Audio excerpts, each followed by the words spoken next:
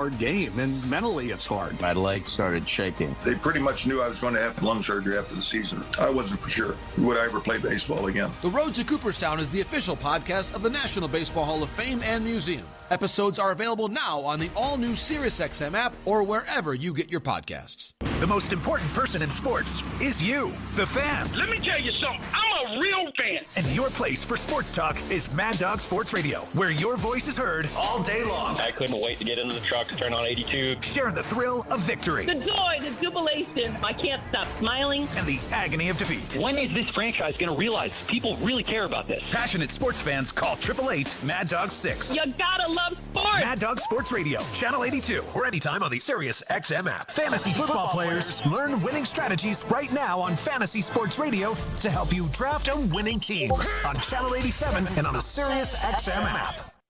Right field, way back, way gone! Is Toronto Blue Jays baseball. Low rounding and heading for second, the throw! In time! On the Sportsnet Radio Network. A potential farewell at Rogers Center. Yusei Kikuchi gets the start for the Blue Jays today in his final outing before the All-Star break. Trying to quash the celebrations today are the 2023 World Series champion Texas Rangers, who are in town for 3 games. Hi, everyone. Hope you're having a good Friday. I'm Ben Schulman alongside Chris LaRue. Show Ali is our host and producer. Luke Swadron and Tom Young are our technical directors. Toronto Blue Jays baseball is brought to you by the local family-owned Crown Rust Control Centers in Hyde Park and North and South London. Protect your vehicle from rust today. Find your local family-owned Crown at crown.com, Canada's #1 rust protection. Although Kikuchi is the headline, there's a lot to discuss today. Trades are going wild around Major League Baseball. Former Blue Jay Marcus Semien is in town, and the Rangers are trying to salvage their season and get back to 500 after a rough start. First pitch is next. You're listening to Blue Jays Baseball, streaming on the Sportsnet app, sportsnet.ca, and across the Sportsnet Radio Network. Timber Mart is Canada's building center, a solid neighbor to call upon when you've got a job to do. Your dependable home improvement store that offers the added value of Air Miles reward miles with every purchase of $15 or more. Visit timbermart.ca. We're 2 men and a truck. So, you're moving to a new home, and all that's left to do is to call a mover you know you can trust. Well, naturally, you think 2 men and a truck, since you know they have lots of men and lots of trucks. They'll wrap, pack, and move everything you own. With a 96% referral rating and the professionalism you can trust, the choice is simple. For a free in-home estimate, call today. We're 2 men and a truck. 2 men and a truck, the movers who care. At Crown Rust Control, protection runs deep because every Crown Rust Control Center is owned by a local family who cares beyond business. Your Crown Rust Control is 100% committed to their product, to you, to their community, which is your community. Protecting you and what matters to you is equally important as protecting your vehicle. Did you know your vehicle rusts faster in warm weather? Protect your vehicle today. For a special summer offer, find your local family-owned Crown Rust Control Center at crown.com. Timber Mart always has plans to help you with your plans. Your home, your cottage, your garage, whatever needs your attention first, check the most visited spot on our website for ready-to-order plans to get the job done with Canada's building center. Visit timbermart.ca. 2 professional IndyCar drivers hop on a microphone and chit-chat twice a week. What do you call that? Is it a podcast? It is indeed, Alex. James, can we just do our regular promo intro, please? Just trying to be cool and have fun with it. Well, you're not cool or fun. Fine. Hi, everybody. I'm James Hinchcliffe. And I'm Alexander Rossi. And we're the hosts of Off Track with Hinch and Rossi, a Sirius XM podcast. If you want to hear more of us agreeing and disagreeing on all things related and unrelated to IndyCar, tune in every Tuesday and Thursday. You won't want to miss it. Listen to Off Track now wherever you get your podcasts. 24/7, 365 coverage of all things NASCAR. All things NASCAR happens exclusively on Sirius XM NASCAR Radio, Channel 90. Radio Network. Everything that's going on, being down 12-0, being down 5-0, whatever it may be, giving up that many hits, not being able to hit, the trade deadline, who's going to be here, who's not going to be here. There's a million different things right now that are just not great, but yeah, it is what it is, and it's not fun. Obviously, you have ideas of who's not going to be around much longer, and a lot of those people mean a lot to you, so It's just not fun. That was Chris Bassett speaking rather candidly after yesterday's game, a game he started, and the Blue Jays lost 13-0 to the Tampa Bay Rays to lose that series. Series starting today against the Texas Rangers. Welcome to Rogers Center. I'm Ben Schulman alongside Chris LaRue. Chris Bassett mentioning that some guys that are around and that they have good relationships with might not be around much longer. Chris, at the top of that list really is today's starter, Yusei Kikuchi. Yeah, I think you hit the nail on the head. He is certainly at the top of that list. I know for a fact that every single team that has aspirations of winning the World Series or at least getting to the playoffs has at least one scout here tonight. I spoke with a scout earlier before the game, and he had so many questions for me. Not every question I could answer or felt like answering, but he had a lot of questions about Yusei Kikuchi and how he's developing. He's 0-4 with a 7.49 in his last 7 starts. What's going wrong? What does he need to do to get back to the Yusei Kikuchi at the beginning of this season? A lot going on here tonight. You got to get a cut if they keep asking you all those questions. Kikuchi about to start for the Blue Jays. Lineup cards being handed in right now. And before we get to the lineups quickly, a look at the Bet365 standings. Download the Bet365 app for today's baseball odds and find out why it's never ordinary at Bet365. 19+, play responsibly. Ontario only. Baltimore leading the AL East at 61-41. The Yankees are 60-44. Boston is 54-47. The Tampa Bay Rays 52-51, and the Blue Jays 46-56. On the other side, Texas has won 5 in a row. They're 51-52. And in a down year for the AL West, that has them only 2.5 games back of the division lead. Blue Jays on the field in the home whites. Chris, who's in the lineup for Bruce Bochy's Texas Rangers? Well, leading off for those Rangers and playing second base is former Jay Marcus Semien. At shortstop, batting second is Corey Seager. Robbie Grossman is in left and will bat third. In center field, batting in the cleanup spot is Wyatt Langford. In right field, batting fifth is Adolis Garcia. Nathaniel Lowe is at first base and will hit sixth. Behind the plate, batting seventh is Jonah Heim. DHing and hitting eighth will be Justin Foscue. And batting ninth is Jonathan Ornelas. He'll play third base. On the mound is lefty Andrew Heaney. And for the Blue Jays, leading off and playing right field is George Springer. Batting second and DHing is Justin Turner. At first base, batting third is Vladimir Guerrero Jr. Behind the plate, hitting in the cleanup spot is Danny Jansen. Spencer Horwitz will hit fifth and play second base. At third base, batting sixth is Ernie Clement. In left, batting seventh is Davis Schneider. At shortstop, batting eighth is Leo Jimenez. And batting ninth is Kevin Kiermaier. He'll be in center field. On the mound, for possibly the last time for the Jays, is Yusei Kikuchi. We've talked about him already, and we will continue to for a lot of the night. For Kikuchi, his 22nd start this season. He's 4-9 with a 4.54 earned run average. 125 strikeouts to only 28 walks in 111 innings pitched.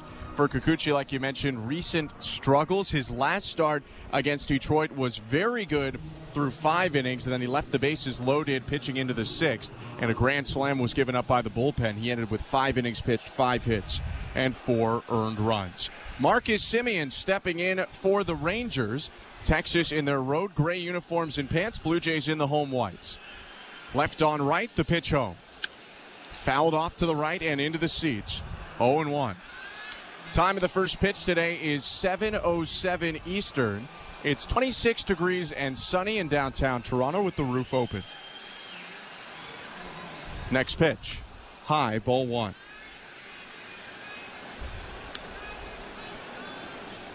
Semien not having as great of a season as he had last year, but still productive. 246 hitter, 15 homers. 1-1.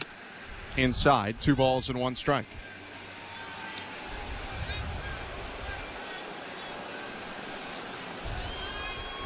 Probably still stands that the best year of Marcus Semien's career came back in 2021 as he swings at the 2-1 and hits it up the middle into center field. A leadoff hit. Not a bad slider from Yusei Kikuchi right there on the outside part of the plate. Marcus Semien reaching out and drilling that thing right up the middle, just past the outstretched glove of Spencer Horwitz at second base. The top of the order is really going to hurt you if Texas is succeeding. Semien on first, and here comes Corey Seager. Both of them MVP finalists last year. Seager, a .270 hitter from the left side. The pitch. Swing and a miss. Another good slider and a whiff there from Seager to get ahead 0-1. One thing the scout did ask me, and I've said this a lot of times over the course of Yusei Kikuchi's time with the Blue Jays, why does he nibble so much? The 0-1. Went around on a fastball up in the zone, 0-2. What was your answer? Why does he throw so many off-speed pitches? Those are the two things he asked me, and I said, listen, I've been preaching that for the better part of a full season now. Why does he throw so many off-speed pitches? The guy throws upper 90s as a left-handed starter. Pound the bottom of the strike zone. 0-2. Bounced a slider in there at 91. 1 ball and 2 strikes. And I guess my answer was, I don't know. I don't know why he nibbles. I don't know why he throws so many off-speed pitches. I guess the main reason could be he just doesn't trust his fastball, which is strange. Throws a hard four-seamer, a curve, a slider, and a changeup. He'll step over and just feint a throw to first, but not actually check on Semien.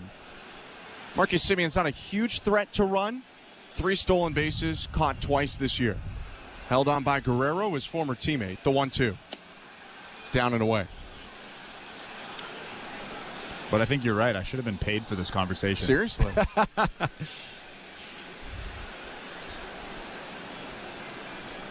And I will not name the team I was talking to. That's fair. Wasn't going to ask. 2-2. Lifted to shallow left field, moving over Davis Schneider, and in, he'll call off the third baseman Ernie Clement and make the catch.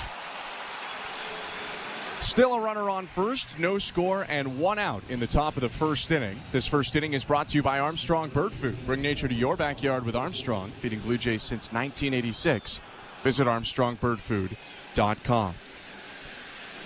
Robbie Grossman up to the plate for the Rangers. Switch hitter batting from the right side.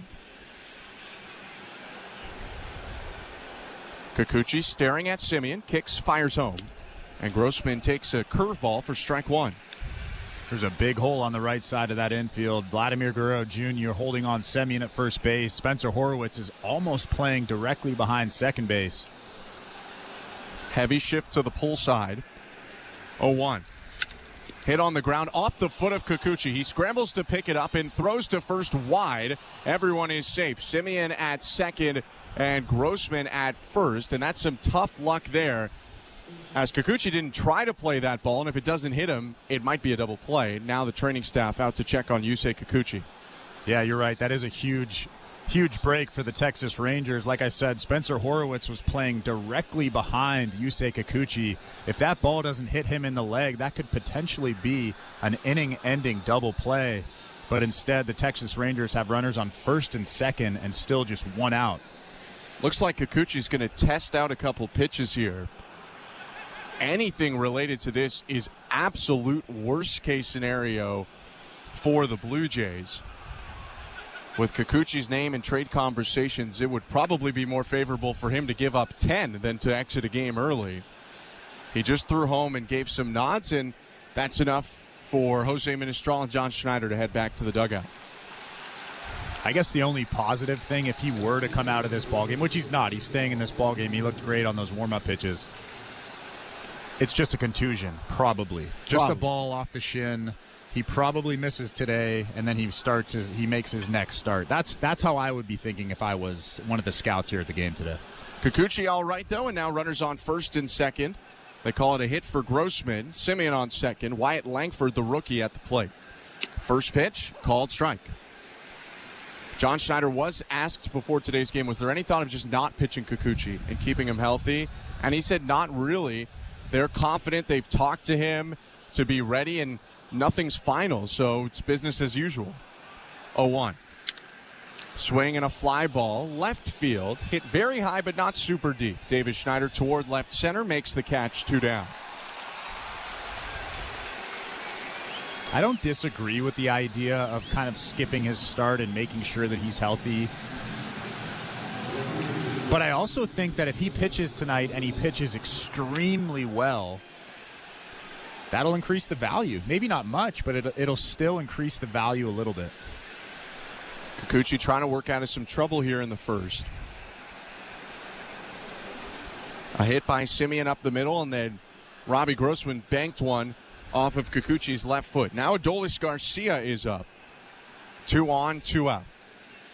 2 looks at Semien at second in the pitch. Strike 1 with a fastball. Lance Barrett's behind home plate tonight. Mark Rippicher at first, Roberto Ortiz at second, and crew chief Alfonso Marquez at third. Garcia, a 209 hitter this year, faces an 0-1 and takes it for strike 2. 98 from Kikuchi. It looked a little bit off the plate away, and that call's already been made for Kikuchi twice or 3 times this inning. Looks like a thicker outer edge of the zone.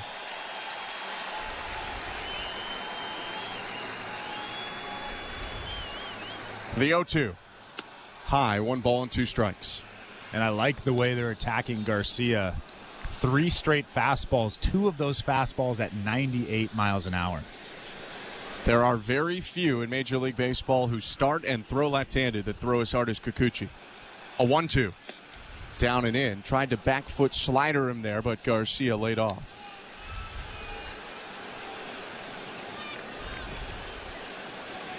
It's been a step back for Garcia this year after being one of the driving forces in the World Series run last year. Still has power, though. 17 homers, 49 RBIs. Kikuchi's going to step off before 2-2.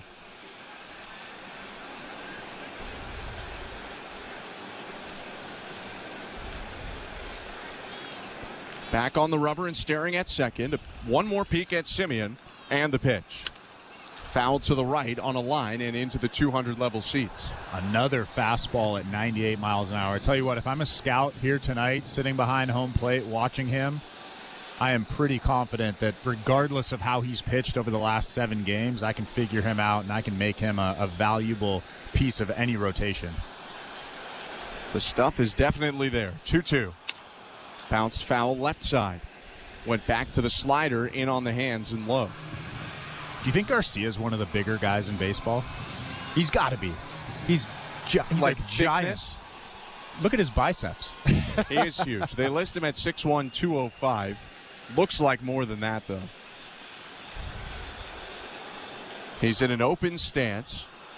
Bent knees, 2-2. Hit on the ground up the middle, through into left center field. Semien getting the wave around third, and Kiermaier's throw goes back into shortstop. It's an RBI single for Adolis Garcia, and it's a 1-0 Ranger lead in the first. Wasn't a great pitch from Yusei Kikuchi, a fastball that was right down the middle. Unfortunately for the Blue Jays, Leo Jimenez was shaded towards that hole on the left side of the infield, and that ground ball just snuck through on the shortstop side of second base, but it's a tough break for Yusei Kikuchi. All 3 hits in this inning on the ground. None of them hit incredibly hard, although they say that one came off the bat at 107 from Garcia, so I stand corrected. First pitch to Nathaniel Lowe is low, ball 1. I believe that. I believe it because look at his traps. Yeah, he's huge. Look at everything on that guy. Nathaniel Lowe's a left-handed hitter, the older brother of Josh Lowe, who the Blue Jays just saw for the Rays. 1-0 pitch. Inside, 2 balls and no strikes. Did you ever come across Adonis Garcia? I did not come across Adonis Garcia. Had some time in the major leagues, the brother of Adolis. I played with him in winter ball, and he is just as big as Adolis. It's actually comical how much they look alike. Adonis played with the Braves, also played pro in Korea, Cuba, Venezuela, and Mexico. 2-0. Low, 3 balls and no strikes. Nathaniel Lowe is patient. He's taken 41 walks this year, batting .270 on the season with 8 home runs. Kikuchi set at the belt. A look at second and the 3-0. Inside, ball 4. That'll load up the bases here with 2 outs.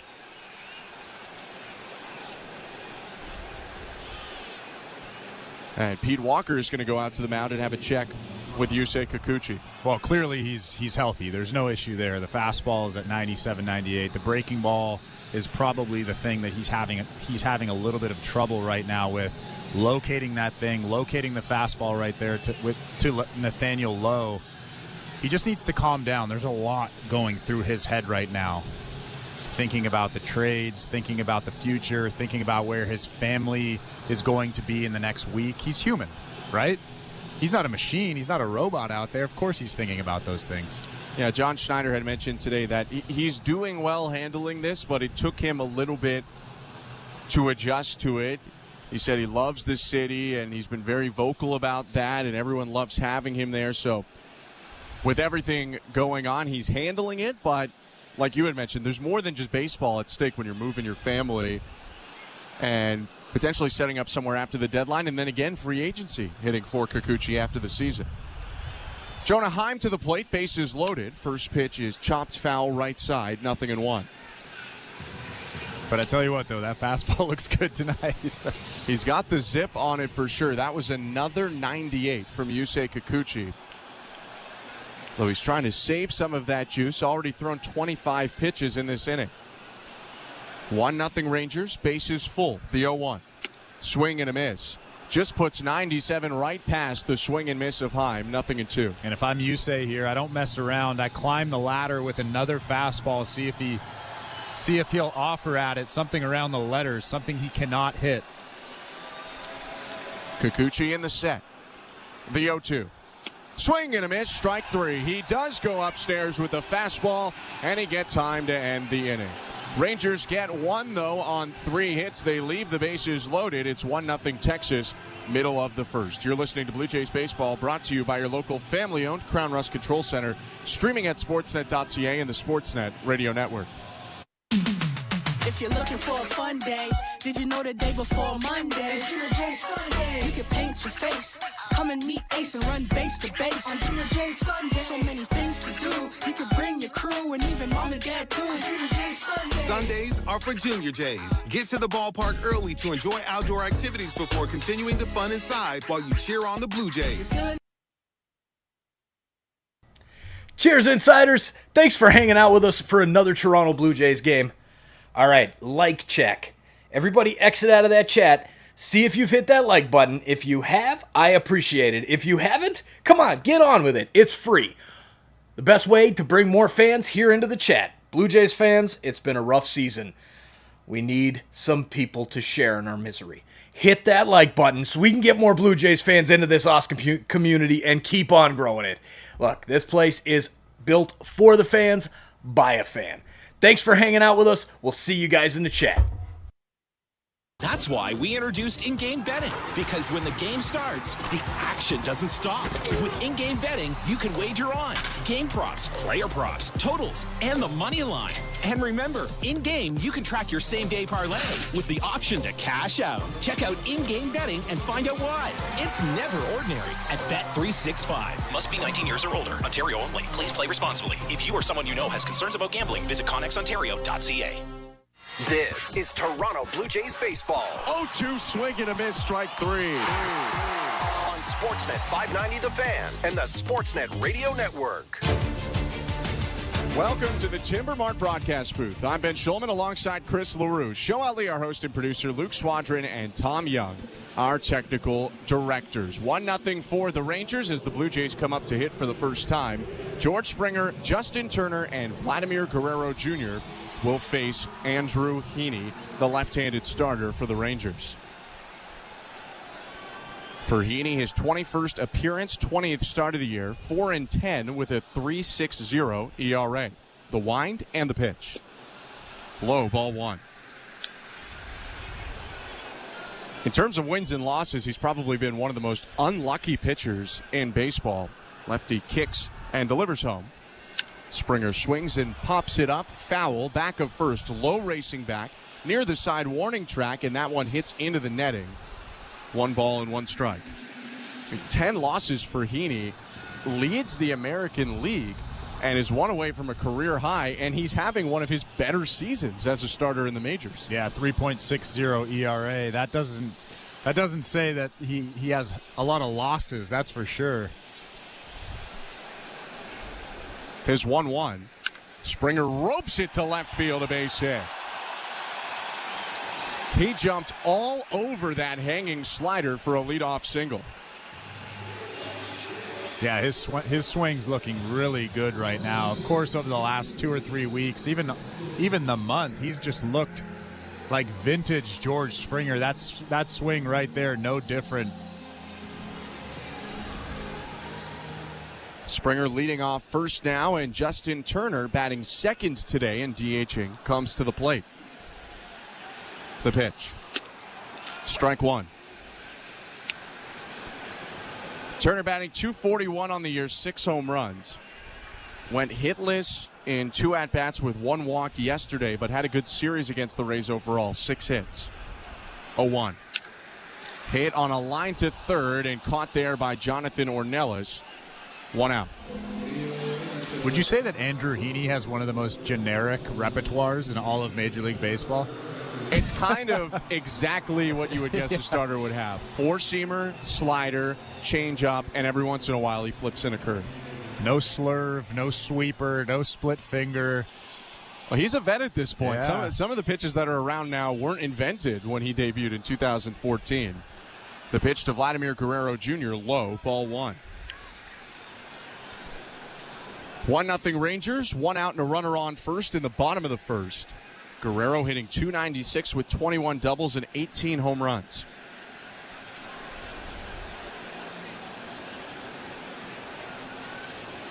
Heaney's pitch.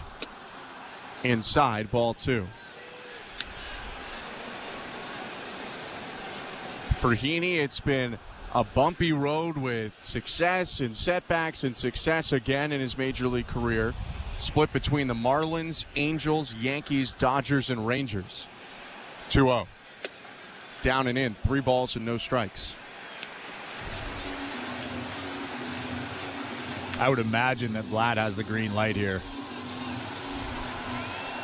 Hard not to give him the green light. He leads the Blue Jays in almost every major offensive category. And he has 5 home runs in his last 7 games. 3-0. Called strike.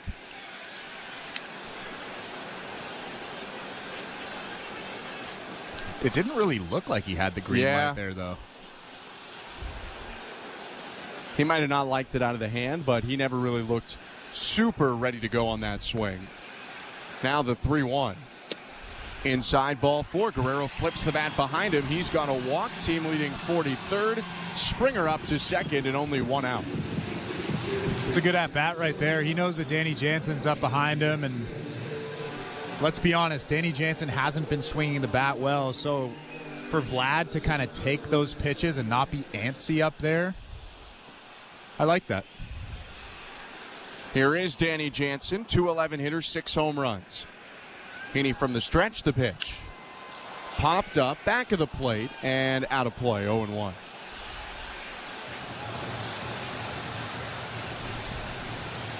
For Andrew Heaney, he was the 9th overall pick by the Marlins out of Oklahoma State in 2012. Was the 2012 Big 12 Pitcher of the Year and an All-American for the Cowboys. Left-hander sets at his chest. And the pitch. Low, ball 1.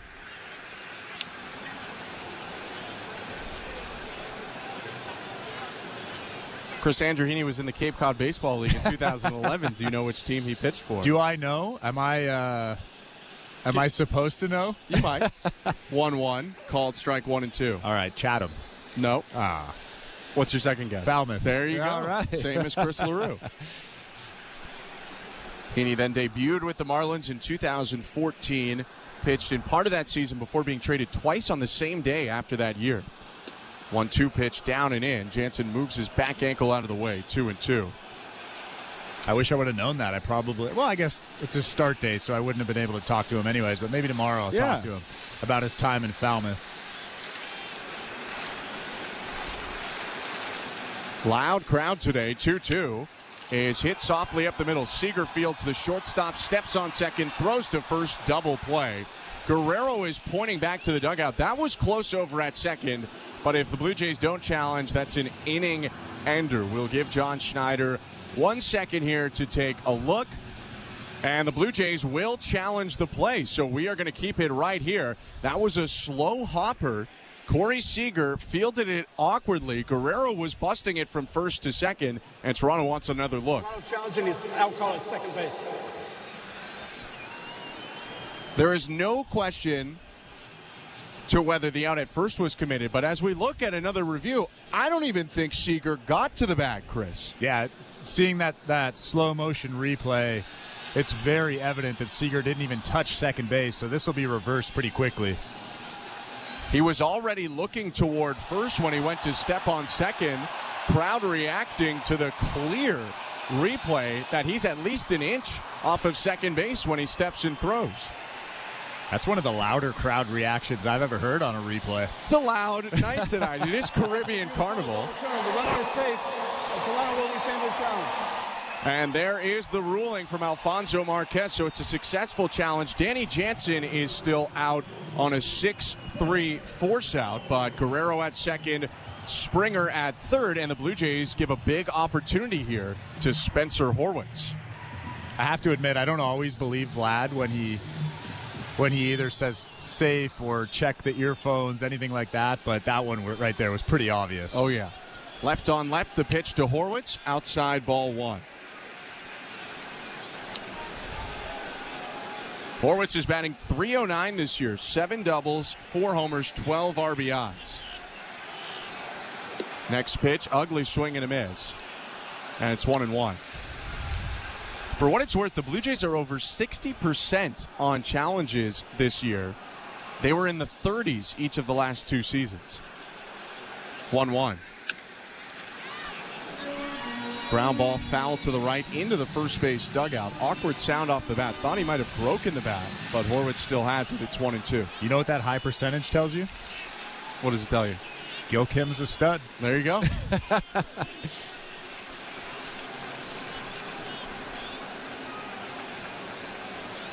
And for those that don't know, Gil Kim is the one that gives the thumbs up or the thumbs down on that replay. 1-2 pitch is high, 2-2. I don't know if he's actually making the decision. I don't think he is. Yeah.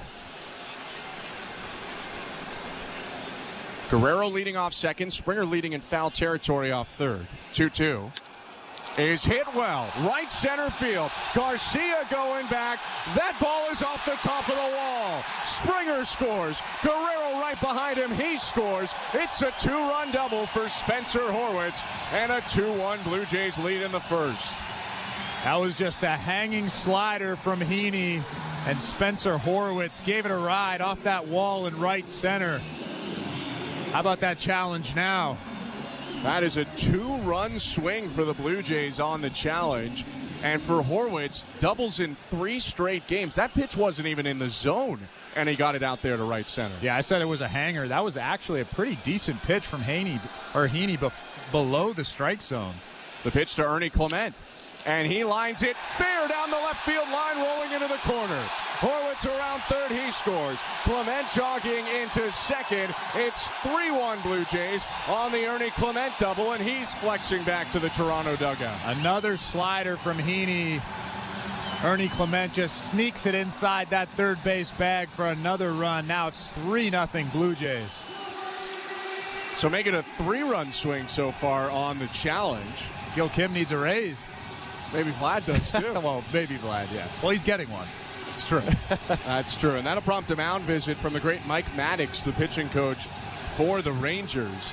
3-1 Blue Jays lead in the first, all coming with 2 outs. Toronto had second and third after the overturned call on the faux double play that turned into a ground out for Jansen. A Horwitz double and then a Clement double. Can you technically say all coming with 3 outs? Kind of.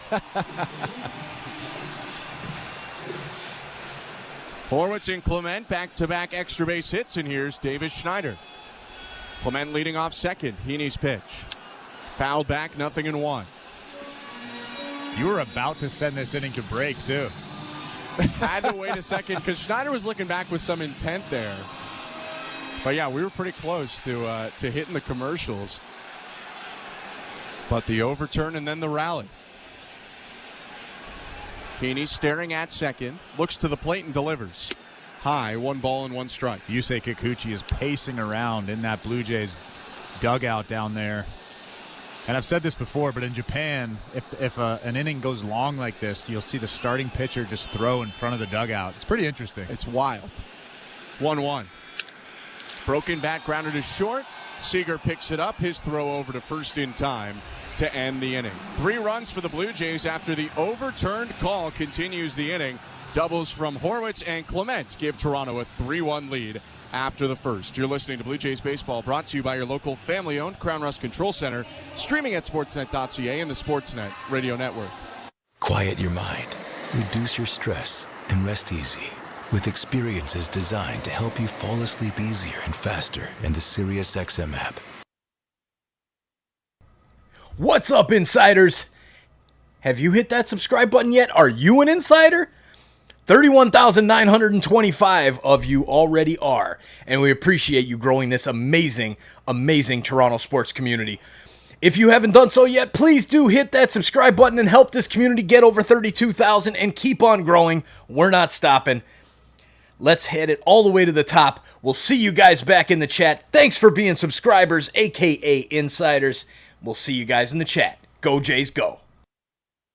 Fantasy Sports Radio is your home to win. There is no bigger value today than Dak Prescott. If you're not preparing for the 2024 fantasy football season, you're already losing. Channel 87 and on the all-new SiriusXM app. The NFL Radio Training Camp Tour is here. The process with all our players is to come out and improve and get better each day. Nobody gets you ready for the 2024 season like we do. For the veteran players, they want to see the guy earn the job. Don't miss analysis from our experts and interviews with head coaches, executives, and players. We embrace this portion of our journey. We're just here to work and get better. Hear coverage of the National Football League all year long on NFL Radio Channel 88 and the all-new SiriusXM app. The Blue Jays are in flight, leading 3-0. Blue Jays fans, this is Ross Atkins, and you're listening to Blue Jays Baseball on Sirius XM. The second inning is presented by Bet365. Download the Bet365 app. You can watch thousands of live games, build your own bet, and can even make a bet while the game's still being played. 19 plus, play responsibly, Ontario only. I'm Ben Schulman alongside Chris LaRue. Thanks for tuning in tonight. Eventful first inning. The Blue Jays up 3-1 on the Rangers. Yusei Kikuchi back on the mound, and the designated hitter Justin Foscue leads off for the Rangers. 8-9-1 this inning for Texas. Kikuchi sets, kicks, delivers. And the first pitch hit foul. 0-1. Foscue was a first-rounder by the Rangers in 2020, 14th overall out of Mississippi State. Made his debut earlier this year. Next pitch high, 1-1. It's called up from AAA Round Rock on April 2nd, but less than a week later hit the injured list with a left oblique strain. Swing and a miss at a high fastball. It's 1-2. And hasn't really been great in his big league time. 2 for 15, still without a home run, just 1 RBI. 1 extra base hit, 1-2. Lifted very high to shallow right field. Guerrero is out there, and so is Spencer Horwitz. Horwitz will make the catch. 1 out. Well, Vlad faked me out, that's for sure. He kind of pulled the move of old Texas infielder and now Hall of Famer Adrian Beltre. Used to do that all the time. Vlad was camped right beside Horwitz, but it landed in the glove of the second baseman. So 1 down. Here's Jonathan Ornelas playing in his 11th game of the year. Kikuchi's pitch. High, ball 1. Ornelas also struggling out of the gates this year, although very small sample again. 3 for 17. The 1-0. High, 2 balls and no strikes. Yeah, both Foscue and Ornelas pretty high draft picks, so they'll have a longer look, a longer leash. If they were 15th, 20th round guys, they'd probably be back in AAA right now. 2-0. Called strike. And they're also both getting some run. Foscue at DH and Ornelas at third, with two of the promising young Rangers on the injured list. Josh Young is on the 60-day IL after undergoing wrist surgery in April. 2 one-pitch high, 3-1. And Evan Carter, the outfielder, experienced lower back tightness in late May and has been on the 10-day IL ever since. 1 out, base is empty, 3-1 Blue Jays. The 3-1 pitch. Fouled back into the screen. 95-mile-per-hour fastball up and in. It's full count. Do you think the Rangers are going to be sellers? I lean no, but I think this next 3 or 4 days could mean a lot. 3-2. Swing and a miss. 97 just above the zone. Gets Ornelas 2 down.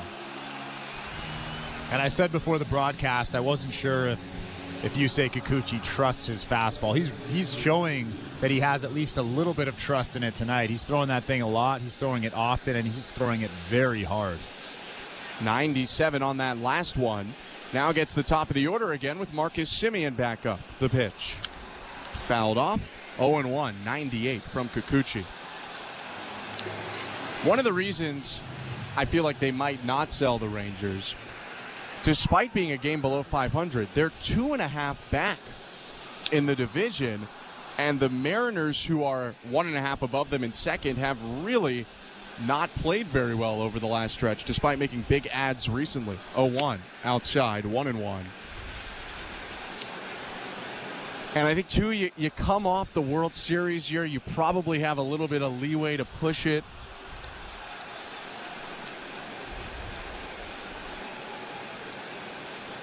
(1-1). Fouled back 1-2. But I was talking to some on the Rangers media side before the game today, some of the writers, and a complicated thing for the Rangers and everyone in the AL West is there's probably no wild cards up for grabs in that division. You have to win the division more than likely. Kikuchi, a former Seattle Mariner, nodding his head. Here's 1-2. Bounced foul behind the plate. That was an ugly swing from Semien. It's almost like he took that ball out of Danny Jansen's glove really late with that swing on that fastball that was 97. It was right on the outside corner of the zone and just bounced a couple feet away from the plate. Semien back in the box. Another 1-2. And another foul ball. That one hit the glove of Jansen and squirted through his legs. Marcus Semien is 1 for 1 today. Singled up the middle in the first and scored on the Adolis Garcia single. Semien leads the Rangers with 102 hits. The pitch. Hit in the air, deep right center field. Kiermaier and Springer both going back. Kiermaier calling for it, reaches up and makes a two-handed catch. A 1-2-3, top of the second for Yusei Kikuchi. The Blue Jays try to add on when we come back. 3-1 Toronto, bottom of the second next. You're listening to Blue Jays Baseball, brought to you by your local family-owned Crown Rust Control Center. Streaming at sportsnet.ca and the Sportsnet Radio Network. Lumos. Witches, wizards, and muggles come down to the core as Roger Center transforms into Hogwarts. Harry Potter-themed entertainment and activities around the ballpark. Wingardium Leviosa. Magic moments create core memories. So fly down to Roger Center on Friday, August 9th, and get one of 4 Blue Jays Harry Potter Hogwarts House Raglan shirts. Harry Potter Night. For tickets, visit BlueJays.com. At Crown Rust Control, protection runs deep because every Crown Rust Control Center is owned by a local family who cares beyond business. Your Crown Rust Control is 100% committed to their product, to you, to their community, which is your community. Protecting you and what matters to you is equally important as protecting your vehicle. Did you know your vehicle rusts faster in warm weather? Protect your vehicle today. For a special summer offer, find your local family-owned Crown Rust Control Center at crown.com. We're 2 men in a truck, the movers who care. You never know when cardiac arrest can happen. That's why each and every one of our trucks carries a life-saving Mikey defibrillator as part of our Mikey on Board program. Whether we're on the highway or in front of your house, we're prepared to help anyone whose heart may skip a beat. The Mikey Network has saved many lives, making Mikey's accessible to the public. And now they're on board our trucks. We're 2 men in a truck. 2 men and a truck, the movers who care. This is Toronto Blue Jays baseball. First pitch swinging, Danny Jansen rocks a ball to left. It's gone! On Sportsnet 590 The Fan and the Sportsnet Radio Network. There are just 3 days left to join in on Jays Care's 50-50 jackpot. The take-home prize is at $467,207, and that number will skyrocket before Sunday's grand prize draw. Visit BlueJays.com/5050 to get tickets now from Ontario or Nova Scotia. 3-1 Blue Jays, bottom of the second inning. I'm Ben Schulman. To my left is Chris LaRue. The number 8 hitter and shortstop Leo Jimenez leads off for the Blue Jays. The pitch from Andrew Heaney. Inside, ball 1. I know you didn't buy a ticket last time, but are you going to buy one this time? I just feel weird about it. I think you know. 1-0. Called strike, 1-1. I think I talked you into that thought process. You did. You were all about winning that money before. I don't think technically I'm not allowed to, but... Just the optics. Yeah, it doesn't look great. Yeah. 1-1. Foul back 1-2. I don't think Robert would be pumped either. And do I call myself? I'll call you. That would be fun. Jimenez hitting .231 on the year, 15th major league game. The 1-2 pitch. Swing and a miss. Got him to chase the fastball outside. Strike 3. Looked like Leo was expecting something off speed right there. Heaney just blew that 92-mile-an-hour fastball by him on the outside part of the plate. When you get to Heaney, typically you want to jump on the four-seamer. Blue Jays have jumped on sliders, though, today. First pitch to Kevin Kiermaier, so four-seamer fouled back, 0-1. He's given up 8 of his 14 home runs on the four-seam fastball, has Andrew Heaney. Yeah, and like we mentioned earlier, he's got a very generic arsenal. 0-1. Swing and a miss. Got Kiermaier to expand there on the slider. 0-2. Everything just screams hittable, and it also screams 2003. But he's been in the majors 11 years. Yeah. 0-2. Called strike 3. Fastball at the top of the zone. Freezes Kiermaier. Back-to-back Ks for the lefty. 2 down. Just because you have average stuff doesn't mean you can't have a long career. Obviously, he locates very well. That's part of pitching. But just kind of looking at his stuff, looking at his velocity, the depth of his pitches, you probably just think this guy's an average pitcher, but he's been very good for a long time. George Springer fouls back the first pitch. 0-1. 2 outs, bottom of the second, and it's 3-1 Blue Jays. The majority of Heaney's long career was spent with the Los Angeles Angels. Lefty winds and delivers. Inside, 1 ball, 1 strike. Mentioned last inning, he was traded twice in one day, from the Marlins to the Dodgers in the deal that sent Kike Hernandez and Austin Barnes to L.A., D. Gordon and Miguel Rojas to Miami. 1-1 misses inside, 2-1. And then that same day, he's packaged in another notable trade as he goes 1-for-1 for Howie Kendrick, as Kendrick went from Angels to Dodgers and Heaney went from the Dodgers to the Angels. 2-1. Fouled back, 2-2. Must have been a tough travel day. He did post like kind of a facetious tweet that day, Heaney. I think he posted one of like the Photoshop edits, which weren't all that common then, of him in a Dodgers uniform, and just said hashtag thanks for the memories. Loved being a Dodger. 2-2. Swing and a high pop-up back of first. Nathaniel Lowe going into foul territory, drifts back fair and squeezes it to end the inning. Blue Jays go down 1-2-3. 2 strikeouts in the frame for Andrew Heaney. 3-1 Toronto after 2 innings. You're listening to Blue Jays Baseball, brought to you by your local family-owned Crown Rust Control Center. Streaming at sportsnet.ca and the Sportsnet Radio Network. We're 2menintruck.ca. We've got lots of men and lots of trucks, so get ready to be moved. Think 2menintruck, 2menintruck.ca. So when you gotta move, all moving day. Think 2menintruck, 2menintruck.ca. Cause all of us movers are not the same. So that's our company name, 2menintruck.ca. We're lots of men with lots of trucks, so give us a call today. Hi, I'm Buck Martinez, live from the showdown between Pizza and inflation. First to the plate, Pizza's big hitter, fixed rate pizza. An extra large 4-topping pizza for a fixed price of $17.99 until the end of 2024. I dare say, folks, inflation stands no chance against this all-star. Here's the delivery. And inflation strikes out. That's a swing and a drive for fixed rate pizza. Lock in yours today. Order pizza.ca. At Bet365, we don't do ordinary. That's why we introduced in-game betting. Because when the game starts, the action doesn't stop.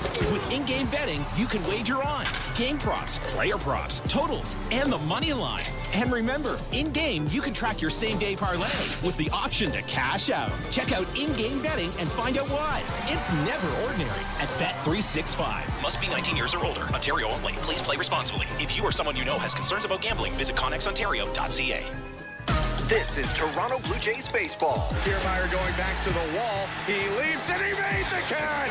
On Sportsnet 590 The Fan and the Sportsnet Radio Network. The third inning is brought to you by the local family-owned Crown Rust Control Centers in Hyde Park and North and South London, Ontario. Protect your vehicle from rust today. Find your local family-owned Crown at crown.com. Canada's #1 rust protection. I'm Ben Schulman. To my left is the former Major League pitcher Chris LaRue. Corey Seager, longtime Dodger and now Ranger, leads off for Texas. Kikuchi on the rubber, rocking back and forth. Kicks and delivers. Foul back, 0-1. Seager finished second in MVP voting last year, only behind Shohei Ohtani. It was a mammoth season for Corey Seager. 0-1, swing and a miss, 0-2. Seager led his league in doubles for the second time and almost won the batting title. Lost it on the final day of the season, 0-2. Low, 1 ball and 2 strikes. Part of the problem was the Rangers had something to play for. Seager was in. The Rays and Yandy Diaz did not. And so Seager went 0 for 4, I believe, and dropped to 327. 1-2. Fouled off the fists into the netting. Do you think he was upset that he didn't win the MVP? Like a lot like Vlad in 2021, where incredible season. So hard to beat Shohei. Oh, no, of course. 1-2 pitch down and away, 2-2. I mean, he's probably upset. It's hard to get that close and not win it. But the guy hitting in front of him, Marcus Semien, finished third, and that was the third time in Semien's career that he's been an MVP finalist. 2-2. Swatted to left center field and sinking. A dive from Schneider, and it bounces off his glove, stays in front of him.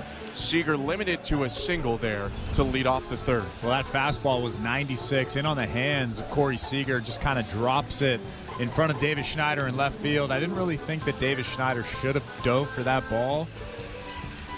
Didn't really have a chance at it, but lucky for him, it bounces off his shoulder, I think. Actually, no, it hit his glove and stays in front of him.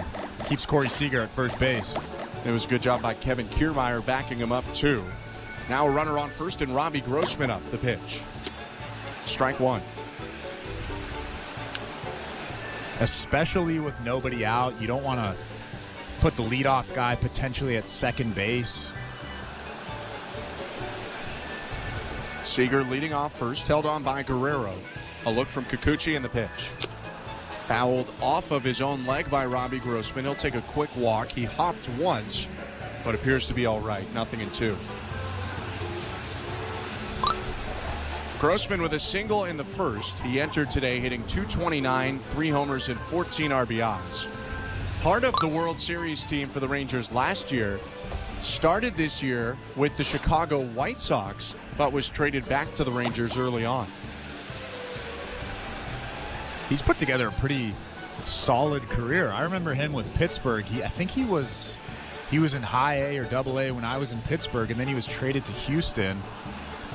And then he kind of just took off from there. He's been around for a long time. 0-2. Up and in. Debuted with the Astros in 2013. Was with Minnesota from 16 to 18. An Oakland A in 2019 and 20, then a Tiger, a Brave, a Ranger, a White Sox, and a Brave again. It's a lot of teams. It's a lot of teams. He's approaching 1,000 hits. 1-2. Hit on the ground left side. Dive by Jimenez, stops it at short. Pops up and throws, but it's late. That's a heck of an effort from Leo Jimenez, but it'll be an infield single for Grossman, his second infield single of the game. Yeah, you're right. That was a heck of a play from Leo Jimenez in the hole on the left side of the infield. Probably shouldn't have thrown that baseball. Really had no chance at Grossman at first base, but one heck of a play out there. Back-to-back singles to start the inning. And now Wyatt Langford is up. Langford, the 4th overall pick in the draft last year out of Florida. Bats right, the pitch. Strike one, a backdoor slider.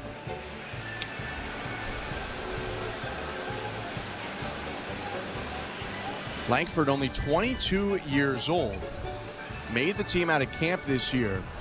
A bit surprising, but not totally because of the talent. He swings and drives the ball to right center field. Kiermaier on the run, dives and makes the catch just in the tip of his glove. Seager tags from second. He'll advance to third, but that's a beautiful play from Kevin Kiermaier, robbing extra bases. Yeah. And you can hear the crowd appreciating that effort. That's one of the better plays I've seen this season.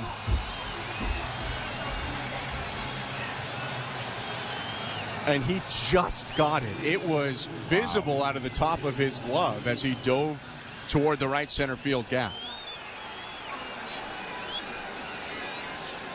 Prevents one, maybe two runs from scoring and gets Kikuchi an out here in the third. Runners on the corners, one down. Adolis Garcia is up. Kikuchi looks at first and the pitch. Check swing, pitch was high. Ball one. And the best part about that catch, he gets up and threw a strike into second base, keeping the double play in order. And the fans are chanting one more year now in reference to Kevin Kiermaier announcing he'd retire after the season. The 1-0.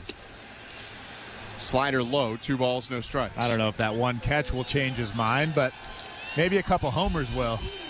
But it is, it's a testament to just how good Kevin Kiermaier is out there in center field. He really is one of the best that's probably ever done it out there. 2-0. Bounced foul to the left side, 2-1. It's got a catch probability, a stat I don't love, I'll admit, but of 5% for Kevin Kiermaier. That seems about right. Yeah, that does seem about right. He covered a lot of ground in a short amount of time. Kikuchi steps off before the 2-1. There was one recently where I thought it was going to be a 5%er, but it was like a 40%er, and that seemed a bit silly. Dive. Yeah, maybe. Catch probability seems to hate Dalton Varsho for some reason. 2-1. On the inside edge at 97, Garcia, visible with his frustration, swiping his right arm across his body in disgust. It's 2-2. Hate to break it to you, Garcia, but that was a strike. That's a great pitch. Infield playing back. They want to turn two and end the inning. One out, first and third. The 2-2. Swing and a miss. Got him on 97 away. Garcia chased, and there are 2 down. I love that pitch selection there. A lot of the times you see a big power hitter up at the plate. You don't want to throw a fastball to him with 2 strikes. But Yusei Kikuchi and Danny Jansen chose to throw that fastball right there at the top of the zone. Garcia is way behind it at 97 miles an hour. So 2 down and a chance here for Kikuchi to escape, but the difficult to retire Nathaniel Lowe is up in the lefty box. 3-1 Blue Jays, the pitch. Called outside, looked pretty good on the edge, but it's 1-0. It's a good pitch. Lowe with a walk in the first inning made it now 21 of 22 games that he's been on base. A really slow start to the season, but he's been really strong for the better part of a month.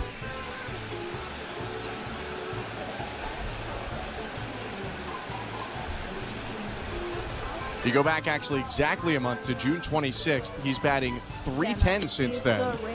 And he takes the next one on the inside edge at 98. It's 1-1.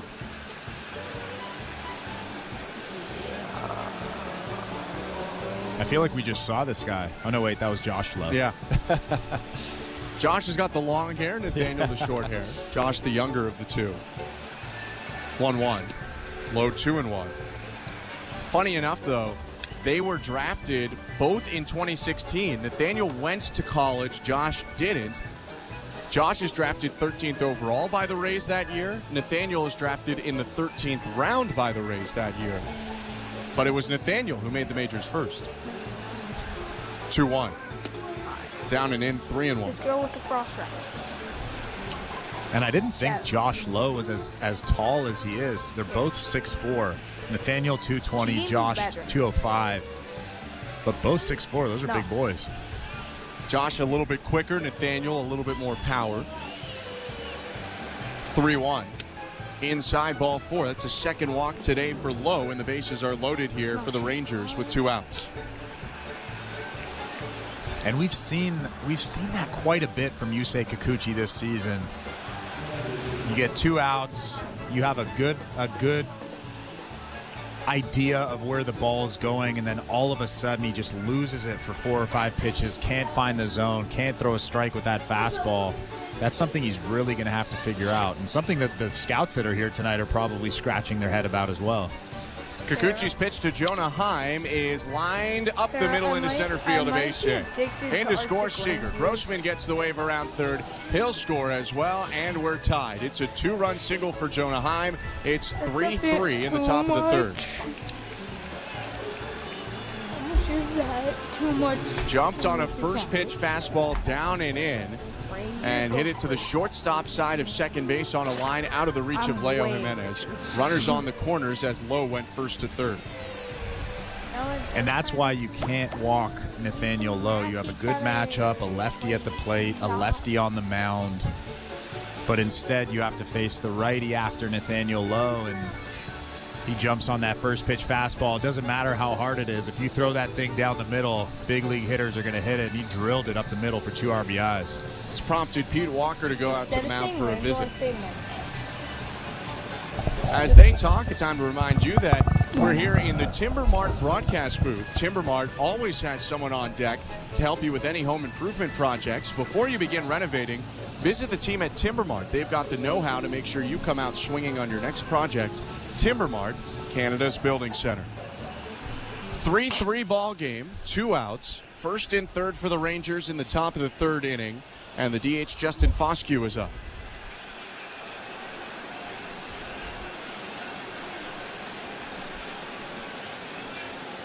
Foscue popped out to second baseman Spencer Horwitz in the second. Kikuchi rocks and delivers. Misses outside, ball 1.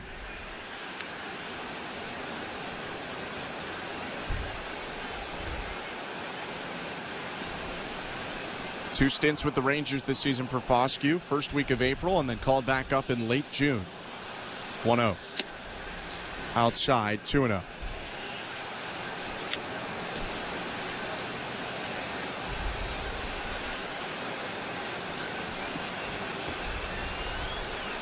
Per MLB pipeline, Foscue is the number 2 prospect in the Rangers system. One ahead of Vanderbilt star Kumar Rocker. 2-0. Fouled behind the plate, 2-1. And a couple more spots ahead of Vanderbilt star Jack Leiter, both of them pitching in the Texas system. I feel like there was a few years where everybody was from Vanderbilt. If you were good, you were from Vanderbilt. And now I think it's moved a little bit over to Tennessee. Got some Mississippi State in there. Yeah. Winthrop, 2-1. Check swing. Pitch was high. Appealed to first. No swing. 3-1. Well, it's most certainly not Syracuse. I can tell you that. It's not. No baseball program. Wait, they don't have a baseball program? Wow, that's a surprise. The nearby Lemoyne Dolphins are where many Syracuse-based baseball players play. Step off by Kikuchi. In fact, and then we'll get back to the game, Syracuse native and Lemoyne Dolphin Josiah Gray came out of there. And they just moved, I think, into D1. 3-1 pitch to Foscue. Called strike. Looked a little bit outside, but it's been a wide outer edge of the zone for the whole game. It's a full count. Yeah, that didn't look like a strike. Foscue not overly surprised or overly thrilled with that call right there. But that zone's been pretty large all day long. Helps out Kikuchi to keep this plate appearance alive. Full count, 2 outs, 3-3, top of the third. Heim will get a head start off first on the pitch. Here it comes, and it's hit to deep center field.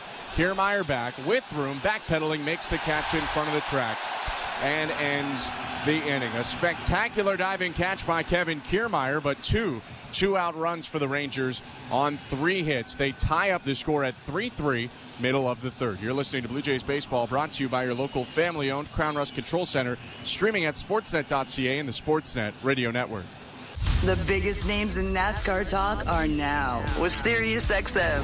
Hey, this is Denny Hamlin, host of Actions Detrimental, driver of the number 11 Toyota for Joe Gibbs Racing, and co-owner of 2311 Racing. Join me and my co-host Jared Allen every Monday for a recap of each NASCAR race from the driver's seat. We'll break down how my race went and hopefully ending in victory lane. Hear Actions Detrimental plus every incredible podcast from Dirty Mo Media right now on the SiriusXM app. Are you regretting eating that gas station hot dog? Yeah, we know. We've been there too. This is a message for baseball fans like you. Did you know that you get a channel that's talking baseball 24/7 as part of your SiriusXM subscription? What? Our lineup includes shows hosted by former big leaguers and executives. Plus, you'll hear from 17 managers each week. MLB Network Radio is on SiriusXM Channel 89. Or just search MLB Network Radio on the SXM app. SiriusXM Sports. We're more than just a game. Nothing matches the passion, the excitement, the history-making moments of college sports. And nobody takes you inside the greatest campuses and stadiums across the country like SiriusXM College Sports Radio.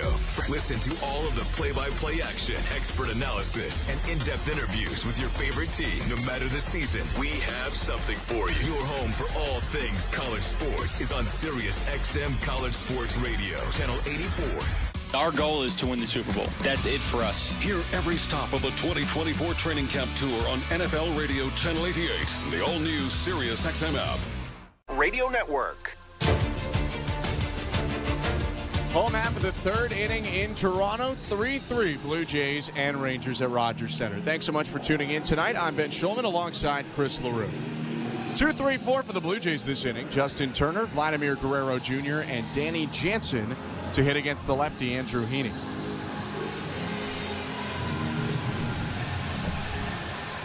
Turner lined out to third base in the first inning.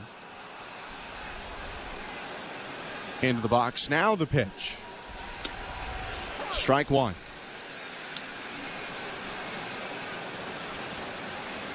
It's a rare move up to the 2 spot for Turner. He last hit second on June 21st. 0-1. Foul back, 0-2. And just the 5th time this year that Justin Turner has hit in that number 2 spot. He's been seeing the ball well, though. I don't know if that warrants hitting in the 2 spot, just that small sample size where he has been seeing the ball well, but you have to admit he's looking like he did earlier on this season. 0-2 in the dirt.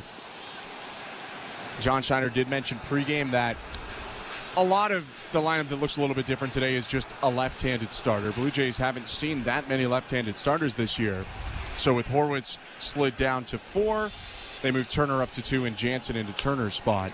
Next pitch is hit softly on the ground to first, vacuumed up by Nathaniel Lowe. He steps on first base. 1 out. Well, that looked like he got it off the cup end of that bat. A little cue shot to first base on the slider from Heaney, way out in front of that pitch. It's actually tough to field those ground balls because it's spinning like crazy. Yeah, it really curved. It first went toward the mound and then curved back toward first base. Here's Vladimir Guerrero Jr., the pitch from Heaney. Strike one. Guerrero took a 5-pitch walk in the first and scored on the Horwitz double. Resting his bat above his right shoulder, the 0-1. Starts to swing, but holds back on that pitch that missed high. 1 ball, 1 strike.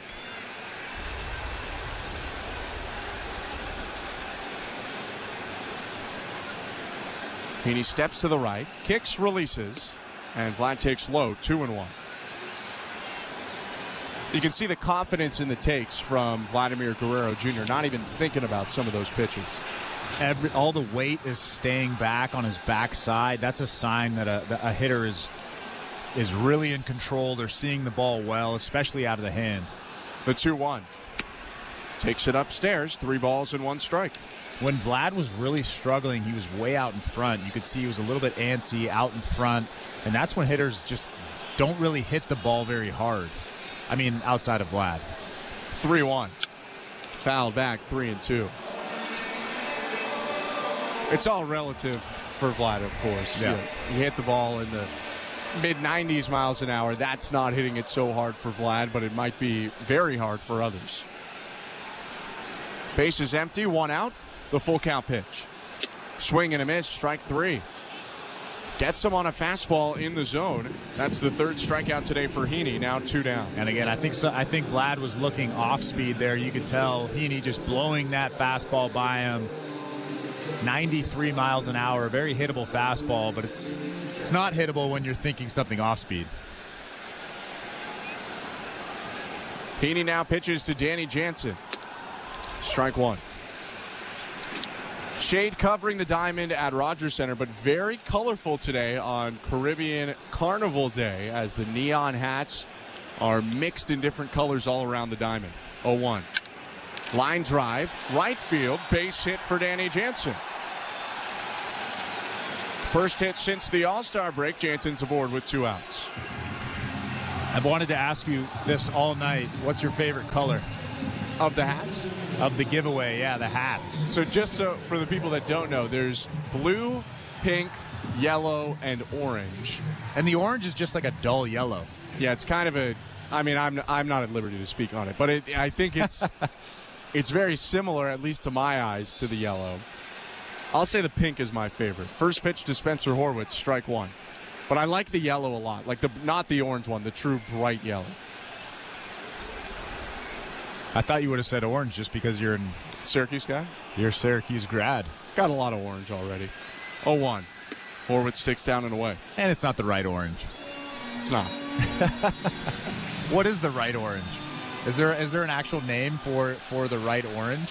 It's kind of just the most standard one I think that you've just ever orange. seen. Yeah, it's just orange. Okay, all right. Horwitz 1 for 1 with a 2-run double. Takes the next pitch in the dirt. 2 balls and 1 strike. Winthrop was crimson and gold. You don't have a special name for the orange? That I find that hard to believe. I'll get back to you. And the fact that you have to look it up is get back shocking to me. Shocking. Left on left matchup here, the 2-1. Fouled back into the screen, 2-2. For Spencer Horwitz, this is his 39th game of the year. Earlier in his tenure, you might not have seen him stay in against a left-handed pitcher. But John Schneider's saying today that Horwitz has had good at-bats against lefties and earned the spot to be in there. 2-2. Outside, full count. And a lot like Vlad, his takes are just so confident.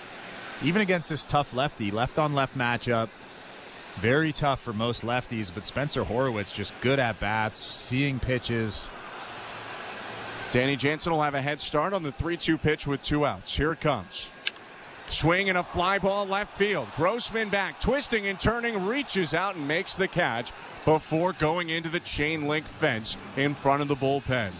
A long, loud out for Horwitz, ends a scoreless inning for the Blue Jays. 1 hit and 1 left. 3-3 after 3 innings. You're listening to Blue Jays Baseball, brought to you by your local family-owned Crown Rust Control Center, streaming at sportsnet.ca and the Sportsnet Radio Network. This is John Paul Morosi. Coming up on the next episode of The Road to Cooperstown, I sit down with Hall of Famer Tom Glavine. I knew I wasn't going to be afforded another 17-loss season. I knew when I went back there next year, I better show some more progress, and thankfully I did. The Road to Cooperstown airs Saturday at 9 a.m. Eastern on MLB Network Radio, Sirius XM 89, and the all-new Sirius XM app. New episodes drop every Tuesday wherever you get your podcasts.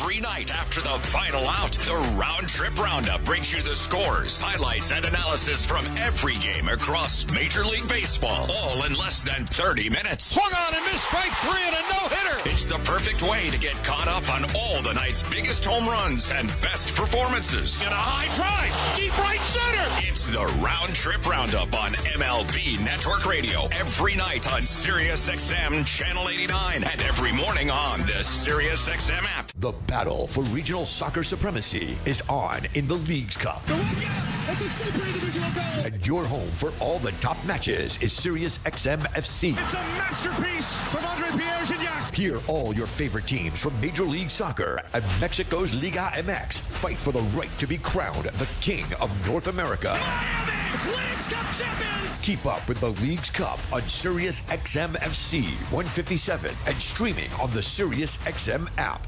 Blue Jays fans, no matter where you are, you won't miss a pitch with the SiriusXM app. Hear every game all season long. Download the SiriusXM app and search Blue Jays.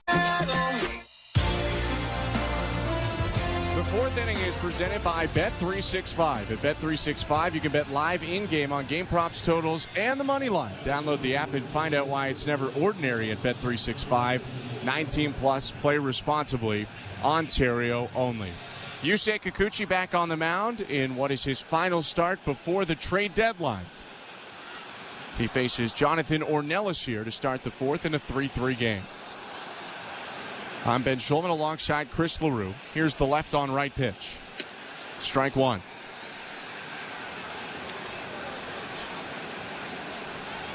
Kikuchi gave up 1 in the first, 2 in the third. He's allowed 6 hits and 2 walks, struck out 3. 0-1. In the zone again, ahead 0-2 after that fastball.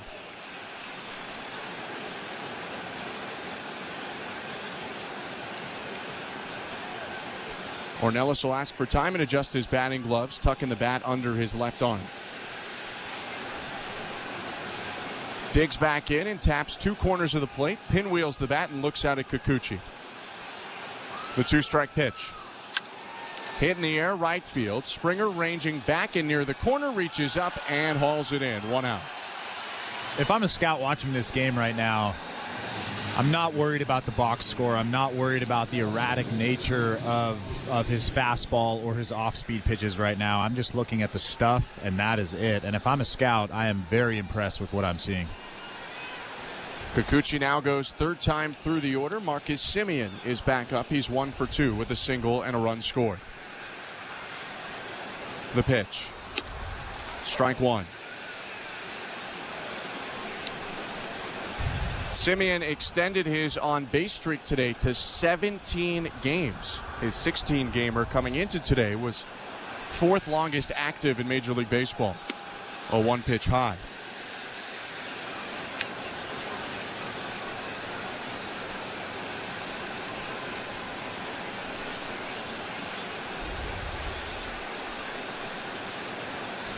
Kikuchi rocks and delivers. And the pitch is swatted foul into the seats off to the right. 0-2. Or 1-2, pardon me.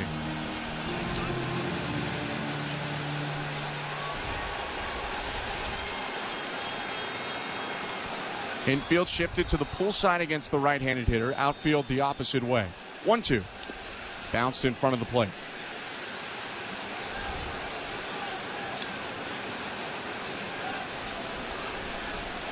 Wasn't that long ago that Marcus Semien broke the second base home run record, hitting 45 for the Blue Jays in 2021. 2-2 to Semien. Hit hard on the ground to third, but picked up by Clement. A shuffle and throw over to first to get Semien 2 down. That's a smooth play over there from Ernie Clement. A pretty hard ground ball, just vacuums that thing up and throws a strike across the diamond to Vlad at first base. Clement, the owner of 6 defensive runs saved this year, 4 of them coming at third base, the other 2 at short. He shifts way over near short as they go to the pull side against the left-handed hitter Corey Seager. The pitch. Swing and a miss. Seager's 1 for 2. He singled to start the third inning rally that saw the Rangers score twice. 0-1. Fouled back, 0-2. Seager's having a down year, but Those numbers are still pretty solid. Still pretty good. For Seager, a 271 average, an on-base plus slugging in the 800s. Team leading 19 homers. 0-2. Down and away. It's kind of like Vlad last year where his numbers were still pretty solid, but the expectations are so high, the bar is set so high that if they're hitting under 300 with less than 30 homers, you think they had a bad year. It's a multiple-time All-Star in Seager, also multiple-time Silver Slugger. He swings and misses at the 1-2 slider, though, and that will do it for the fourth. A 1-2-3 inning for Yusei Kikuchi sends us to the bottom of the fourth, 3-3, Blue Jays and Rangers. You're listening to Blue Jays Baseball, brought to you by your local family-owned Crown Rust Control Center, streaming at sportsnet.ca and the Sportsnet Radio Network. At Crown Rust Control Center, protection runs deep because every Crown Rust Control Center is owned by a local family who cares beyond business. Your Crown Rust Control Center is 100% committed to their product, to you, to their community, which is your community. Protecting you and what matters to you is equally important as protecting your vehicle. Did you know your vehicle rusts faster in warm weather? Protect your vehicle today. For a special summer offer, find your local family-owned Crown Rust Control Center at crown.com. Hi, I'm Buck Martinez, live from the showdown between pizza and inflation. First to the plate, with over 2 million sold, it's Fixed Rate Pizza, a hot and fresh extra-large 4-topping pizza for a fixed price of $17.99 until the end of 2024. Here's the delivery. And inflation strikes out. That's a swing and a drive for Fixed Rate Pizza. Lock in yours today. Order pizza.ca. At Bet365, we don't do ordinary. That's why we introduced in-game betting. Because when the game starts, the action doesn't stop. With in-game betting, you can wager on game props, player props, totals, and the money line. And remember, in-game, you can track your same-day parlay with the option to cash out. Check out in-game betting and find out why. It's never ordinary at Bet365. Must be 19 years or older. Ontario only. Please play responsibly. If you or someone you know has concerns about gambling, visit connexontario.ca. This is Toronto Blue Jays baseball. Swing and a miss. Eric Swanson strikes out the side. On Sportsnet 590 The Fan and the Sportsnet Radio Network. Welcome back to a loud Rogers Center and welcome to the Timber Mart broadcast booth. I'm Ben Schulman alongside Chris LaRue. Show Ali is our host and producer, Luke Swadron, and Tom Young, our technical directors. Ernie Clement leading off for the Blue Jays. Blue Jays 3, Rangers 3 as we start the bottom of the fourth. Clement doubled in a run his first time up. The pitch from Andrew Heaney. Swing and a miss. Gets him out in front on a slider. I'll make that a change, pardon me. 0-1. Lefty winds again and offers. Swing and a fly ball to center. Langford freezes and now moves to his left, makes the catch. 1 out. Let's go to the out-of-town scoreboard, brought to you by St. Louis Bar and Grill. Devilishly good since Toronto first raised the trophy in '92. Join them for wings, ribs, beer, cocktails, and catch every plate at your local St. Louis Bar and Grill. Download the app or visit stlouiswings.com for more details. Always devilishly good. Davis Schneider up, the pitch from Andrew Heaney. Strike one. It'll be a trades edition of the St. Louis Bar and Grill out-of-town scoreboard as the floodgates kind of opened last night for the trade deadline. 0-1. Swing and a miss. 0-2. Let's start, though, with the Blue Jays trade so far. They dealt Jimmy Garcia a couple hours ago to the Seattle Mariners. Jonathan Clase and Jacob Sharp came back. 0-2. Hit in the air down the right field line. Garcia running toward the corner. That's slicing, and that's a fair ball bouncing off the wall. Schneider slides into second with his first extra base hit since June 22nd. It's a one-out double. That was one of the stranger approaches I've seen from a right fielder on a ball that was fair by quite a bit. It looked like Garcia thought that ball was either out or way foul. And that ball landed about 15 feet fair right up against that wall in right field. That was a strange one. Maybe trying to deke Schneider into slowing down. Schneider on second, though. Here's Leo Jimenez.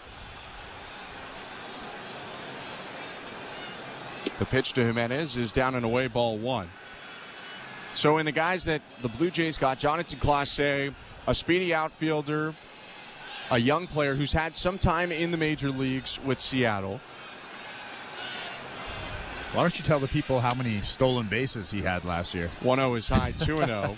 79 stolen bases for Clase. And then Jacob Sharp, a catcher recently drafted by the Mariners, currently at A-ball. 2-0. Fouled off, 2-1. Clase was the number 10 prospect in the Mariners system. Lots of other trades, though. Another one involving the Mariners that came down late yesterday. 2-1 to Jimenez. Inside, ball 3. Yesterday, couple hours after the Rays wrapped up their series in Toronto, Randy Arozarena was traded from Tampa Bay to Seattle for outfielder Aiden Smith and righty Brody Hopkins. 3-1. Jimenez lines it, center field, base hit. Schneider getting the wave around third. It's picked up by Langford. His throw to the plate, bounces in late. A head-first dive by Davis Schneider. And the Blue Jays jump in front 4-3 on Leo Jimenez's RBI single. That was a good piece of hitting right there from Leo Jimenez. I am so impressed with his approach at the plate. He just took that fastball on the outside part of the plate and hit it over the second baseman for an RBI and a Blue Jays lead. They now lead 4-3. First runs for the Blue Jays since the first inning. They get contributions from the 7-hitter Schneider, the 8-hitter Jimenez. Here comes the number 9 hitter, Kevin Kiermaier. 0 for 1, the pitch. Hit on the ground softly to second, picked up by Semien. Goes to Seager for 1, back to first. In time, inning-ending double play. Kiermaier wasn't so sure for a moment, but now he takes off the shin guard. A 4-6-3 double play ends the frame, but the Blue Jays take the lead. A run on 2 hits, nobody left. 4-3 Toronto after 4. You're listening to Blue Jays Baseball, brought to you by your local family-owned Crown Rust Control Center, streaming at sportsnet.ca and the Sportsnet Radio Network. It's the sound of where you've been and who you are. And SiriusXM has channels for every era of classic country. New Millennium hits are on Y2 Country, channel 57. The 80s and 90s play all day, every day on Prime Country, channel 58. And Willie's Roadhouse, channel 61 is honky tonk heaven. Classic country curated by the legend Willie Nelson. Listen to all these and more across SiriusXM and the SiriusXM app. It's fantasy football season, because we say it is. Travis Kelce, touchdown! From fantasy football strategies to players you need to draft or avoid. Christian McCaffrey is one of the riskiest #1 overall picks in fantasy football history. Fantasy Sports Radio is your home to win. There is no bigger value today than Dak Prescott. If you're not preparing for the 2024 fantasy football season, you're already losing. Channel 87 and on the all-new SiriusXM app.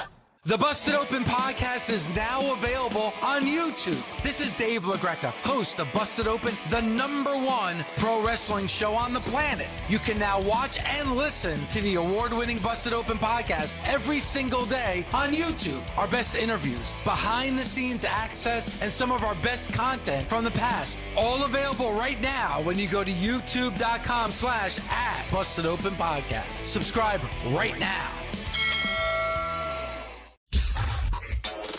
In season or out of season, the #1 place for college sports is SiriusXM College Sports Radio, channel 84. Bottom of the 4th inning, second overturn for Toronto today, and our apologies for jumping the gun there. It's 4-3 Blue Jays. A swing and a miss by George Springer with a runner on first and 2 outs in the bottom of the 4th.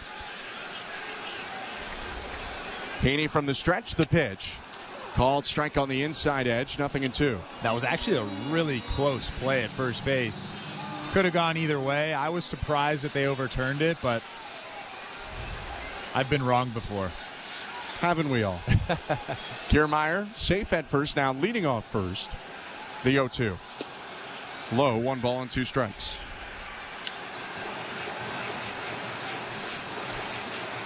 Well, it gives us a sec to mention some more trades on the St. Louis Bar and Grill out-of-town scoreboard, like former Red Sox and Canadian James Paxton going from the Dodgers back to the Red Sox. 1-2, Kiermaier takes off, and Springer fouls it back.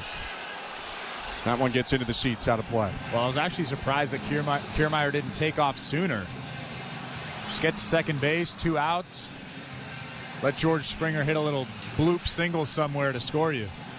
Springer does have a single already today and a run scored. He's 1 for 2. Heaney staring at Kiermaier.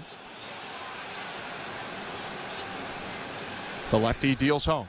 And Springer hits it on the ground to short. Seager picks it up. He'll throw to first, and that will be the end of the 4th inning. A run on 2 hits, 1 left, 4-3 Blue Jays after 4. For more, let's go back to today's host in baseball control. Here's Show Ali. Thank you very much, Ben. And before we check the out-of-town scoreboard brought to you by St. Louis Bar and Grill, don't forget, we do have Jays talk tonight. Blair and Barker have the post-game show. Blair and Barker will be down at the Rogers Center. Jeff will throw out the numbers for you to call after the final out. All right, let's check that out-of-town scoreboard brought to you by St. Louis Bar and Grill. Over in Paris, the cauldron has been lit, which means the 2024 Summer Olympics are officially open. Let's look ahead to Saturday. Tomorrow, we'll start in the pool. There are 4 gold medals that will be handed out tomorrow on day 1 of the Olympics. The men and women's 400-meter freestyle, the men and women's 4x100 freestyle relay. On the women's side, Canada's Summer McIntosh, 400-meter freestyle. She will compete against the USA's Katie Ledecky, amongst others. The Canadian women also looking for a strong showing in the 4x100. The heats start as early as 5 a.m. Eastern, which is 2 a.m. Pacific. The finals for both women's event will be around 3:30 p.m. Eastern, which is 12:30 p.m. Pacific. In soccer, the women's team, having beaten New Zealand 2-1 amidst continued discussion of DroneGate, they'll take on one of the top sides of the tournament in France. It'll be on Sunday afternoon. And in basketball, the men's team gets going against Giannis Antetokounmpo and Greece. That'll go 3 p.m. Eastern, 12 p.m. Pacific, Saturday afternoon. The women's side, they don't get going until they play France on Monday. For all Olympic updates, you can check out sportsnet.ca/Olympics. Ben was mentioning some trades around baseball. The Tampa Bay Rays trading right-handed starter Zach Eflin to the Orioles. Orioles sending back 3 prospects in return. This on the heels of the trade Ben mentioned earlier. Randy Arozarena also being dealt out of Tampa. He was being sent to the Mariners for 2 more prospects and a player to be named later. We'll send you back to the Rogers Center now. Blue Jays baseball is brought to you by Crown Rust Protection. Back to the action. Here's Ben and Chris. Thank you very much. So this 5th inning is brought to you by Desjardins Financial Group. Desjardins awarded another 150 grants worth $20,000 each to entrepreneurs across Canada. See how Desjardins cheered on small biz at goodsparkgrants.ca. Yusei Kikuchi back on the hill. Robbie Grossman leading off as the Rangers have 3, 4, and 5 up here in the top of the 5th. 4-3 Blue Jays. The pitch home. Swinging a fly ball out to right, sends Springer back to the track near the wall. He leaps and brings it in. He's having a discussion with Kevin Kiermaier after the catch. George Springer had to use all of the real estate that he had to make that play. Another dazzling play in the outfield for the Blue Jays. Well, I bet he's talking about the top spin that was on that baseball. When a hitter kind of slices that ball and there's a ton of top spin, it's really hard for either the right fielder or the left fielder to get a beat on it, and George Springer made a nice play out there. 1 down, the pitch to Wyatt Langford. High ball 1. I know this cliche gets used a lot, but it's so baseball that Robbie Grossman hits 2 ground balls in the infield. Both are hits, and then he smacks a ball 300-something feet to right, and it's an out. 1-0. Low, 2 balls and no strikes. That's so baseball. It really is. Wyatt Langford had a hit taken away from him in the 3rd inning. Kevin Kiermaier dove in right center field to rob extra bases and probably RBIs. 2-0. Fastball in there. 2 balls and 1 strike.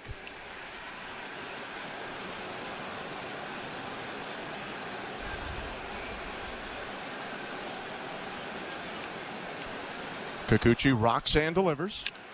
And this one is bounced softly to 3rd. Charging in Clement. Backhands. Throws it over to 1st. Long stretch by Guerrero, but he's safe. That was a great stretch from Vlad at first base. He's staring into the dugout, making sure that Langford was in fact safe. John Schneider trying to figure it out down in that dugout, and they say play on. They are 2 for 2 tonight in challenges. Langford, the rookie, using his legs, and he did beat that out, it appears, on his second look, although it was really close. Those were some legit splits. Oh, yeah. He can do at that. First base. That's pretty impressive. Now Langford leading off first. Adolis Garcia is up. Pitch from Kikuchi. Misses outside.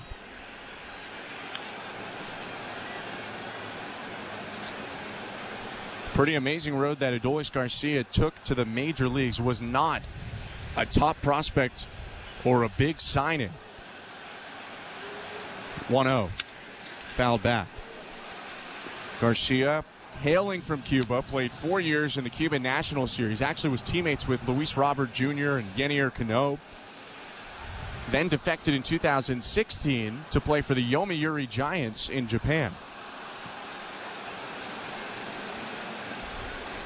Step and throw over to first by Kikuchi. Langford back standing. And the Giants, of course, the New York Yankees of Japan. Although they dress like the San Francisco Giants. Yeah. Garcia latched on in the Cardinals system and spent time there from 2017 to 19. Only played 21 major league games. Next pitch is hit in the air down the right field line, slicing toward the corner. And that's going to be a fair ball. Langford stopped at second, and they're going to say home run now. Initially, the point was fair. Now a finger twirl for home run. The runners are stopped on second and third, but they say that one got out, and it'll be a 2-run shot for Adolis Garcia to give the Rangers a 5-4 lead. Well, I'm assuming that someone will take a look at this, but it looked like a home run to me. It looked like it snuck over that light blue line at the top of that wall out in right field, right down the line. And for right now, the Texas Rangers have a 5-4 lead. And John Schneider gives the play onside, so the Blue Jays feel that got out as well. And just as Toronto took the lead back in the fourth, the Rangers jump in front here in the fifth for Garcia, his 18th home run of the season. That just shows you the kind of power that he has. He had no business hitting that ball out. The pitch to Nathaniel Lowe, called strike.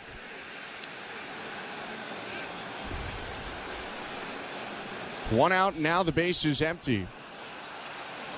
5-4 Rangers, top of the fifth. The 0-1. Low, 1 ball, 1 strike. Looking at the slow motion replay, it actually bounced on that light blue line and over the fence. Yeah, it was just awkward the whole play. Langford stopped at second. They thought it was a double. He and Garcia were both at second base. 2-1. Called strike 2 and 2. I'll make it 1 and 2, pardon me, showing 2 and 2 on the scoreboard. But for Garcia, it got just enough to leave the yard. 1-2. Check swing on a high fastball. Appeal to third. He went around, says Alfonso Marquez. That'll be a strikeout for Kikuchi, and now 2 outs in the top of the fifth. There's that elevated fastball again. I've said it a few times tonight, but Yusei Kikuchi needs to trust his fastball. If he can elevate that thing later in counts with 2 strikes, he'll be good to go. John Schneider out of the dugout and walking toward the mound. He points to the bullpen. And this is a big moment, taking the ball from Yusei Kikuchi in what might be his final start as a Toronto Blue Jay. Pats on the back, and Schneider having a long discussion with Kikuchi even as he's taken the ball before Yusei leaves the mound. And now the left-hander will walk back toward the dugout. Fans on their feet in Toronto appreciating the efforts of the last 2.5 seasons from Yusei Kikuchi. The lefty starter out of the game. Genesis Cabrera coming on with the Rangers up 5-4 on the Blue Jays. With this pitching change, let's go back to baseball control. Here's today's host, Show Ali. Thank you very much, Ben. Before we check the out-of-town scoreboard, brought to you by St. Louis Bar and Grill, one more reminder that we do have J-Stock this evening. Blair and Barker have the post-game show. Jeff, down at the Dome, will throw out the numbers for you to call after the final out. All right, let's check out that out-of-town scoreboard brought to you by St. Louis Bar and Grill. Another reminder that aside from the swim events, which again begin as early as 5 a.m. Eastern in terms of the heats, you can also watch basketball. The men's team get going at the Olympics against Giannis Antetokounmpo and Greece. Again, 3 Eastern, 12 Pacific, the time of tip-off tomorrow afternoon. The women will play France on Monday. Speaking of basketball, some drama with the NBA and television rights this week. The National Basketball Association signing an 11-year media rights deal with Disney, NBC, and Amazon Prime. The report says the deal will bring the league about $76 billion, that is billion with a B, dollars over those 11 years. Warner Brothers Discovery, the parent company of TNT and current rights holder through the end of next season, says it has matched the offer. The league says it was not a true match and so has declined, and they are taking legal action despite still being the broadcasters of next season. So very interesting to see where that saga goes next. Some NFL news as well. Miami Dolphins quarterback Tua Tagovailoa signing a big extension today. A 4-year deal worth $212.4 million. $167.1 million of it is guaranteed. It's a $53.1 million per deal in new money, which is the largest 4-year agreement in the history of the NFL. Blue Jays baseball is brought to you by Crown Rust Protection. Back to the Rogers Center we go. Here's Ben Schulman and Chris LaRue. Thank you very much, Joe. Yenesis Cabrera in the first pitch that he delivers, misses low to Jonah Heim, but a check swing and an appeal to first, and they say he went around. So Cabrera is ahead 0-1. Hard-throwing lefty making his 44th appearance of the year, a .338 earned run average. Left on right, the 0-1. In the dirt, 1 ball, 1 strike. Yusei Kikuchi's start comes to a close. 4 2/3 innings pitched. 8 hits, 5 earned runs, 2 walks, and 5 strikeouts.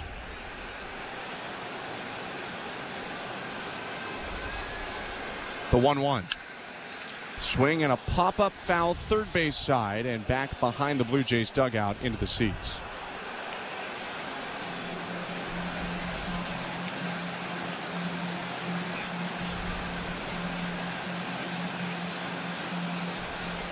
Heim bounces the barrel off of the toes of each of his feet and steps in. He's 1 for 2 today with a strikeout and a 2-run single.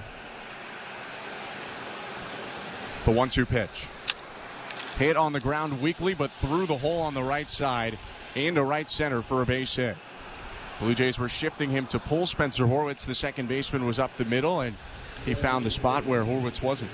Yeah, just a good piece of hitting right there from Jonah Heim.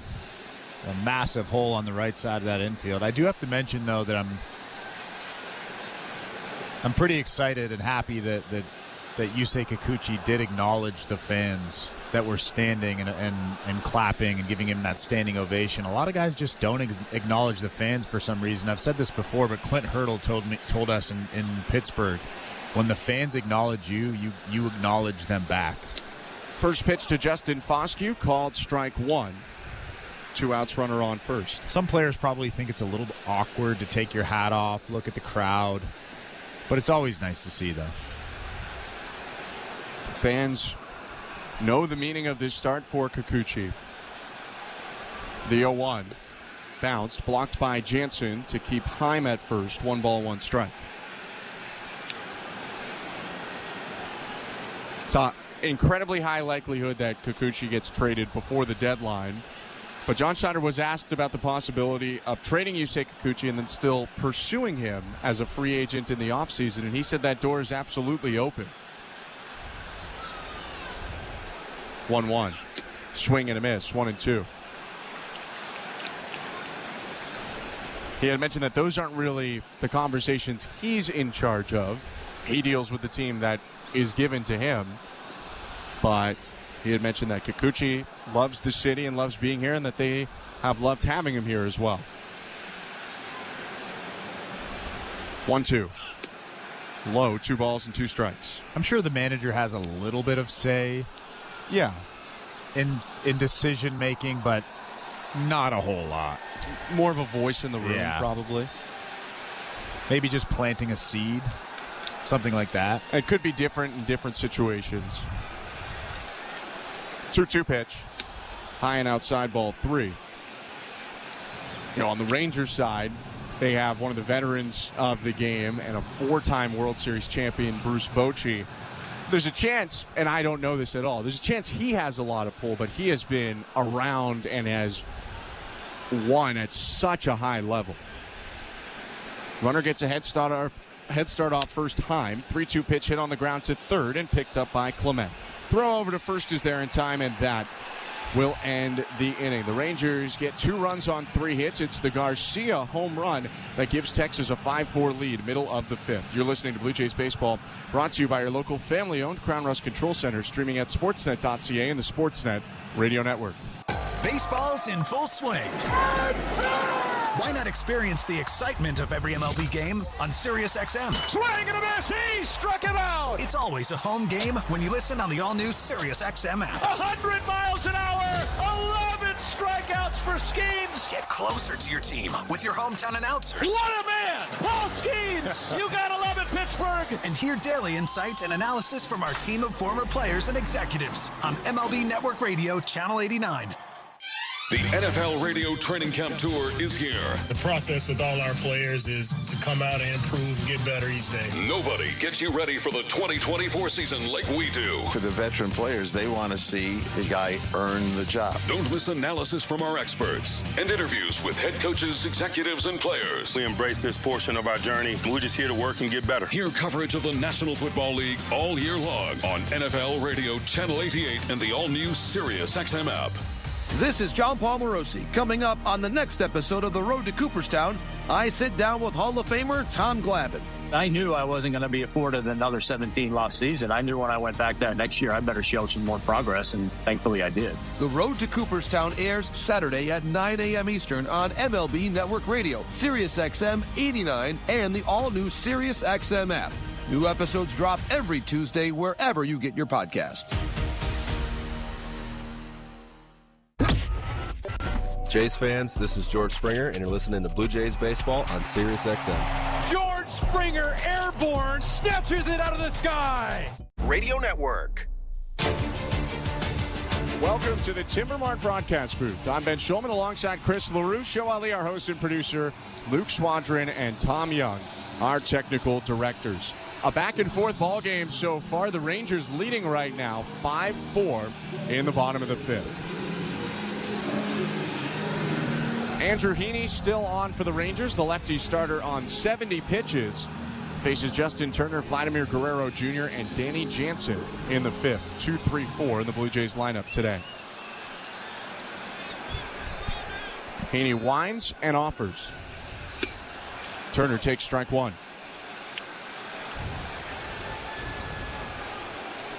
Justin Turner came into this game 3 for 10 in his career against Heaney with 2 homers. 0-1.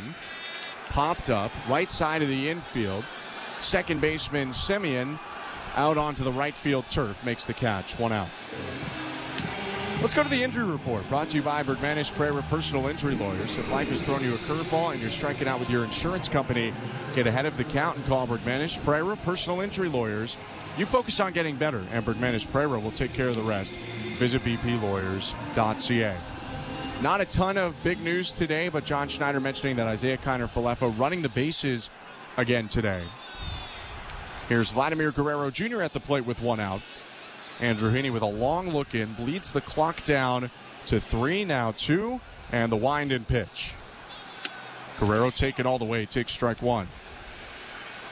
The plan is, if things go well for IKF, for him to start a rehab in Buffalo this weekend. 0-1.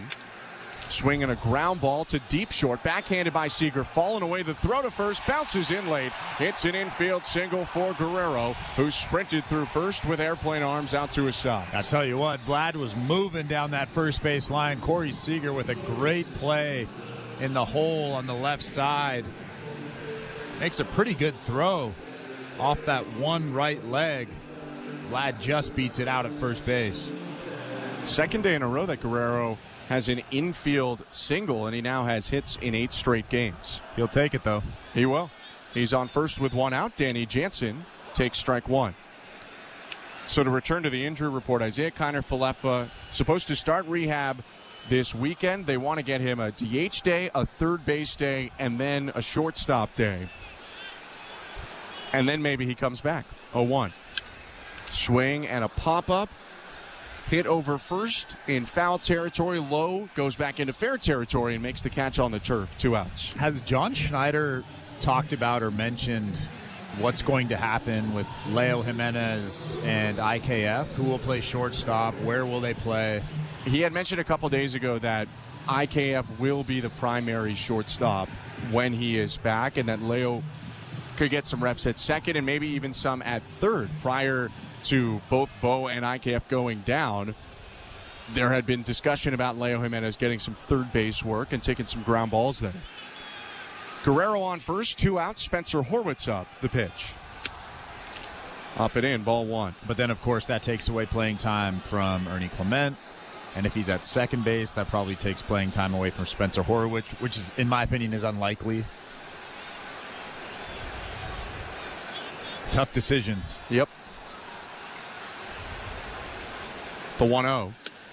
Horwitz takes outside, and Heaney's fallen behind him. 2 balls and no strikes. Now there's the looming question of which position players will and won't be on the Blue Jays 5 days from now. Maybe there are more opportunities than it seems.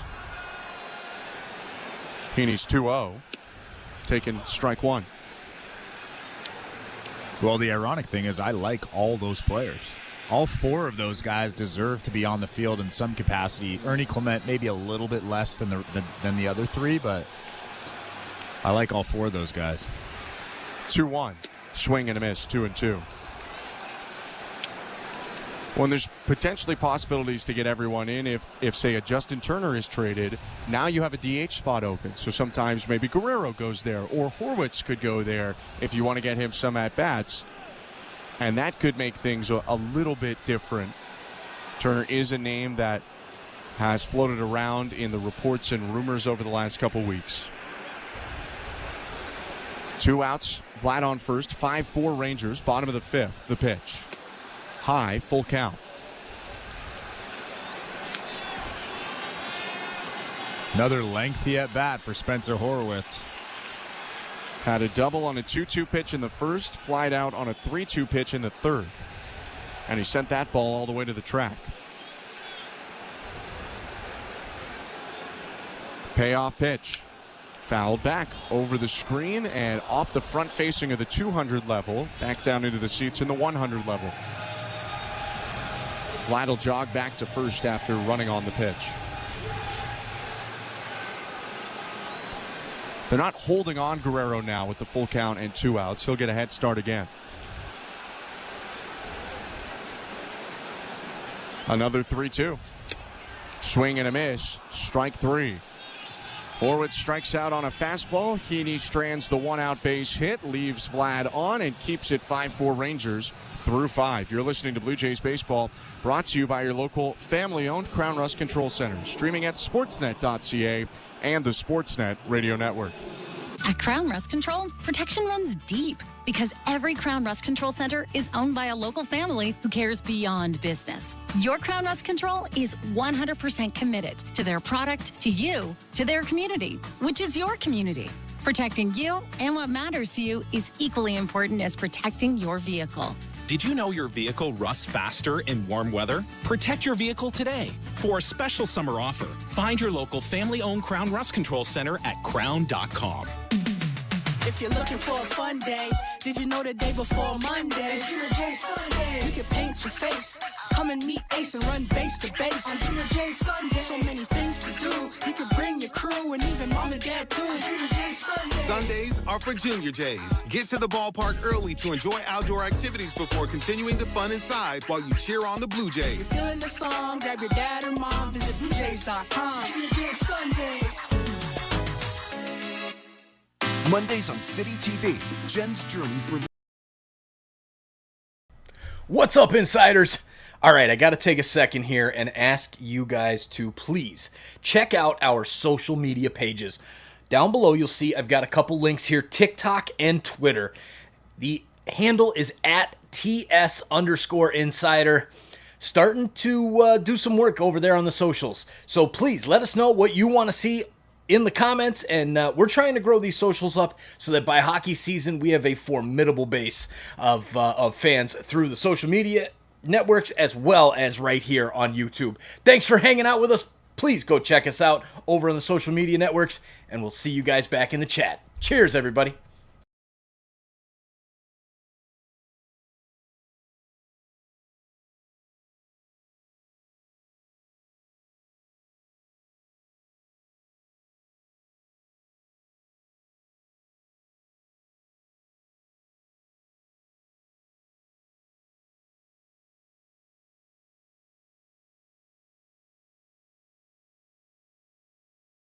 The top of the fifth.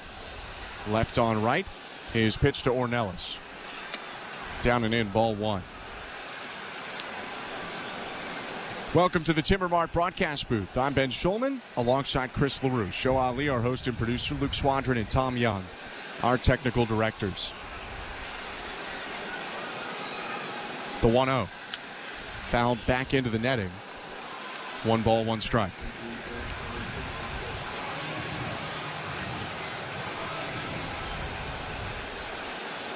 As Yenesis Cabrera continues to pitch, Zach Pop is getting loose for the Blue Jays in the bullpen in left field. 1-1. Low 2-1. Pop was called back up today by the Blue Jays right after the Jimmy Garcia trade was executed.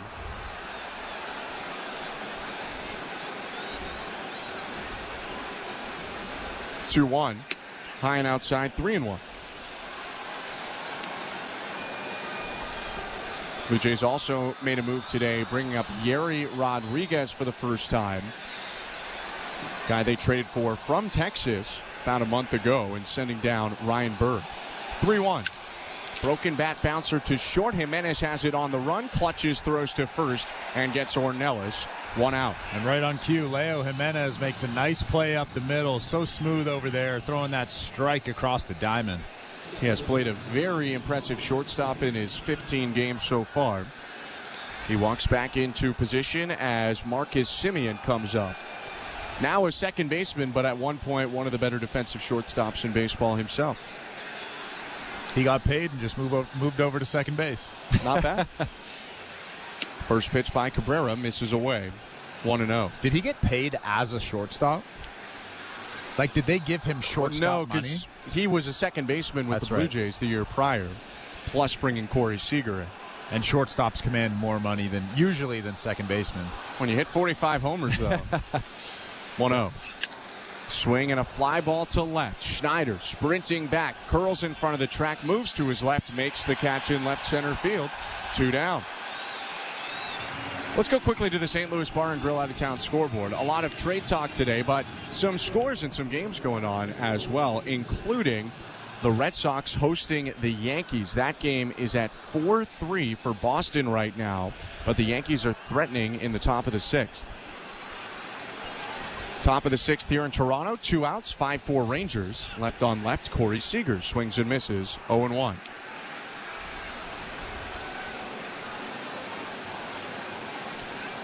Seager certainly got paid like a shortstop. Here's the 0-1. Down and away.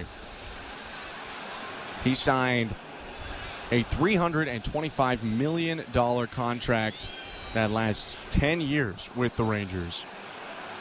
That sounds like a song. Get paid like a shortstop. It's a song I'd like to be a part of. 1-1. Hooked foul on the ground, 1-2. It surpassed Alex Rodriguez's large contract with the Rangers in the early 2000s. That at the time was the club record. A-Rod got paid $252 over 10. And when you think about those contracts being 20 years apart, it is insane what A-Rod got paid. 1-2 is smoked through the hole on the right side and into right field, a base hit. Make it a 2-hit day for Corey Seager. Yeah, such a pretty swing. I mean, there's no wonder why he got paid and why he has the numbers that he has. Such a good swing on a little cutter right down the middle.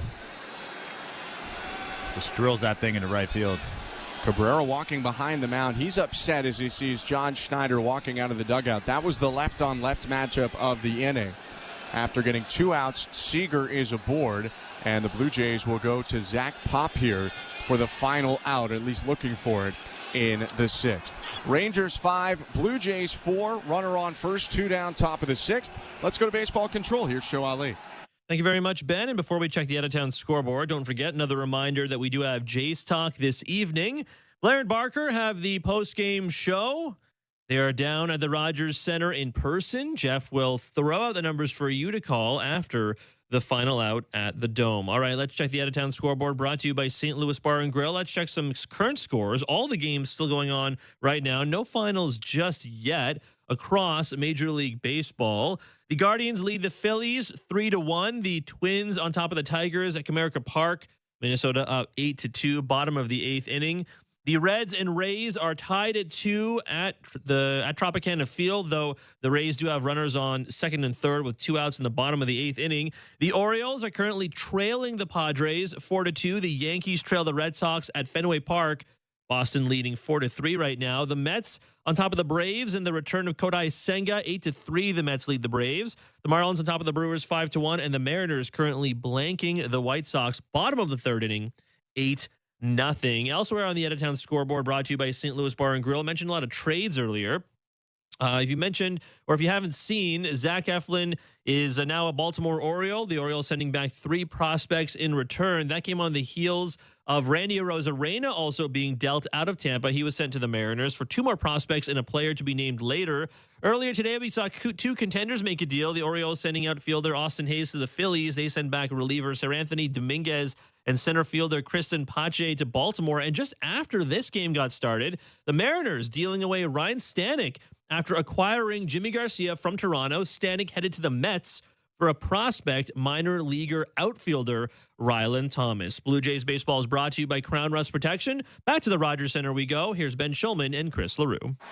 Thank you, Show. Zach Pop is on the mound. The Canadian making his 35th appearance of the season and first of the second half. Called back up today. He faces Robbie Grossman, the switch hitter, who now bats from the left side and takes outside. Ball 1. 5-4, the Rangers lead the Blue Jays. 1 out, or 2 outs rather. Runner on first, top of the 6th. Pop's 1-0. Called strike. In 11 games this season for the Bison, Zach Pop is 0-1 with a 1.54 ERA in 11 2/3 innings. Pretty solid numbers. Pop has been up and down at times this year. 1-1. In there again, 1-2. And part of the reason you go to Pop here, you want to flip around Grossman because this year, batting as a left-handed batter, he's hitting only 182. From the right side, he's hitting 284, and he had 2 hits today in 3 tries as a right-handed hitter.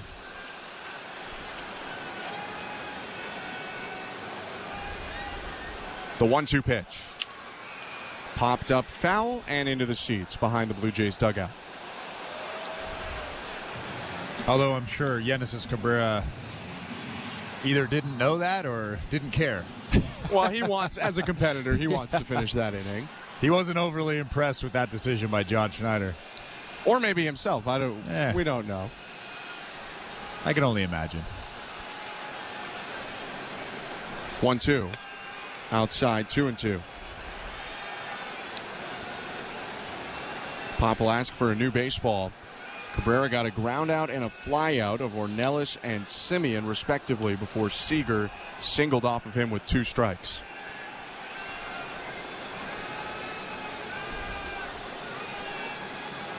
Guerrero holding on the runner Seager at first, but a step off the line. Here's the 2-2. Outside, full count.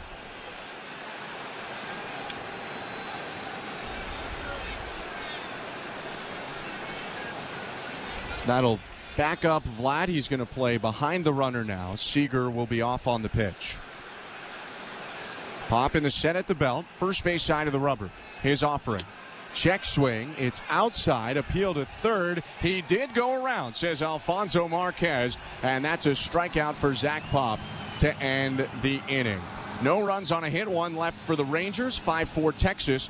Middle of the 6th. You're listening to Blue Jays Baseball, brought to you by your local family-owned Crown Rust Control Center, streaming at sportsnet.ca and the Sportsnet Radio Network. Tonight on Sirius XM Sports. Baseball's fiercest rivalry is on MLB Network Radio. Tune in now as the New York Yankees begin a crucial series at Fenway Park against the Boston Red Sox. Your home for the best talk and play-by-play of the national pastime is on Sirius XM Channel 89 and on the Sirius XM app. Sirius XM Sports, wherever you are, your team plays here. Have you heard the news? He's here. He's finally here. Hey, this is Dale Earnhardt Jr., and for the first time, you'll be able to hear my podcast, the Dale Jr. Download, right here on SiriusXM NASCAR Radio. Please welcome Dale Earnhardt Jr. to the SiriusXM NASCAR Radio team. Hear both unique episodes of the Dale Jr. Download. Wednesday at 6 p.m. and Thursday at 7 p.m. Eastern on SiriusXM NASCAR Radio Channel 90. Or download this week's episode right now on the SiriusXM app or wherever you get your podcasts. Wake up! Wake up, everybody! This is Steve Phillips from the leadoff spot on MLB Network Radio. Join me and former Major League Baseball players Eduardo Perez and Xavier Scruggs as we react to all the latest news and scores across baseball and have plenty of fun along the way. Steve, you were so right about that. I don't know if anybody else thinks we're funny, but I think we're funny. Why are you putting us or we into this? The leadoff spot, weekdays at 7 a.m. Eastern on MLB Network Radio, Channel 89, and on the SiriusXM app. 24/7, 365. Coverage of all things NASCAR. All things NASCAR happens exclusively on SiriusXM NASCAR Radio, Channel 90.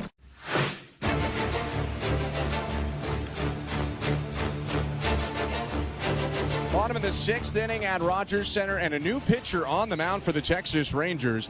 Jonathan Hernandez, the right-hander, takes over, making his 24th appearance of the season. He has a 4.10 earned run average. Hernandez trying to keep this 5-4 Texas lead that the Rangers have had since a 2-run homer by Adolis Garcia in the fifth. I'm Ben Schulman alongside Chris LaRue. Ernie Clement leading off for the Blue Jays. Hernandez, the righty, looks in, kicks, fires, and Clement takes it outside. Ball one. Sinker, slider, changeup for Hernandez. Throws the slider the most. 1-0. Clement takes the slider for strike one.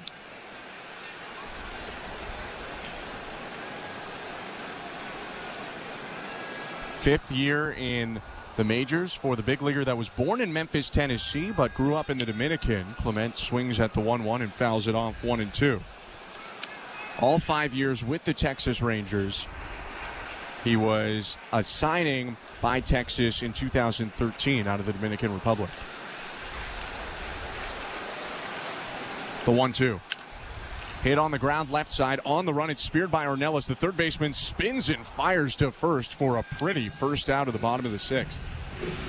That was a great play, getting Ernie Clement speeding down that first base line. Got him by about a step. Threw a strike across the diamond. A big start to the outing for Hernandez. That easily could have gone for a single. Instead, there's one down, and Davis Schneider is up. He doubled and scored in the fourth. First pitch is hit on the ground to short. Picked up by Seager. The throw to first bounces, but it's picked on the backhand side by Lowe. 2 outs. That's something you don't see very often from Corey Seager. An easy play, little Sunday hop, and then he one-hops the first baseman, Nathaniel Lowe, makes a nice play to catch that baseball, but that's as a pitcher, you're kind of holding your breath on that throw. Lowe made it look smooth over at first, and now 2 down. Leo Jimenez up. He swings and misses. Strike one. Jimenez is 1 for 2. He had an RBI single in the fourth. That at the time gave the Blue Jays a 4-3 lead, but they trail 5-4 now. 0-1. Swing and a miss. 0-2.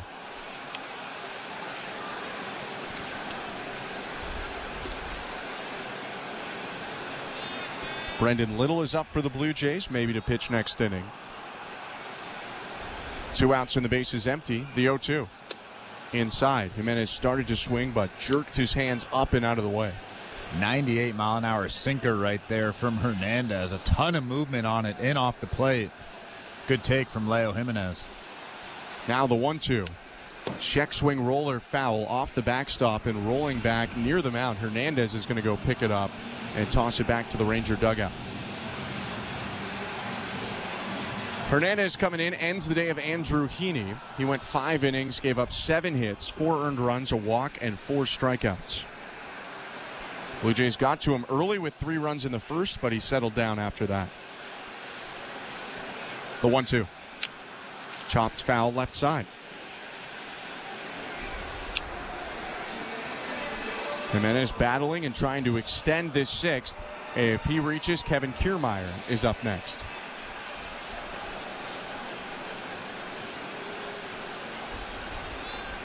Another 1-2.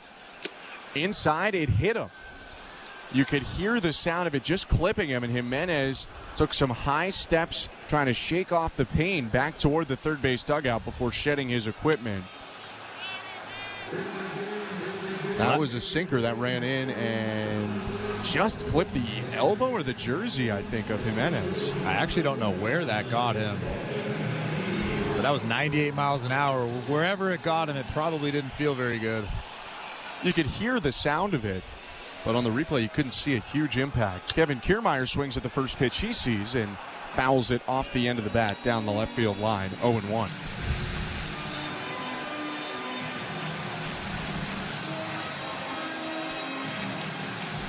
Kiermaier asks for time. Hernandez walks to the back of the hill. Mentioned Hernandez was born in Memphis, Tennessee, but grew up in the Dominican. That's because his dad was pitching for the Memphis Chicks at the time, part of the Tigers system. Next pitch to Kiermaier is a one-hopper to first, speared by Lowe. He stomps on first base and ends the inning. No runs, no hits, one left. Still 5-4 Rangers. We go to the 7th. You're listening to Blue Jays Baseball, brought to you by your local family-owned Crown Rust Control Center, streaming at sportsnet.ca and the Sportsnet Radio Network.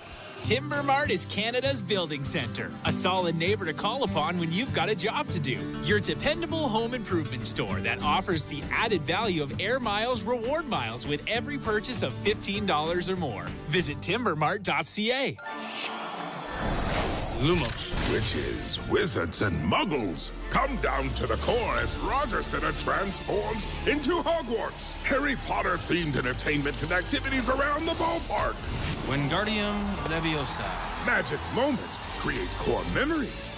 So fly down to Roger Center on Friday, August 9th, and get one of 4 Blue Jays Harry Potter Hogwarts House Raglan shirts. Harry Potter Night. For tickets, visit BlueJays.com. At Crown Rust Control Center, protection runs deep because every Crown Rust Control Center is owned by a local family who cares beyond business. Your Crown Rust Control Center is 100% committed to their product, to you, to their community, which is your community. Protecting you and what matters to you is equally important as protecting your vehicle. Did you know your vehicle rusts faster in warm weather? Protect your vehicle today. For a special summer offer, find your local family-owned Crown Rust Control Center at crown.com. Timber Mart always has plans to help you with your plans. Your home, your cottage, your garage, whatever needs your attention first, check the most visited spot on our website for ready-to-order plans to get the job done with Canada's Building Center. Visit timbermart.ca. This is Toronto Blue Jays baseball. Bases loaded. The 0-2 swung on and missed. Strike 3. On Sportsnet 590 The Fan and the Sportsnet Radio Network. Welcome to the Timber Mart broadcast booth. I'm Ben Schulman. To my left is Chris LaRue, Show Ali, our host and producer, Luke Swadron and Tom Young, our technical directors. As always, Blair and Barker will follow this broadcast. It's still the 7th inning, though. Top of the 7th about to start. Rangers 5, Blue Jays 4. Zach Pop struck out Robbie Grossman to end the 6th. He's back out for the 7th. 4-5-6 for the Rangers, starting with the rookie Wyatt Langford.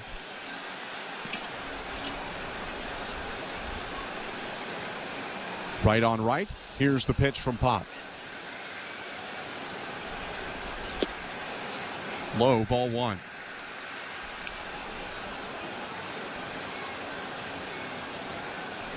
Sinker, cutter, slider for Zach Pop. Last pitched on the 13th. The 1-0.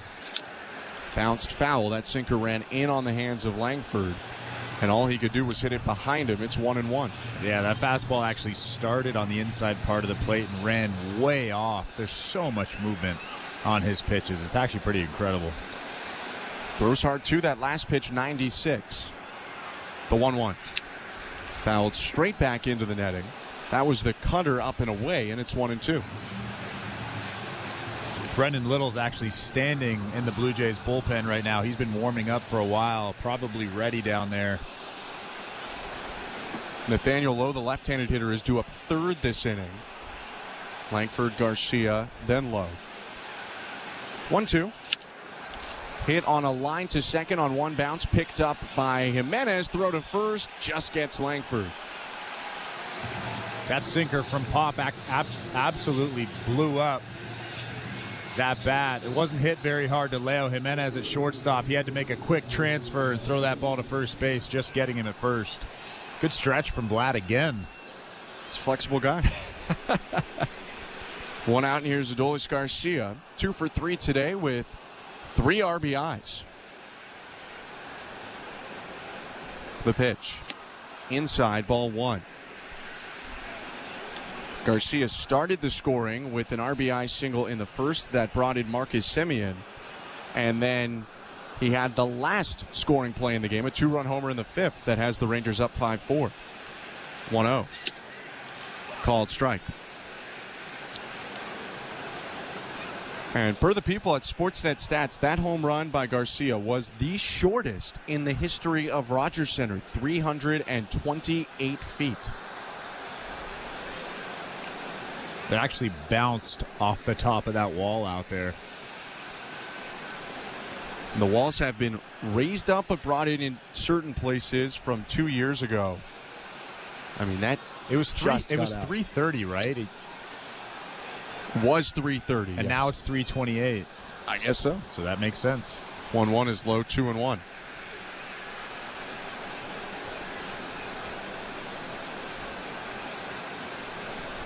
Pop kicks, delivers home. Garcia takes again. It's down and in, and it's a 3-ball, 1-strike count.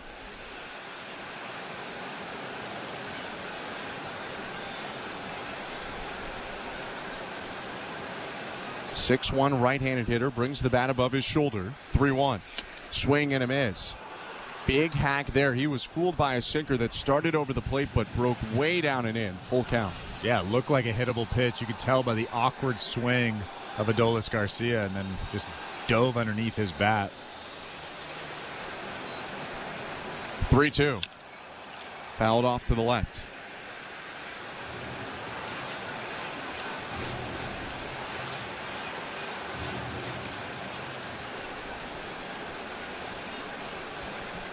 Garcia acquired by the Rangers in a DFA trade from St. Louis. Rangers even designated him for assignment once. 3-2. Swing and a miss. Strike 3. Pounds that sinker into the bottom of the zone and gets Garcia 2 down.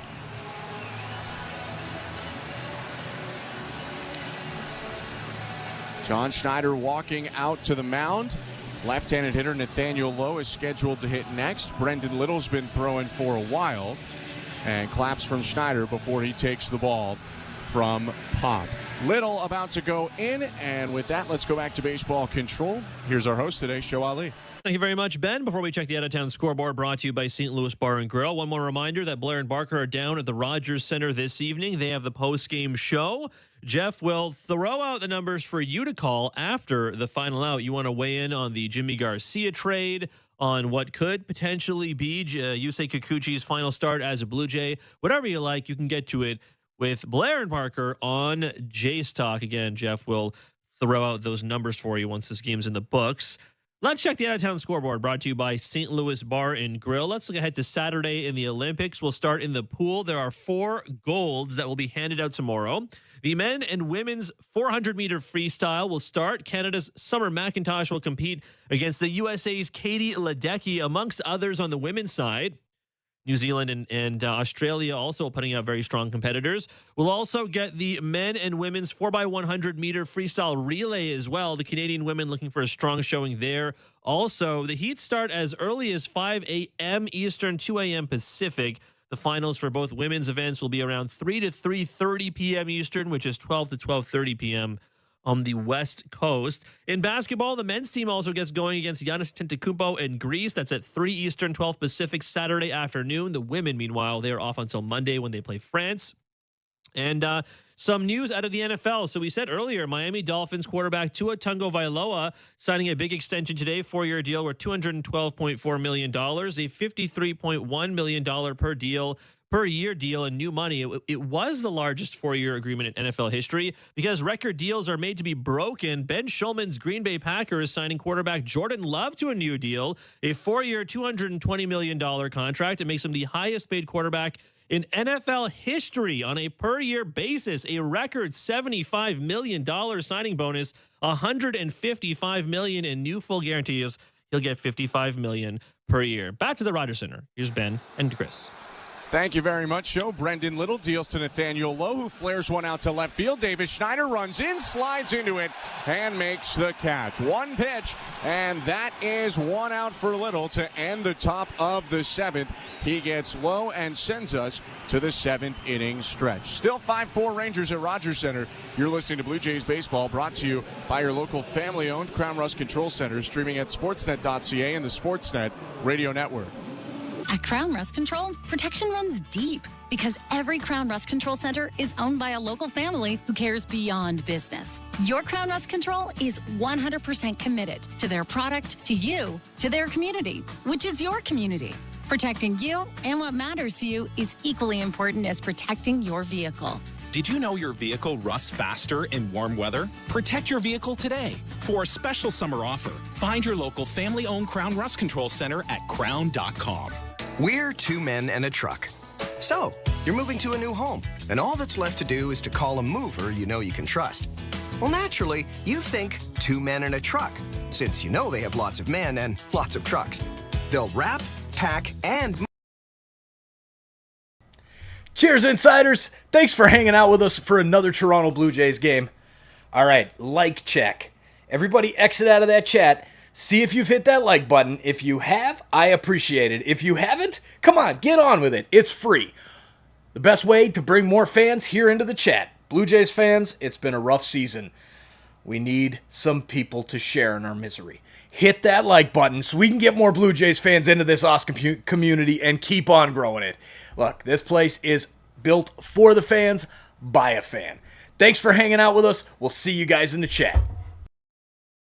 Coverage at Desjardins.com/heart. This is Toronto Blue Jays baseball. IKF slams the ball down the left field line, way back and gone. On Sportsnet 590 The Fan and the Sportsnet Radio Network. Welcome back to Rogers Center. Late stages of this ball game, bottom of the 7th inning. Rangers 5, Blue Jays 4. I'm Ben Schulman alongside Chris LaRue. Top of the order for the Blue Jays, George Springer leading off the home half of the 7th. It's a second inning of work out of the bullpen for Jonathan Hernandez. He threw 13 pitches, faced 4 batters in a scoreless 6th. His pitch to Springer is low, ball 1. Springer is 1 for 3 today, a single and a run scored. 1-0. Swing and a miss. The big stretch for Springer really coming over the last month. June 25th to July 25th, a .333 average and 8 home runs. 1-1 pitch is hit softly to third. This will be a tough play. Ornelas charging, throw to first, not in time. George Springer legs it out. We'll see if Bruce Bochy wants to take a look, but for now, it's a leadoff single. Yeah, I'm sure the Rangers will at least take a look at this in that dugout. I thought it was questionable at first base there, but George Springer was hustling down that line. I don't think there was much more Ornelas could do. He gloved and threw quickly, and he couldn't really barehand it because the ball was actually on his glove side, so he couldn't reach across. And they are not going to challenge. It's a leadoff single for Springer. Here's Justin Turner. George Springer did the Vlad as he was crossing first base. Made the call for the up. Turner takes strike 1 on the first pitch from Hernandez.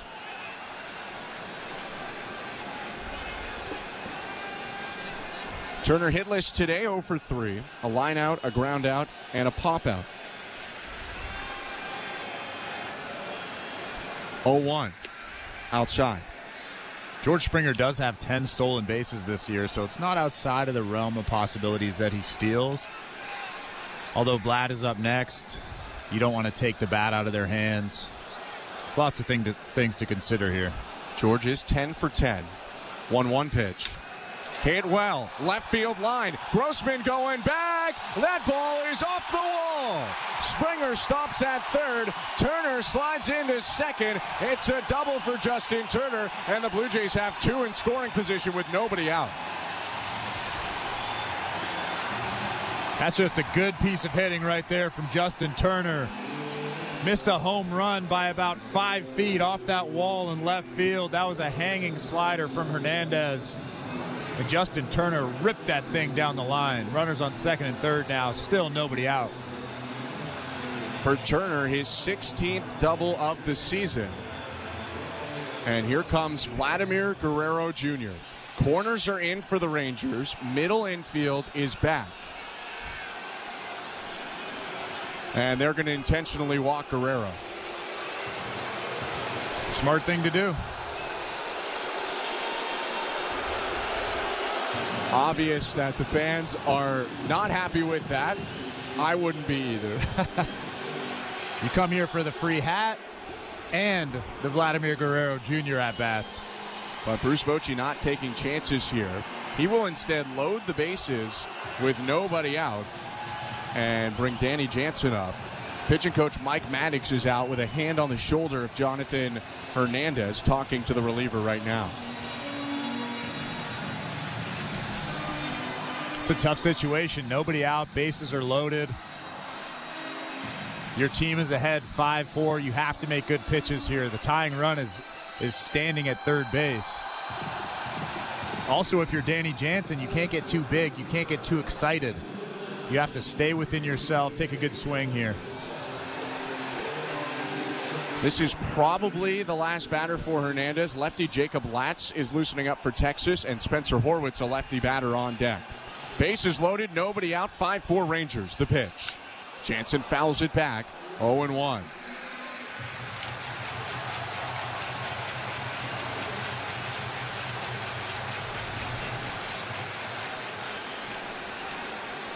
Jansen picked up his first hit since the All-Star break in the third inning. He's 1 for 3. The 0-1. Low, 1 ball, 1 strike. Fortunately for the Blue Jays, if the Rangers do end up bringing in a lefty here, Spencer Horwitz has shown that he can have good at-bats against left-handed pitching. The 1-1. Swing and a fly ball left field. Grossman backpedaling near the track, now on the warning track, makes the catch. Springer tagging from third. He'll jog home, and this game's tied at 5 thanks to a sacrifice fly by Danny Jansen. Well, if I'm Danny Jansen, I take that. That was a good swing on a tough pitch down in the zone, actually below the zone, and he got enough to get it up in the air and get George Springer home from third base. 18th RBI of the season for Jansen. Here's Spencer Horwitz with the Blue Jays still threatening. And now there's going to be a pitching change. There was a bit of a wait, but a point to the bullpen. Bruce Bochy is going out to the mound, and the day is over for Jonathan Hernandez. They're going to go to the lefty, Jacob Latz, to face Spencer Horwitz with runners on first and second, 1 out in the bottom of the 7th, and this game tied 5-5. Don't go anywhere. Let's go back to baseball control. Here's today's host, Show Ali. Thank you very much, Ben. Let's check the out-of-town scoreboard brought to you by St. Louis Bar and Grill. A couple of finals to get to around Major League Baseball. Just going final. The Guardians are in Philadelphia. Cleveland beating Philly 3-1 in Philadelphia. The Minnesota Twins taking on the Detroit Tigers, tripling up. The Tigers did Minnesota 9-3. The Twins win at Comerica Park. Some other games going on right now. The Reds taking on the Rays. Bottom of the 10th inning. The extra is just starting in the bottom of the inning at the Tropicana Field. The Reds leading the Rays 3-2 in extras. Padres on top of the Orioles 4-2. The Yankees getting a 470-foot bomb from Aaron Judge at Fenway Park, hitting that thing right into the scoreboard. So Yankees leading the Red Sox 7-4 after trailing 4-3. That's in the top of the 7th at Fenway, a runner on first with one out. The Braves trail the Mets in New York 8-3. The Marlins lead the Brewers in Milwaukee 5-2. And the Mariners double digits for Seattle. They lead the White Sox 10-0. Some other games just got started as well. Cards on top of the Nats 6-3. The Royals currently blanking the Cubs 3-0, and the Astros currently blanking the Dodgers 4-0 as well. Some NFL news: Miami Dolphins quarterback Tua Tagovailoa signed a big extension today, 4-year deal worth $212.4 million, $167.1 of it's guaranteed, $53.1 million per year deal in new money. Jordan Love just signing a new deal. A 4-year, $220 million contract makes him the highest paid QB in NFL history on a per year basis, $55 million a year. He is tied with Trevor Lawrence and Joe Burrow. Blue Jays baseball brought to you by Crown Rust Protection. Back to the Rogers Center we go. Here is Ben Schulman and Chris LaRue. Thank you very much, Joe. The lefty Jacob Latz is in the game, the lone lefty in this Texas bullpen. He comes on to go left on left with Spencer Horwitz. One out, bottom of the 7th, 5-5 game. Turner on second, Guerrero on first. Latz kicks back, fires, and Horwitz checks his swing on a pitch down and away. Appeal down to third. No swing, says Alfonso Marquez. 1 ball and no strikes. Latz is a hard-throwing southpaw. Fastball in the mid-90s. Throws a slider, a changeup, and a curve as well. 43rd appearance, a 3.62 earned run average. He peaks at second and delivers home. Freezes Horwitz with a breaking ball, strike one. You have to be patient with Latz. He has 23 walks this season in just 37 1/3 innings. Throws a ton of balls. Horwitz known to be patient, on base percentage over 400. 1-1. Swing and a fly ball sent into the seats down the left field line, out of play. 1-2. Latz actually drafted by the Blue Jays out of high school in 2014, reportedly offered an $1 million signing bonus, but turned it down, went to LSU, and was drafted in the 5th round by the Rangers in 2017.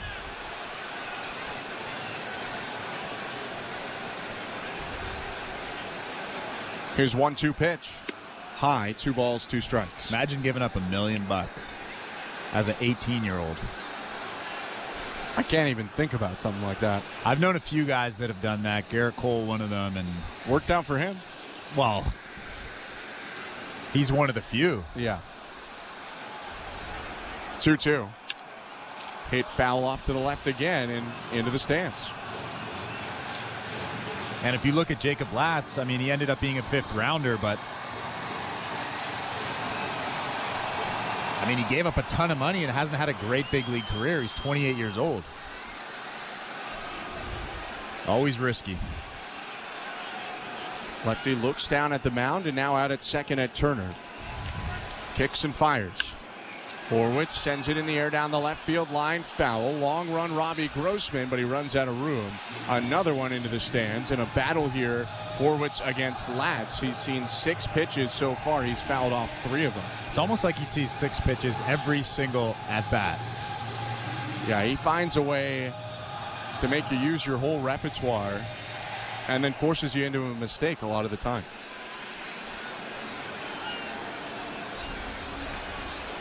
One out in the bottom of the 7th. Danny Jansen just knocked in the game-tying run on a sac fly. Vlad on first, Turner on second. 5-5 game.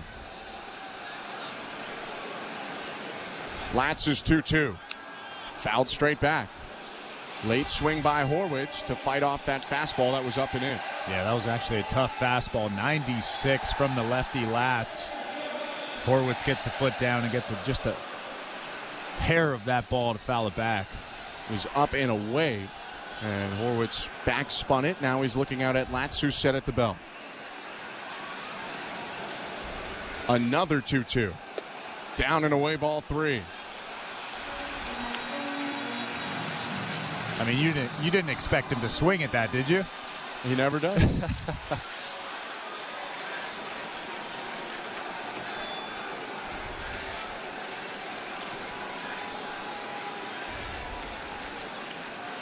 The payoff pitch. Foul to the right.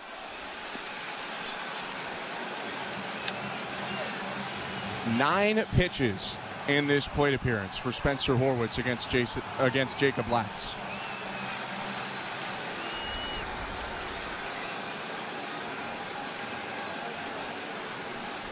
Both runners on are the responsibility of Jonathan Hernandez, the reliever who just came out. Another 3-2. Swing and a fly ball, right field, sinking, a slide and a catch by Garcia. Turner way off second, the throw back in to double him off and end the inning. Adolis Garcia with a heck of a play. He takes a hit away from Horwitz, doubles up Turner, and ends the Blue Jay rally. Toronto scores 1 on 2 hits, leaves 1 on. We go to the 8th. It's 5-5. You're listening to Blue Jays Baseball, brought to you by your local family-owned Crown Rust Control Center, streaming at sportsnet.ca and the Sportsnet Radio Network. The battle for regional soccer supremacy is on in the Leagues Cup. And your home for all the top matches is Sirius XM FC. It's a masterpiece from Andre Pierre-Gignac. Hear all your favorite teams from Major League Soccer and Mexico's Liga MX fight for the right to be crowned the King of North America. Miami, Leagues Cup champions! Keep up with the Leagues Cup on Sirius XM FC 157 and streaming on the Sirius XM app. Are you regretting eating that gas station hot dog? Yeah, we know. We've been there too. This is a message for baseball fans like you. Did you know that you get a channel that's talking baseball 24/7 as part of your Sirius XM subscription? What? Our lineup includes shows hosted by former big leaguers and executives. Plus, you'll hear from 17 managers each week. MLB Network Radio is on Sirius XM Channel 80. What's up, insiders? Have you hit that subscribe button yet? Are you an insider? 31,925 of you already are, and we appreciate you growing this amazing, amazing Toronto sports community. If you haven't done so yet, please do hit that subscribe button and help this community get over 32,000 and keep on growing. We're not stopping. Let's head it all the way to the top. We'll see you guys back in the chat. Thanks for being subscribers, aka insiders. We'll see you guys in the chat. Go Jays, go. Fantasy football players, learn winning strategies right now on Fantasy Sports Radio to help you draft a winning team on Channel 87 and on the Sirius XM app. Network.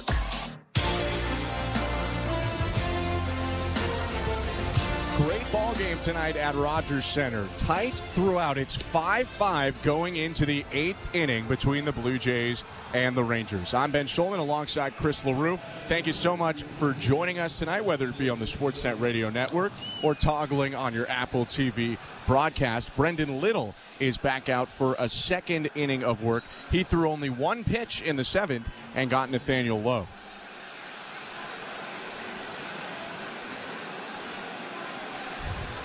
Lefty on the mound now, right foot in front of his left. He kicks and delivers home to Jonah Heim. Low ball 1. For Little, this is his 24th appearance of the season, an earned run average just above 4. Looking in, he dangles his left arm by his side and now sets. The 1-0. Low, 2-0. This is a big spot for Little. Tie ball game, top of the 8th inning. He is slowly creeping into those higher leverage innings. And I'm here for it. Really good stuff for the lefty. The 2-0, swing and a miss. That's the hard sinker at 95 miles an hour. Throws a cut fastball as well. And one of the harder curveballs you'll see, a knuckle curve that's in the mid to high 80s. The 2-1. Hit on the ground up the middle, right where Spencer Horwitz was positioned. The second baseman throws to first, 1 out. I think the biggest thing for Brendan Little is he has to throw strike one. He's struggled with his command just a little bit because he has so much movement. It's sometimes hard to control that pitch, a lot like Zach Pop. If he can throw strike one, then he can kind of elevate the fastball. He can throw that really good curveball, like you mentioned, down in the zone. He can bounce it. But throwing strike one is the most important thing for Brendan Little. See if he does it here. Justin Foscue is up. The pitch just misses, ball one. Foscue 0 for 3 today. A pop-up to second, a fly out to center, and a ground ball to third.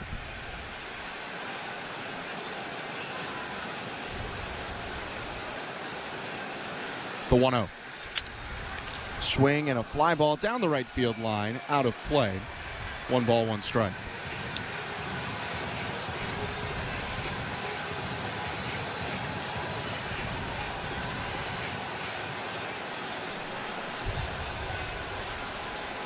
Brendan Little with an earned run average in the low ones this month. 1-1 pitch, down and in, 2-1. His last appearance before this one against Tampa Bay, he did give up an inherited run, but hasn't given up a run of his own since July 10th at San Francisco. 2-1. Called strike, and he evens the count. Did you see Carlos Fabulous and Justin Turner chatting in the dugout? Think they're talking just a second ago? You think they're talking about that play that just happened? Probably. I have a thought on that play. Let's hear it in 1 sec. Here's the 2-2. Fouled off. If you weren't with us before, first and second for the Blue Jays, 1 out. Spencer Horwitz hits a ball to right center. Looks like it's going to drop. Adolis Garcia gets into a kind of half slide, half dive, catches it. Turner's way off second, and he doubles him off. What were your thoughts? So my initial reaction, and I know that your initial reaction, was that can't happen. He's been around way too long. That can't happen. He knows better. To get doubled off in such a big spot like that. 2-2 pitch, fouled off again. And if that ball drops, he's probably not scoring anyways. He's a guy that really doesn't have that much speed. What are you doing? Stay closer to second base. Be safe. Just to go station to station, get to third base. But then the more I thought about it, the more I realized if he stays closer to second base, Adolis Garcia catches that ball and throws him out at third base regardless. 2-2 pitch fouled off to the right. Although if he catches that ball, he doesn't have to advance to third. He could just stay at second. Right, but I'm thinking maybe just making a little bit of an excuse for Justin Turner at this point. And it's fair. That's just what I was thinking. Maybe I'm overthinking it. No, he might score on that play being that far off if it drops, and probably wouldn't if it doesn't. Another 2-2 is lined foul into the side retaining wall down the left field line. Big battle here by Foscue. But then you have to think, do you really think he's scoring on that play regardless? I mean, he was really close to third, and Garcia is on the ground, so maybe he does because Garcia has to get up and scramble for the ball. Not a smart play either way. 2-2.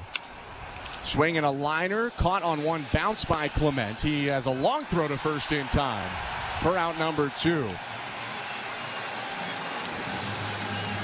A nice play in 2 ways by Ernie Clement. Had to pick the short hop on the backhand side and then make the throw from the edge of the infield right in front of the turf. Yeah, that throw was probably about as long as it gets for a third baseman, right to the chest of Vladimir Guerrero Jr. He points at Ernie Clement. He knows that was a tough play.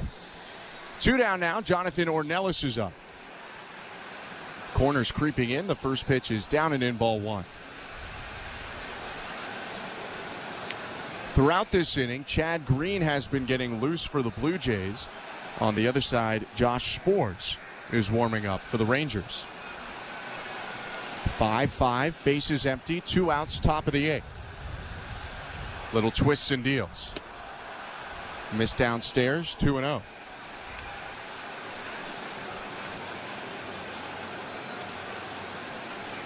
All those different scenarios you were mentioning, though, probably is what the discussion is between Carlos Fabulous and Justin Turner. The 2-0. Foul tipped, held on to by Jansen. 2 balls and 1 strike. And then you also have to factor, I mean, I'm sorry to keep harping on this. No, go for it. But you also have to factor in the fact that Adolis Garcia has one of the best arms in Major League Baseball. You obviously saw that with his throw to second base to double him off. Next pitch, fouled off of Jansen, rolls to the left, and it's 2-2. Yeah, I mean, Garcia's bat probably outshines his glove in a way that it shouldn't. He was a Gold Glover last season in right field.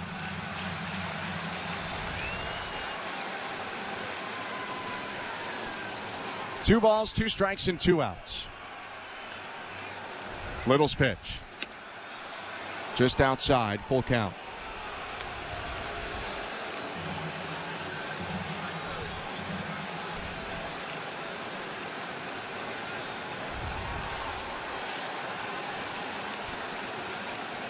Ornelas gets some time, adjusts his batting gloves.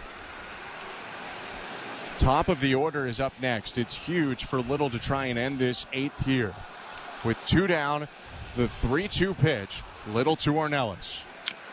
Fouled off. Bounced off the leg of Ornelas and rolled behind the plate. Ornelas putting up a pretty good battle here against some tough pitches from Brendan Little. That was a good sinking fastball at 95 down in the zone. Little's had to grind through this inning. A 9-pitch battle ended in a ground out against Justin Foscue. Now 6 pitches to Ornelas. Another payoff. And another foul ball. That one hit straight back through the legs of Danny Jansen.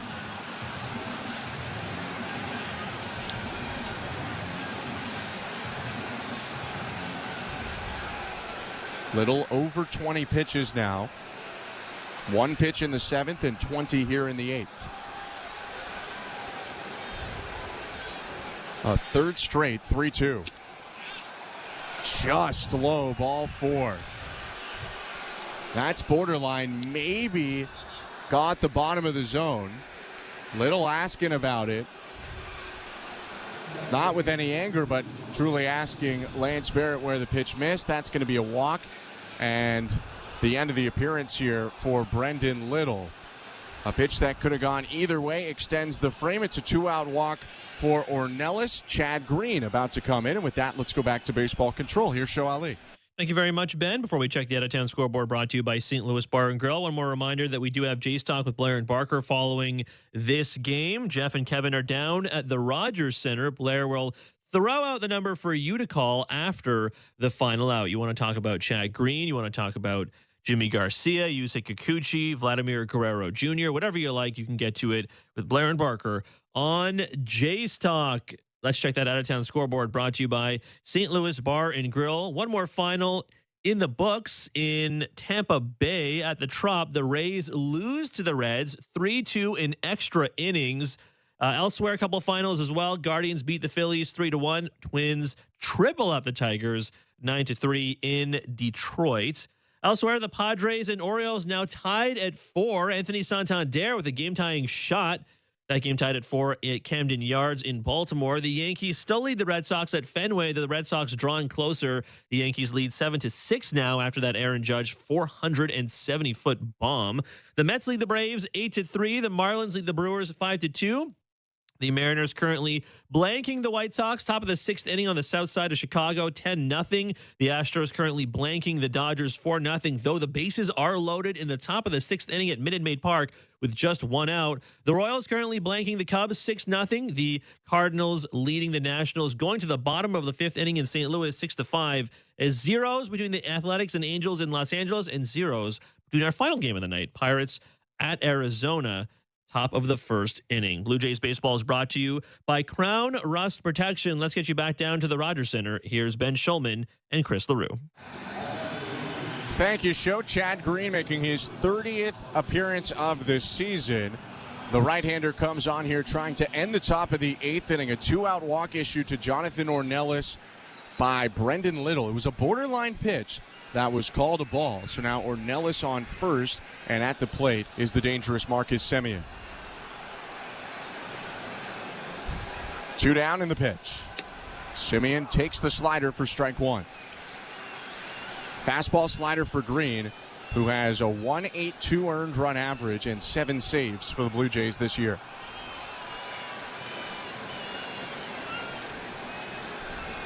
The 0-1. Swing and a fly ball, right center field. Kiermaier moving in, camps under it, and makes a two-handed catch to end the inning. Chad Green gets the job done in 2 pitches, retiring Marcus Semien and sending us to the bottom of the 8th inning. 5-5 Blue Jays and Rangers. You're listening to Blue Jays Baseball, brought to you by your local family-owned Crown Rust Control Center, streaming at sportsnet.ca and the Sportsnet Radio Network. If you're looking for a fun day, did you know the day before Monday? Gina J Sunday. You can paint your face, come and meet Ace and run base to base. On Gina J Sunday. So many things to do. You can bring your crew and even mom and dad too. Gina J Sunday. Sundays are for Junior Jays. Get to the ballpark early to enjoy outdoor activities before continuing the fun inside while you cheer on the Blue Jays. If you're feeling the song, grab your dad or mom, visit BlueJays.com. Gina J Sunday. Hi, I'm Buck Martinez, live from the showdown between Pizza and inflation. First to the plate, Pizza's big hitter, fixed rate pizza. An extra large 4-topping pizza for a fixed price of $17.99 until the end of 2024. I dare say, folks, inflation stands no chance against this all-star. Here's the delivery. And inflation strikes out. That's a swing and a drive for fixed rate pizza. Lock in yours today. Order pizza.ca. I am by your side. Got a heart so big, on this you can rely. No mountains too tall for the strong boots to climb. I am by your side. That was Desjardins Insurance, playing insurance with a heart so big it shows. Tune in for your auto and home coverage at Desjardins.com/heart.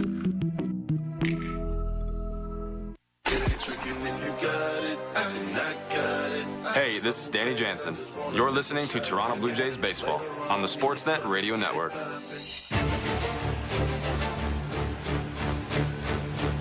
This copyrighted broadcast is presented by authority of Rogers Blue Jays Baseball Partnership and may not be reproduced or retransmitted in any form. And the accounts and descriptions of this game may not be disseminated without the express written consent of Rogers Blue Jays Baseball Partnership or the Sportsnet Radio Network.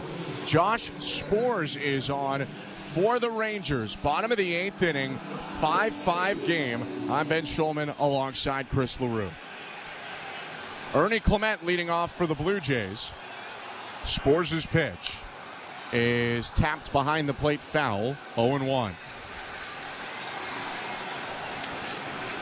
It's scheduled to be Clement, Schneider, Jimenez this inning. But on deck right now, presumably to hit for Schneider, is Dalton Varsho. The 0-1. Swing and a foul back, 0-2. For Sborz, it's his 13th appearance of the season. Has been on the injured list twice this year with strained rotator cuffs. An earned run average of exactly 3. 4 earned runs in 12 innings. 0-2. Hit foul down the right field line into the seats.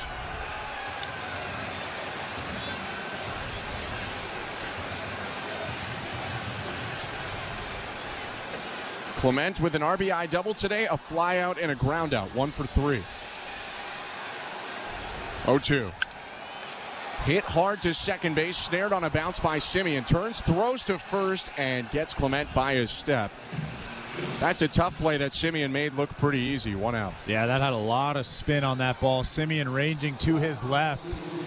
There was a big hole on the right side. He just snared it, makes a nice throw to first base for out number 1.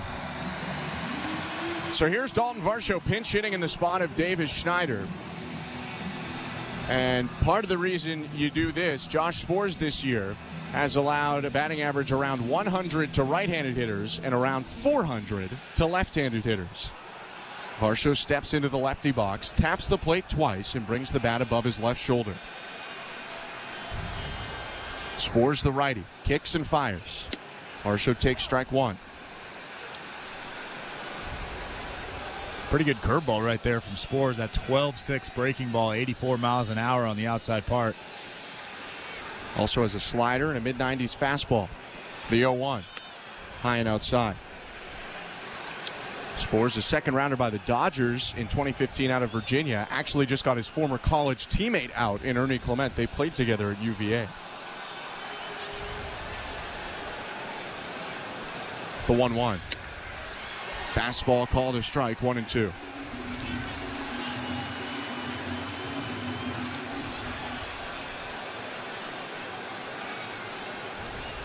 Varsho batting just over 200 this season, 11 homers.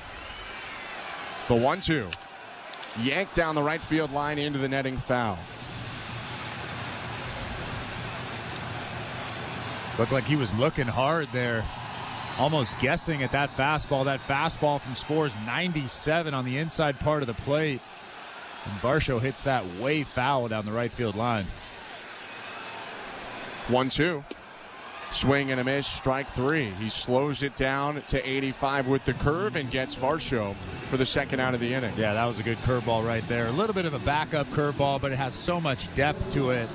You don't really see those 12-6 curveballs very often anymore, but Spores has a good one. So 2 outs. Leo Jimenez at the plate with the bases empty. 5-5, Toronto and Texas in the bottom of the 8th. The pitch. Strike one. Jimenez aboard twice today in 3 tries. He struck out in the second, but then singled in a run in the 4th and was hit by a pitch in the 6th. The 0-1. Swing and a deep fly ball right field. Garcia on the run. It's over his head and bouncing into the wall. Jimenez is chugging for second. The throw is late. It's a double for Leo Jimenez, and he's on for the 3rd time in this game.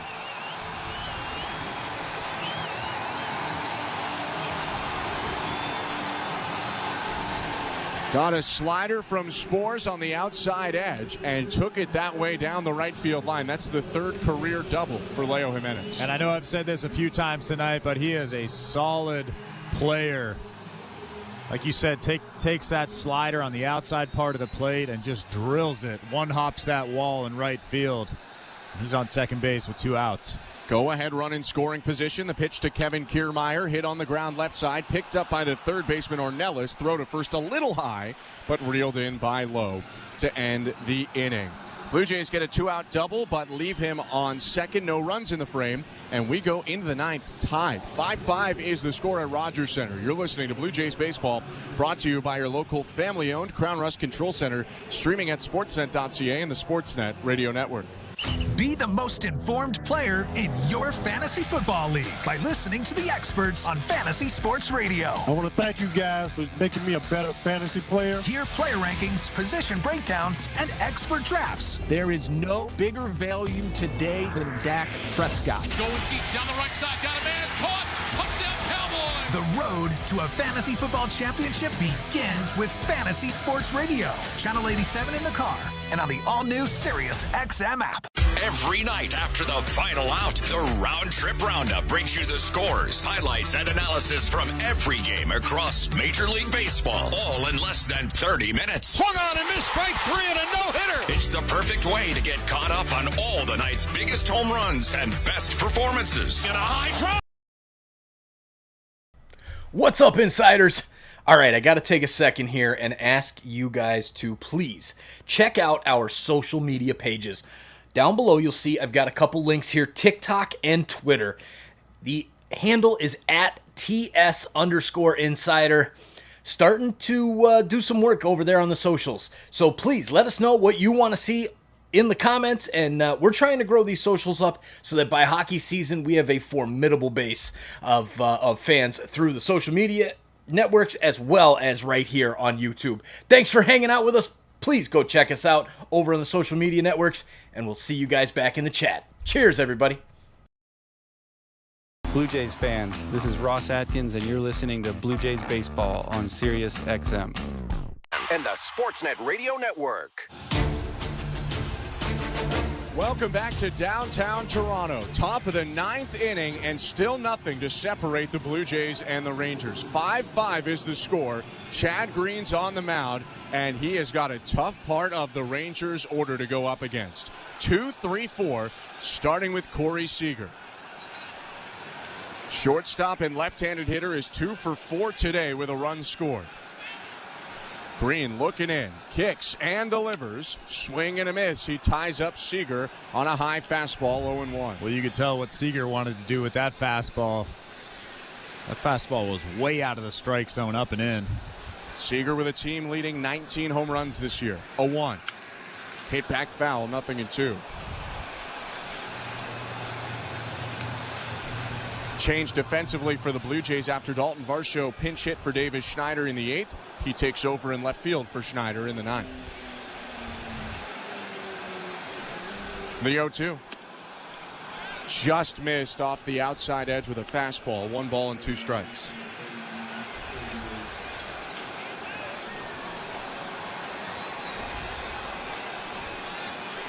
Green set near his chest. 1-2. Bounced it to the plate, went with the slider, but couldn't get it all the way there. 2 balls, 2 strikes.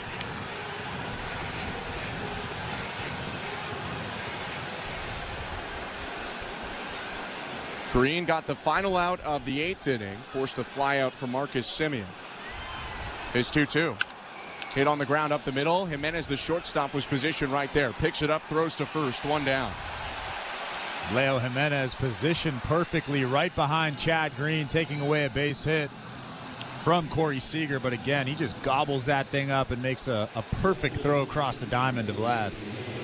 It's been a very good day for Jimenez, who doubled in the bottom of the 8th but was left on base. Pinch hitter for the Rangers, Leody Taveras off the bench to hit for Robbie Grossman. Right on left, the pitch is up and in, ball 1. Taveras batting .231 this year, 7 home runs. On base plus slugging in the mid-600s. The 1-0. Down and in. Ernie Clement at third, playing in on the infield turf. Taveras has a lot of speed, and Clement making sure that he doesn't sneak a bunt down the third baseline. Green's 2-0.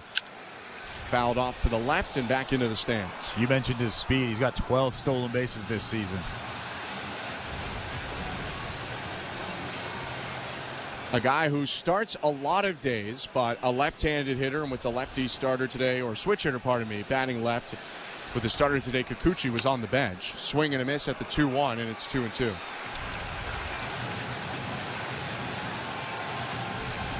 That was an ugly swing on a fastball off the plate outside. If I'm Chad Green, I'm staying away. Taveras asks for time. It's granted by Lance Barrett behind the plate. Chad Green has a second. He licks his fingers, wipes them off, and now tucks the ball into his glove chest high. The kick and the pitch. Swing and a miss, strike 3. Foul tipped it into the glove of Danny Jansen. The high fastball gets a strikeout. Taveras goes down for out number 2. That was a good sequence right there from Chad Green. I'm sure Taveras thought something slower there, maybe a curveball, but he just blew that fastball by him upstairs. 96 from Chad Green. So with 2 outs and nobody on in the top of the 9th, here's the rookie Wyatt Langford. Green's pitch. Strike 1. One of the harder sliders you'll see from Chad Green. He just delivered at 89.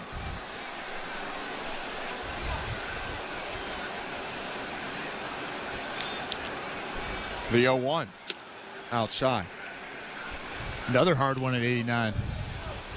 It feels safe to assume with Green that with Jimmy Garcia traded today to Seattle, he is reestablished as the undisputed most high leverage reliever in that pen. 1-1 is fouled back. 1-2.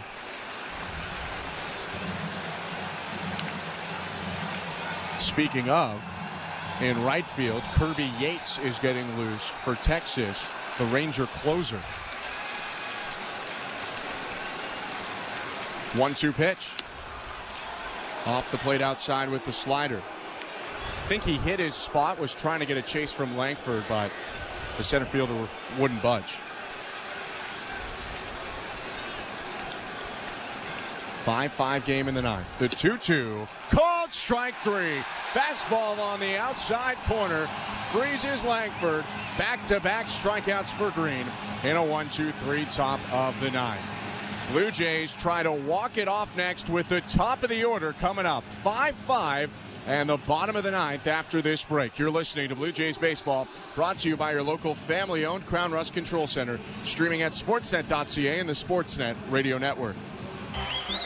Hi, I'm Buck Martinez, live from the showdown between Pizza and inflation. First to the plate, with over 2 million sold, it's Fixed Rate Pizza, a hot and fresh extra-large 4-topping pizza for a fixed price of $17.99 until the end of 2024. Here's the delivery. And inflation strikes out. That's a swing and a drive for Fixed Rate Pizza. Lock in yours today. Order pizza.ca. We're 2 men in a truck, the movers who care. You never know when cardiac arrest can happen. That's why each and every one of our trucks carries a life-saving Mikey defibrillator as part of our Mikey on Board program. Whether we're on the highway or in front of your house, we're prepared to help anyone whose heart may skip a beat. The Mikey Network has saved many lives, making Mikey's accessible to the public. And now they're on board our trucks. We're 2 men in a truck. 2 men and a truck, the movers who care. This is Toronto Blue Jays baseball. Green kicks and delivers. Swing and a miss! They defeat the Mariners on Sportsnet 590 The Fan and the Sportsnet Radio Network. Welcome back to Blue Jays Baseball. Show Ali with you at Baseball Control. The Jays and Rangers tied at 5 as we head to the bottom of the ninth at the Rogers Center. Don't forget, we do have Jays Talk this evening. Blair and Barker have the post-game show. They are down at the Rogers Center. Jeff will throw out the numbers for you to call after the final out. Blue Jays Baseball is brought to you by Crown Rust Protection. The Jays and Rangers tied at 5 as we head to the bottom of the ninth inning at the Rogers Center. Here is Ben Schulman and Chris LaRue. Thank you very much, Joe. Bottom of the ninth, 5-5 game. The Blue Jays have the top of the order coming up. George Springer, Justin Turner, and Vladimir Guerrero Jr. to hit for Toronto.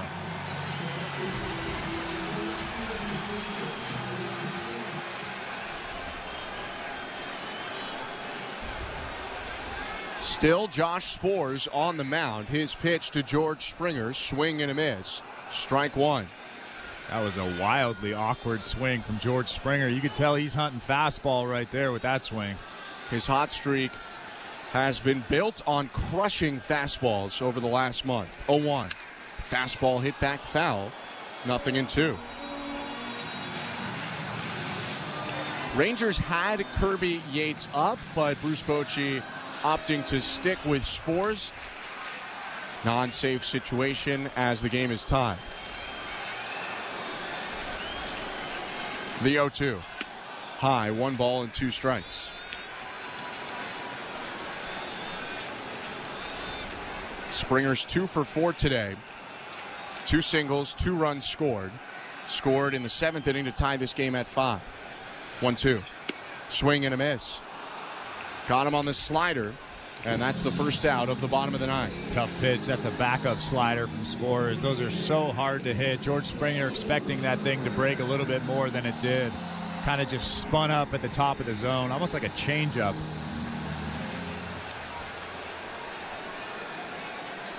So that'll bring up Justin Turner, who doubled his last time up, 1 for 4. The pitch. Foul back. Last walk-off for the Blue Jays. Go back to June 5th. They won 3-2 over the Orioles on an Isaiah Kiner-Falefa walk-off single just a couple days after Davis Schneider walked off the Pirates. 0-1 pitch, up and in. 1 ball, 1 strike.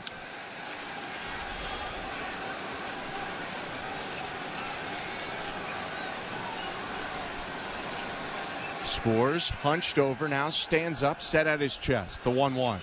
Swing and a miss. Turner out in front on that pitch. That was a slider again. It's 1-2. It's a tough slider. He's got that good curveball and that tough slider. And he is no stranger to big spots, Josh Sborz. The 1-2. Fouled into the netting behind home plate. Sborz pitched 10 times for the Rangers in their playoff run in 2023 to the World Series title, including the final 7 outs of the final game of the World Series. He struck out Ketel Marte of the Diamondbacks to win it for the Rangers. 1-2 again. This one's lined to center, and it's down for a base hit. Turner jogs to first, and right when he gets there, Stuart Baroa hops out of the dugout to pinch run for him. That's a massive hit for Justin Turner. The winning run is on first. Well, you can tell he's seeing the ball really well. Tough slider actually off the plate outside. Justin Turner just sticks the bat out, hits a good line drive into center field. Now 1 out, 1 on. Let's see what Vlad can do here. A big crowd today, over 35,000. Pretty much all still here into the bottom of the ninth. And they are anticipating a big moment as Vladimir Guerrero Jr. steps up. Baroa with a big lead off first, a turn and throw over to first, and a dive back safely.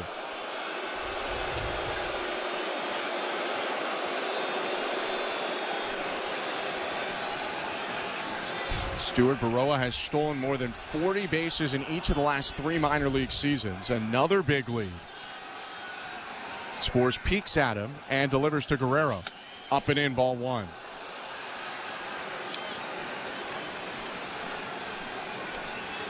One for 2 today is Vlad. Infield single and strikeout. Also 2 walks, one of them intentional, and a run scored.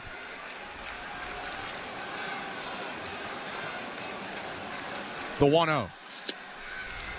At the knees, on the outside edge, strike 1. Stuart Baroa does have 1 stolen base this season. Yet to pick up a big league hit, but he has a stolen base.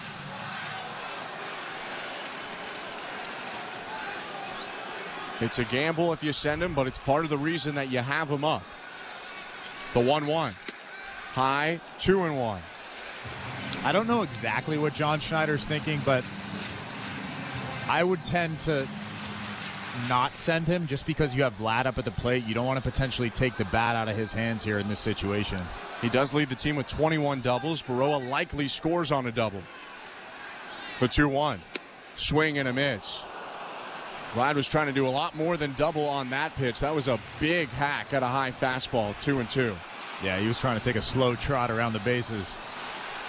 It's a wild swing right there. Wasn't a bad pitch to hit. Absolute top of the zone, but over the middle. 2-2, Baroa takes off, and the pitch is fouled back.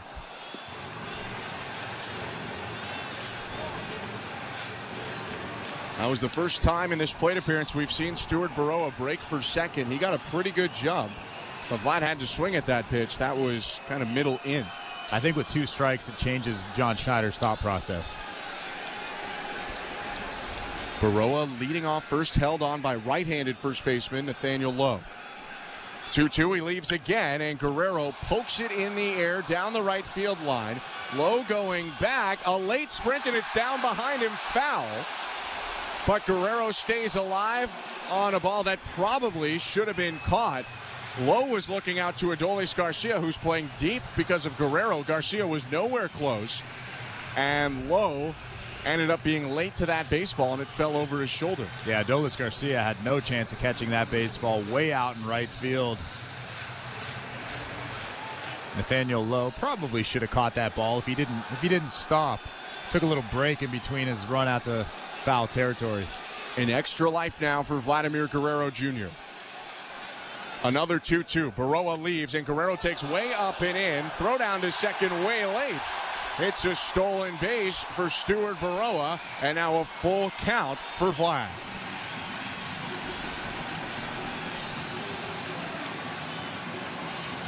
That was a tough one to throw on for Jonah Hymas. That almost hit Vlad, a 96-mile-per-hour fastball.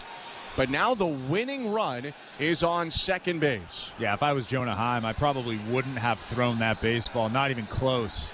Stuart Baroa stealing that base easily. 1 out, 5-5 game, bottom of the ninth. Guerrero taps the plate and brings his bat up above his right shoulder. Looking out at Spores, who's set. A look at second. And the 3-2. Fouled off to the right, into the seats. Guerrero continues to fight. Good swing from Vlad. A good fastball at 96, outside part of the plate. Vlad just fouls it back, but a good, strong swing. 8 pitch battles so far. Another 3-2. Low ball 4. Guerrero takes a walk.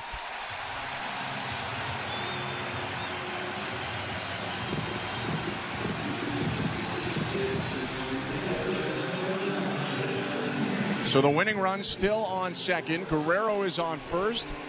And Danny Jansen has the opportunity now to be the hero. First, Jonah Heim is going to take a slow walk out to the mound to talk to Josh Spores, who's thrown 30 pitches in this appearance. There was also a discussion in right center field between Wyatt Langford and Adolis Garcia on how they're going to position Jansen. Langford is playing a little bit to the pull side in left center, but Garcia's kind of straight up in right field, not shifted toward that right center field gap.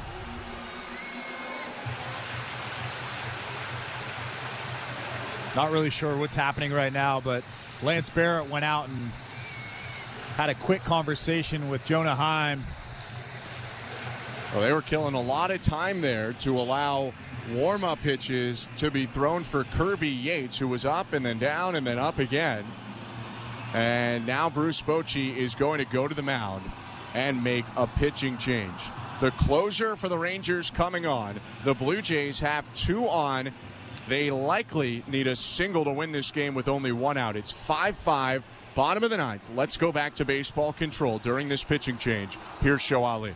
Thank you very much, Ben. Let's check out some scores on that out-of-town scoreboard brought to you by St. Louis Bar and Grill from around Major League Baseball. Getting a little later here in the East Coast, which means games are starting to wrap up. Let's start with the Mets in New York taking on the Braves. New York doubling up Atlanta 8-4. It was the return of starting pitcher Kodai Senga, who features that ghost forkball we discussed so often last year. He missed the first 102 games of the season with a hurt shoulder. He was playing pretty well. 9 strikes.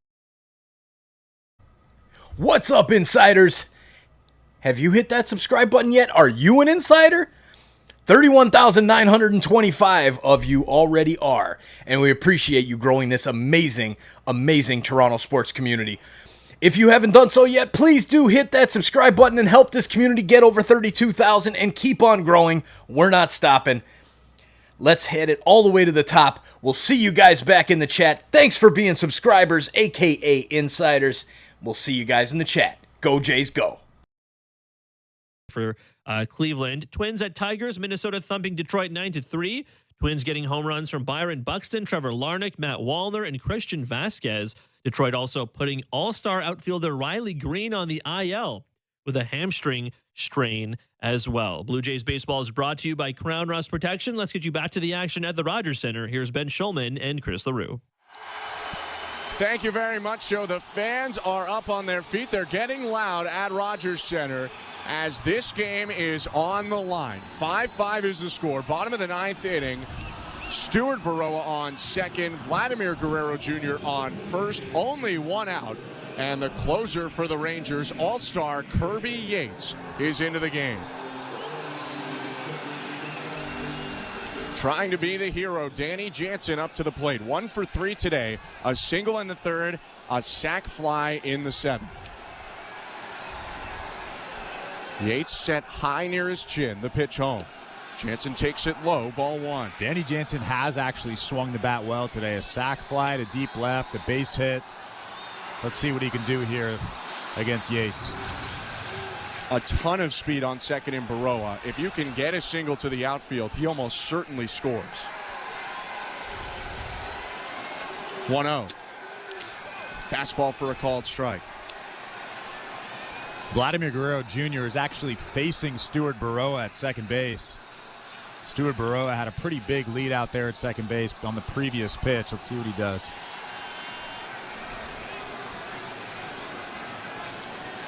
Inside move over to second. Yates, like you, thinking about Baroa, who gets back to the bag without a throw. There's a chance that he tries to swipe third here, and I'm sure Yates felt the same way. Simeon near second, trying to shade Baroa closer. The next pitch to Jansen is fouled off. It's 1-2. Kirby Yates is not your typical closer in terms of this stuff. Many have the mid to high 90s fastball. He's more low to mid 90s, averages 93 on the heater, throws a splitter in the mid 80s as well. 1-2, outside. 37 years old, still getting it done. And came back from some major injury Some may remember the Blue Jays signed Yates in 2021 to be their closer, but he suffered a flexor strain in spring and missed the whole year with Tommy John. Time is called behind the plate. And it wasn't clearly indicated if Danny Jansen asked for that or not. And they put 2 fingers out on either side to the umps, so that was a time called by Jonah Heim. Now Yates really can't pick off anymore unless he wants to risk a balk. 2-2. Called strike 3. Fastball at the knees. A good pitch by Yates gets Jansen 2 down. That was a tough pitch. Down and in with a 94-mile-an-hour fastball. But I still think in that situation, you at least have to offer at it, try to foul it off, try to do something. But that was a very good pitch from Yates. So 2 down now, still first and second, 5-5 game, bottom of the 9th. Here's Spencer Horwitz.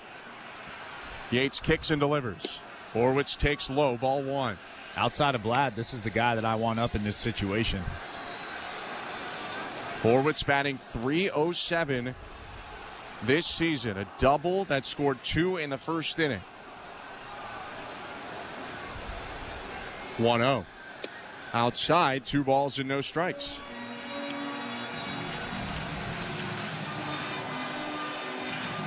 There's actually a big hole on the left side of the infield.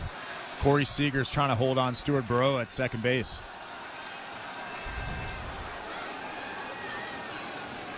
.2-0 pitch. Down and in, ball 3.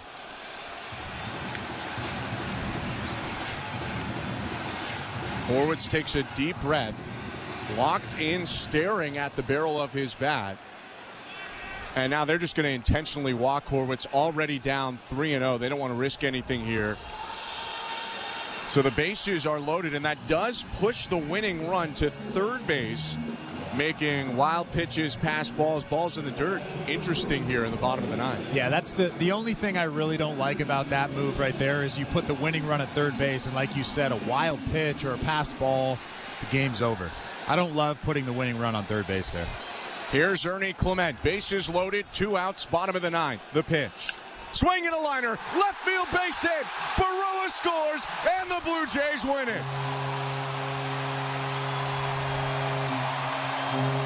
Ernie Clement is your walk-off hero. He jumps on a first pitch splitter, and Toronto takes it 6-5. And that was a hanger right down the middle. Ernie Clement jumps all over it, rips a single to left field, and that's ball game. First walk-off win for the Blue Jays since June 5th. They come back from trailing 5-4 at the start of the bottom of the 7th to win the game 6-5. A big day for the bats for Toronto, Chris. Yeah, I mean, not really how you write it up. You don't want to go to the bottom of the 9th. Obviously, the Blue Jays had a ton of opportunities to win this ball game, but it's got to feel good for Ernie Clement. It's got to feel good for the young guys. Got to feel good for Danny Jansen, 1 for 3 tonight with a big RBI, a base hit. And then, of course, Ernie Clement with a huge RBI single to end this ball game. Toronto wins 6-5. We're going to take a break and wrap it up on the other side before getting you over to a winning edition of Blue Jays Talk with Blair and Barker. Again, 6-5, Toronto wins in walk-off fashion. Don't go anywhere. You're listening to Blue Jays Baseball, brought to you by your local family-owned Crown Rust Control Center, streaming at sportsnet.ca and the Sportsnet Radio Network. Lumos. Witches, wizards, and muggles come down to the core as Roger Center transforms into Hogwarts. Harry Potter-themed entertainment and activities around the ballpark. Wingardium Leviosa. Magic moments create core memories. So fly down to Roger Center on Friday, August 9th, and get one of 4 Blue Jays Harry Potter Hogwarts House Raglan shirts. Harry Potter Night. For tickets, visit BlueJays.com. At Crown Rust Control Center, protection runs deep because every Crown Rust Control Center is owned by a local family who cares beyond business. Your Crown Rust Control Center is 100% committed to their product, to you, to their community, which is your community. Protecting you and what matters to you is equally important as protecting your vehicle. Did you know your vehicle rusts faster in warm weather? Protect your vehicle today. For a special summer offer, find your local family-owned Crown Rust Control Center at crown.com. This is Toronto Blue Jays baseball. Jose Barrios with a trio of strikeouts to end a scoreless 6. On Sportsnet 590 The Fan and the Sportsnet Radio Network. A walk-off win for the Blue Jays. They take it 6-5 in the series opener against the World Series champion Texas Rangers, coming back from a late 5-4 deficit. I'm Ben Schulman alongside Chris LaRue. And before we get into the late heroics, Chris, the storyline off the top of this game, Yusei Kikuchi pitching for what could be the final start of his Blue Jays tenure. Kikuchi didn't have his best day, 4 2/3, 8 hits, 5 runs, 2 walks, and 5 strikeouts. But it was a great atmosphere to see the appreciation between the fans and Kikuchi. Yeah, I mean, him coming off the field, the fans obviously giving him that standing ovation like I mentioned earlier, and then him acknowledging them. I love to see that. Like I said, Clint Hurdle told us when we were with the Pittsburgh Pirates, if the fans acknowledge you, if they cheer you, acknowledge them back, give them something. They pay good money to be here. They're telling you that they appreciate you, and I love seeing that. Kikuchi didn't have his best, but unlike yesterday when things unraveled late, the bullpen threw 4 1/3 scoreless for the Blue Jays today, and that allowed Toronto to work back after falling down 5-4 on the wall-scraping homer by Adolis Garcia in the 5th. Danny Jansen in the 7th came up with a game-tying sacrifice fly that was set up by a Justin Turner double. Turner came up big again in the 9th with a single to put the winning run on, and after a Guerrero walk and a Horwitz walk, Ernie Clement stepped up to the plate with 2 outs and the bases loaded for today's play of the game. Here's Ernie Clement, bases loaded, 2 outs, bottom of the 9th. The pitch. Swing and a liner, left field base hit. Baroa scores, and the Blue Jays win it. Ernie Clement is your walk-off hero. He jumps on a first pitch splitter, and Toronto takes it 6-5. Well, Kirby Yates, the all-star closer for the Texas Rangers, hung that split finger, and Ernie Clement didn't miss it, drilled a line drive through the hole on the left side. He is a good player, an under-the-radar player. We've talked about this a couple times. He's a guy that you want on your roster. A huge moment for him. 2 hits and 2 RBIs today for Clement, along with some good plays at third, and he helps the Blue Jays to a series opening win. The Rangers today score 5 on 10 hits, no errors, and leave 8 on. 6 for the Blue Jays, 12 hits, no errors. They leave 10 on. A win in relief for Chad Green to go to 3-2. Josh Sborz picks up the loss. He's 2-1. No save today. Over 35,000 came to Rogers Center today. The game took 3 hours and 12 minutes because of the dramatics at the end, but Ernie Clement with the walk-off single helps the Blue Jays to a 6-5 win. Blue Jays now 47-56, the Rangers 51-53, and Toronto with an opportunity to take the series tomorrow. 3:07 Eastern. Kevin Gausman faces off with Michael Lorenzen. That one will be on the Sportsnet Radio Network. As always, Eric Smith will have the call for you alongside Chris, and Eric will handle it for the next couple of weeks. You're in very, very good hands, so continue to tune in to the games on Sportsnet and the Sportsnet Radio Network. Blue Jays win 6-5. Thank you for tuning in today. For our technical directors, Luke Swadron and Tom Young, our host and producer, Shoat Lee, and my partner, Chris LaRue, I'm Ben Schulman. Have a good rest of your night, and get your calls in. Blue Jays Talk with Blair and Barker starts right now. Sending Jimmy Garcia to the Seattle Mariners for a couple of minor leaguers.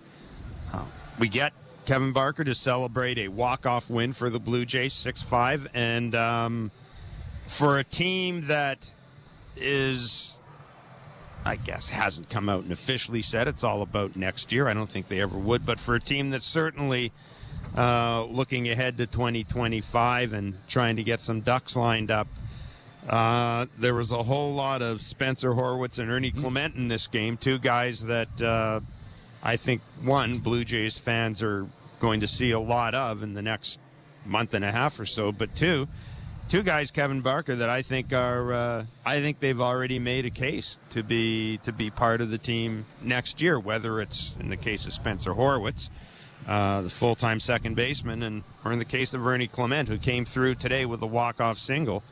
A very useful bat off the bench.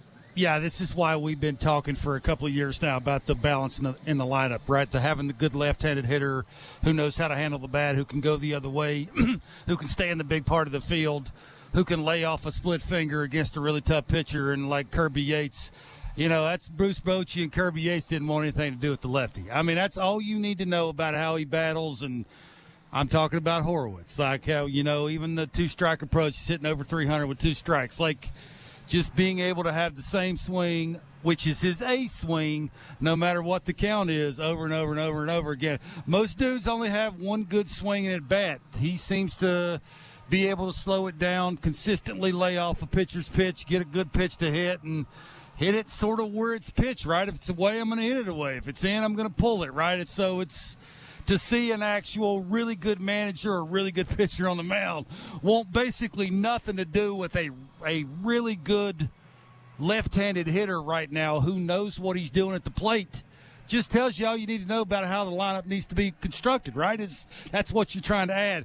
And then you mentioned that Ernie Clement, right? Don't overthink it. Stay within yourself.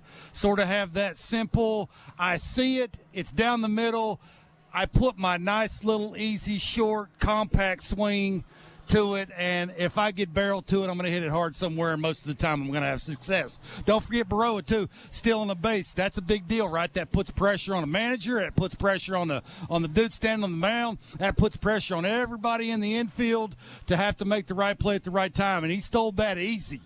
That means game planning. That means off the field before you show up. You know what guys are going to do. Sort of how it looks before you actually are on the field. It's kind of nice, right? It's hey, how about that? Manufacturing a run. It's kind of nice to see. And if you are the Texas Rangers, who are still, I consider themselves to be in the wild card hunt, certainly more so than the Blue Jays are in the wild card. Jeff, they could still win the West. That is true. Boy, if you're Bruce Bochy, walking the winning run, intentionally walking Horwitz to put the winning run on third base. I don't doubt the decision necessarily. I'm not a huge fan of doing it, but I think, you make the case. You like Spencer Horwitz's chances there, and again, credit Ernie Clement. You made this point when the first time you saw Ernie Clement about a guy who is just. He knows what he's about. He knows his swing.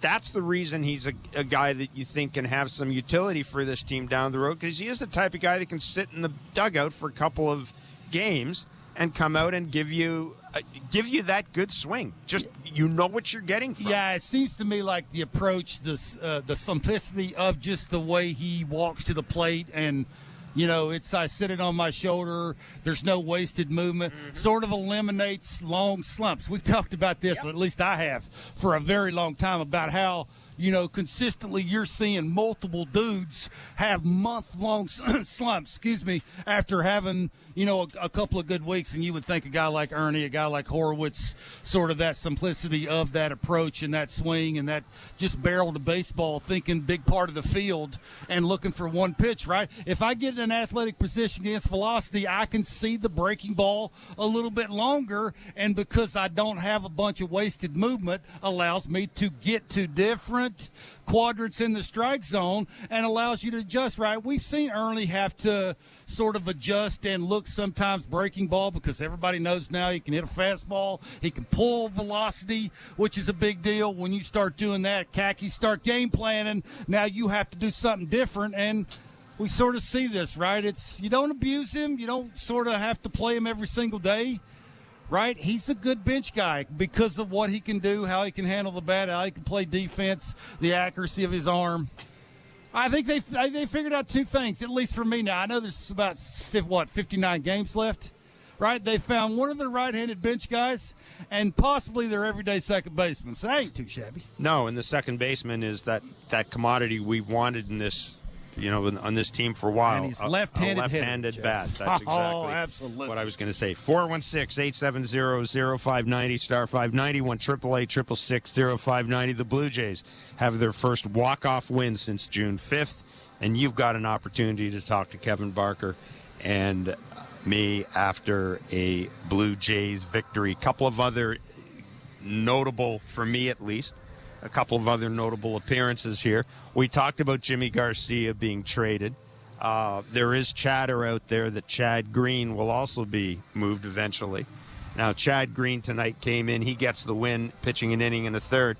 But we talk about the opportunities, Kevin, that are going to be out there for guys if the Jays do make some moves. And we'll talk about Yusei Kikuchi in a minute.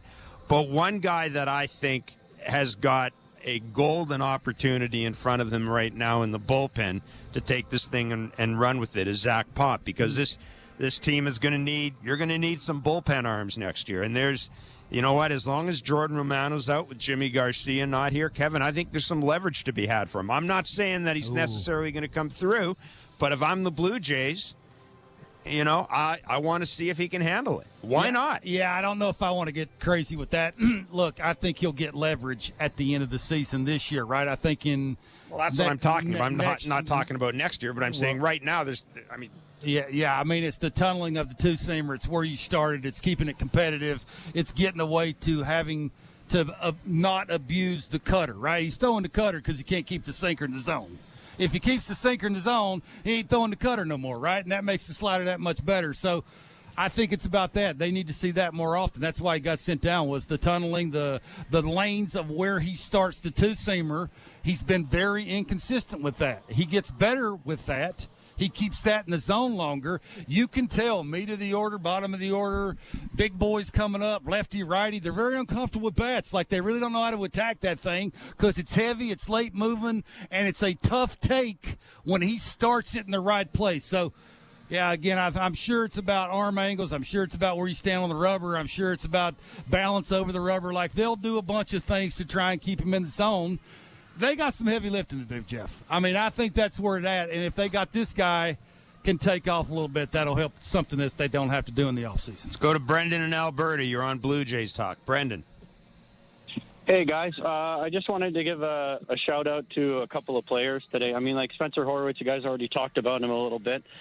But, Kevin, your old buddy Sean Casey liked to say barrel awareness, and that's the one thing I think Spencer really has in abundance. He can get to pitches all over the strike zone. He has just a knack of keeping it in the zone for a long time. And I think all three balls he put in play today were over 100 miles an hour. So he's hitting the ball hard and putting it in play hard, which is, I mean, like, eventually those things are going to start dropping for you. And then you look at Brendan Little today. This is the first time I really watched him closely pitch. And that sinker drops a lot coming in it starts high and then it'll wind up down around the knees. Like, that's a really good pitch from a lefty moving 95, 94. That's something that this pen, I think, can really use going forward. Absolutely. Appreciate the call. Yeah, and again, you can throw Brendan Little in there as the guy who's going to have some opportunities here. And, one of my I've talked about this. One of my concerns with backing up the truck and emptying the bullpen is, trust me, nothing can make a bad team look worse than a lousy bullpen. Like, you want to talk about 4-hour and 20-minute games with, the park being walked. Just look at Garcia and no Romano, how it's looking. Exactly. Yeah. But having said that, again, Brendan Little's a guy. He's a guy that we know this coaching staff has been intrigued with. They liked some of the things they saw in spring training. I don't think, Kevin, they knew exactly what they had. But and Tim Mace is not here anymore. Nope. And you need more than one. You need more than one lefty. So, absolutely, let's see what these guys can do. Again, if you find something here, and that means when you go into the offseason that you don't have to bring in, 5 or 6 arms, even if you only have to bring in 3 or 4 to get your bullpen put together. That's really good. Want to talk about Yusei Kikuchi, Kevin? Now, he is a guy that I think Kikuchi and Garcia were the two pitchers that we I think most of us expected to see moved. Yeah. I mean, we saw more of this again tonight, Kevin. Not just the home run that he gave up, but a ton of pitches, man. 81 pitches going into the fifth inning, 80 pitches going in the fifth inning. And look, if you're a contending team and you're looking to add to your rotation, I don't know what Yusei Kikuchi is right now in a good team. He's maybe your fifth guy. Maybe he's a guy you put in the bullpen in the postseason, because certainly that velo plays, but wow, I'll tell you what, I certainly wouldn't hang my hat on him as being my major trade deadline acquisition if I was a contending team. Yeah, you could almost put him in the bullpen now. Like if you acquire him, just because right now he's a two-pitch guy. You know, the breaking ball's getting hammered. I think they're slugging a little over 440 off the breaking ball. His changeup is non-existent. What was your number in the slider today? He rarely throws that. I think he had 4 swing and misses on the slider. He threw like 24 or 5 of them.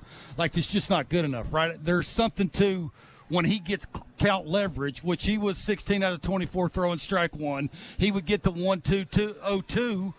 Now what do you do? Like, it's because you don't have a secondary pitcher, you don't have real good feel for it, and you're not competitive with a lot of the times the slider, and they know as a good hitter that the curveball ain't been curving, and now you can eliminate locations and you don't have to worry about certain spin on certain pitches. He's got one pitch right now added to the slider occasionally, which is velocity, right? And sometimes the velocity is not well located, and that's why you see the back leg cities and cracking concrete. So, yeah, I don't know. I think if you're acquiring him, you got to be careful. Like, it's right matchup. You know, if you wear it out a little bit, if you do give him a couple of starts, I think because of the velocity and the slider, if he can just simplify it and say those are the two I'm going to throw, you got a good catcher who's setting up in the right areas, right quadrants, I'm sure he could give you something just because of how hard he throws. So I'd be intrigued.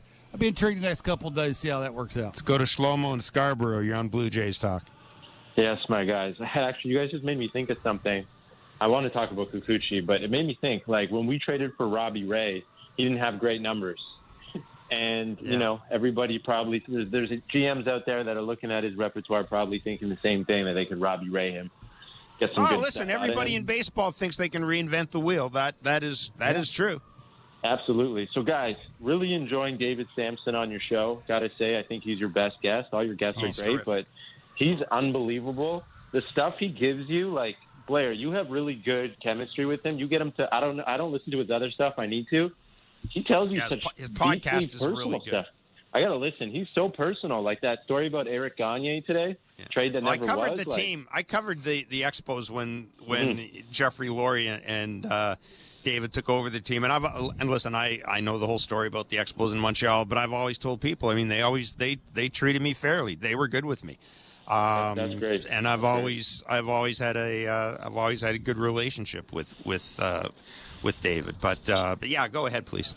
Yeah, so he's obviously very honest and tells you his opinion. The guy's got a World Series ring, and he mentioned that if it was him, and I think he said, like, what the understanding in the industry is, if you got a guy you're going to move who's a pitcher, you don't play him, you don't pitch him. What is it about this front office that they defy these industry things? Like, you guys have a lot of experts on your show. You guys have probably the top-rated show in the country right now. It's baseball season. The execs on the board there, Rogers, got to be listening to what they're hearing. How is this possible? Aren't they listening to your show, listening to the experts out there with rings and being like, what is going on with the mismanagement of the front office, with the assets, the budget, and everything? Because your guy, David Sampson, last year, I believe he said that if it was up to him, Ross Atkins would have been fired last year. Yeah. Thanks for the call, Shlomo. Look, I think this. Well, I don't think. I think ownership has a lot of trust in Mark Shapiro, and ultimately, I think that's where this goes. Ross Atkins, has his job because of Mark Shapiro, and we can sit here and look at Mark's record, and there's been kind of a fogginess, right? How many what player moves are Mark involved in? Actually, where does Ross's responsibility end, Mark's begin, et cetera, et cetera. But Mark Shapiro has really has put this team on a good on a good footing off the field, and I think that carries a lot of weight. That carries a lot of weight with ownership. Now, as far as Yusei Kikuchi goes, this is. I mean, I'm going to give Kevin credit here. I hadn't thought of this, but we've operated under the assumption Yusei Kikuchi is likely to be traded. What if he isn't? What if the Jays end up moving Chris Bassett or Kevin Gossman, and they decide, you know what, we'll hang on to Yusei Kikuchi? Like, there's no. It makes sense that they would move him because he's a free agent. That makes a lot of sense. But, I mean, you saw he was pretty emotional when he left the game tonight. I'm sure he approached this game as if it was his final game. But, Barker mentioned this, and I thought, maybe that's one of the explanations. The other one could be, quite frankly, is they just don't have anybody else. I mean, it's the Boston Red Sox don't mind going out and picking up guys like James Paxton. These guys clearly don't want to. These guys clearly don't want any part of those guys.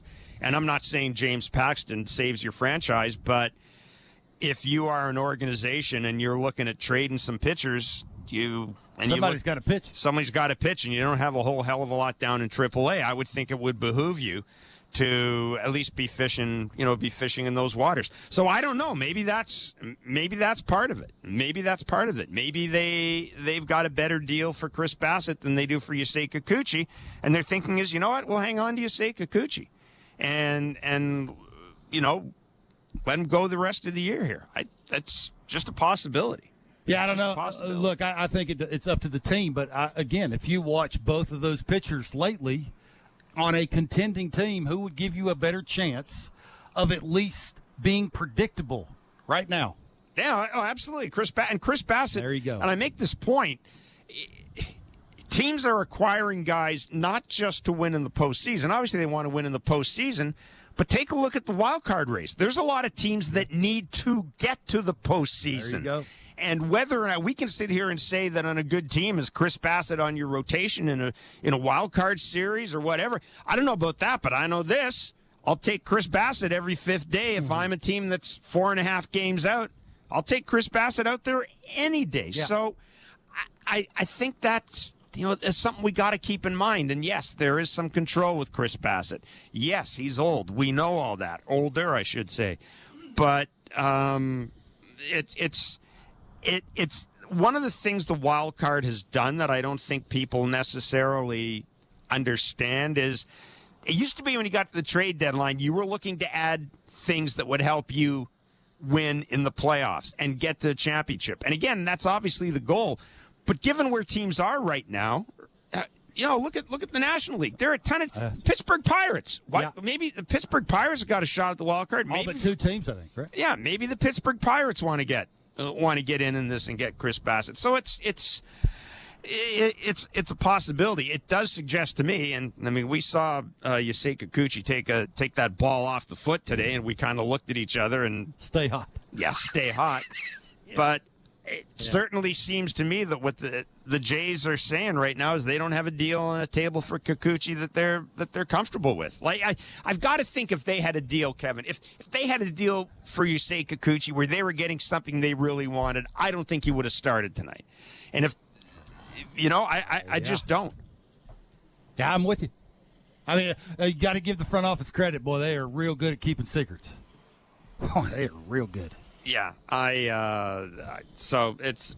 I mean, again, that's a possibility, and as I've been saying for a couple of days now, keep in mind that a lot of the stuff you hear right now is just BS. Yeah, I mean, it's just there are going to be a lot of rumors out there, and conversely, as I said earlier today, look at the deals that have been made so far. Did you hear anybody saying that Jimmy Garcia was bound for the Mariners? Or Sir Anthony Dominguez and Christian Pache were going to go? Did anybody think Philadelphia and the Orioles were going to make trades with each other? Two teams that might run into each other in the playoffs? They were great trades, though. So, yeah, they were. But that's my point. Yeah. As you look at these things, keep in mind that everything you hear isn't accurate, and most of the stuff that is going to happen in these next 3 days, we don't know about it right now. Nope. 416-870-0590, star 591, 888-666-0590. The Jays have walked off the Texas Rangers 6-5. Ernie Clement playing the hero tonight. Lots of good for the Blue Jays. We'll hear from the manager, John Schneider, when we come back. It's Blue Jays Talk on the Sportsnet Radio Network. Timber Mart is Canada's building center, a solid neighbor to call upon when you've got a job to do. Your dependable home improvement store that offers the added value of Air Miles reward miles with every purchase of $15 or more. Visit timbermart.ca. We're twomenandatruck.ca. We've got lots of men and lots of trucks, so get ready to be moved. Think twomenandatruck.ca. So when you gotta move, all moving day. Think twomenandatruck.ca. Cause all of us movers are not the same. So that's our company name, twomenandatruck.ca. We're lots of men with lots of trucks, so give us a call today. This August, the world's top players are back on Canadian soil. Oh, you are kidding me. See the stars come out at Canada's Ultimate Tennis Showcase. The National Bank Open, presented by Rogers on Sportsnet. Felix Auger-Aliassime, Layla Fernandez. Can our nation's best outshine the top seeds in tennis? Bianca Andreescu. The National Bank Open, August 6th to 12th on Sportsnet. Just amazing tennis. Hi, I'm Buck Martinez, live from the showdown between Pizza Pizza and inflation. First to the plate, Pizza Pizza's big hitter, fixed rate pizza. An extra large 4-topping pizza for a fixed price of $17.99 until the end of 2024. I dare say, folks, inflation stands no chance against this all-star. Here's the delivery. And inflation strikes out. That's a swing and a drive for fixed rate pizza. Lock in yours today. Order pizzapizza.ca. If you're looking for a fun day, did you know the day before Monday? Gina J Sunday. You can paint your face, come and meet Ace and run base to base. On Gina J Sunday. So many things to do. You could bring your crew and even mom and dad too. Gina J Sunday. Sundays are for Junior Jays. Get to the ballpark early to enjoy outdoor activities before continuing the fun inside while you cheer on the Blue Jays. If you're feeling the song, grab your dad or mom, visit BlueJays.com. Gina J Sunday. At Crown Rust Control, protection runs deep because every Crown Rust Control Center is owned by a local family who cares beyond business. Your Crown Rust Control is 100% committed to their product, to you, to their community, which is your community.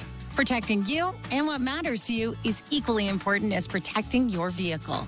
Did you know your vehicle rusts faster in warm weather? Protect your vehicle today. For a special summer offer, find your local family-owned Crown Rust Control Center at crown.com. Timber Mart always has plans to help you with your plans. Your home, your cottage, your garage, whatever needs your attention first, check the most visited spot on our website for ready-to-order plans to get the job done with Canada's Building Center. Visit timbermart.ca. Hey, this is Isaiah Kiner-Falefa. You're listening to Toronto Blue Jays Baseball on the Sportsnet Radio Network.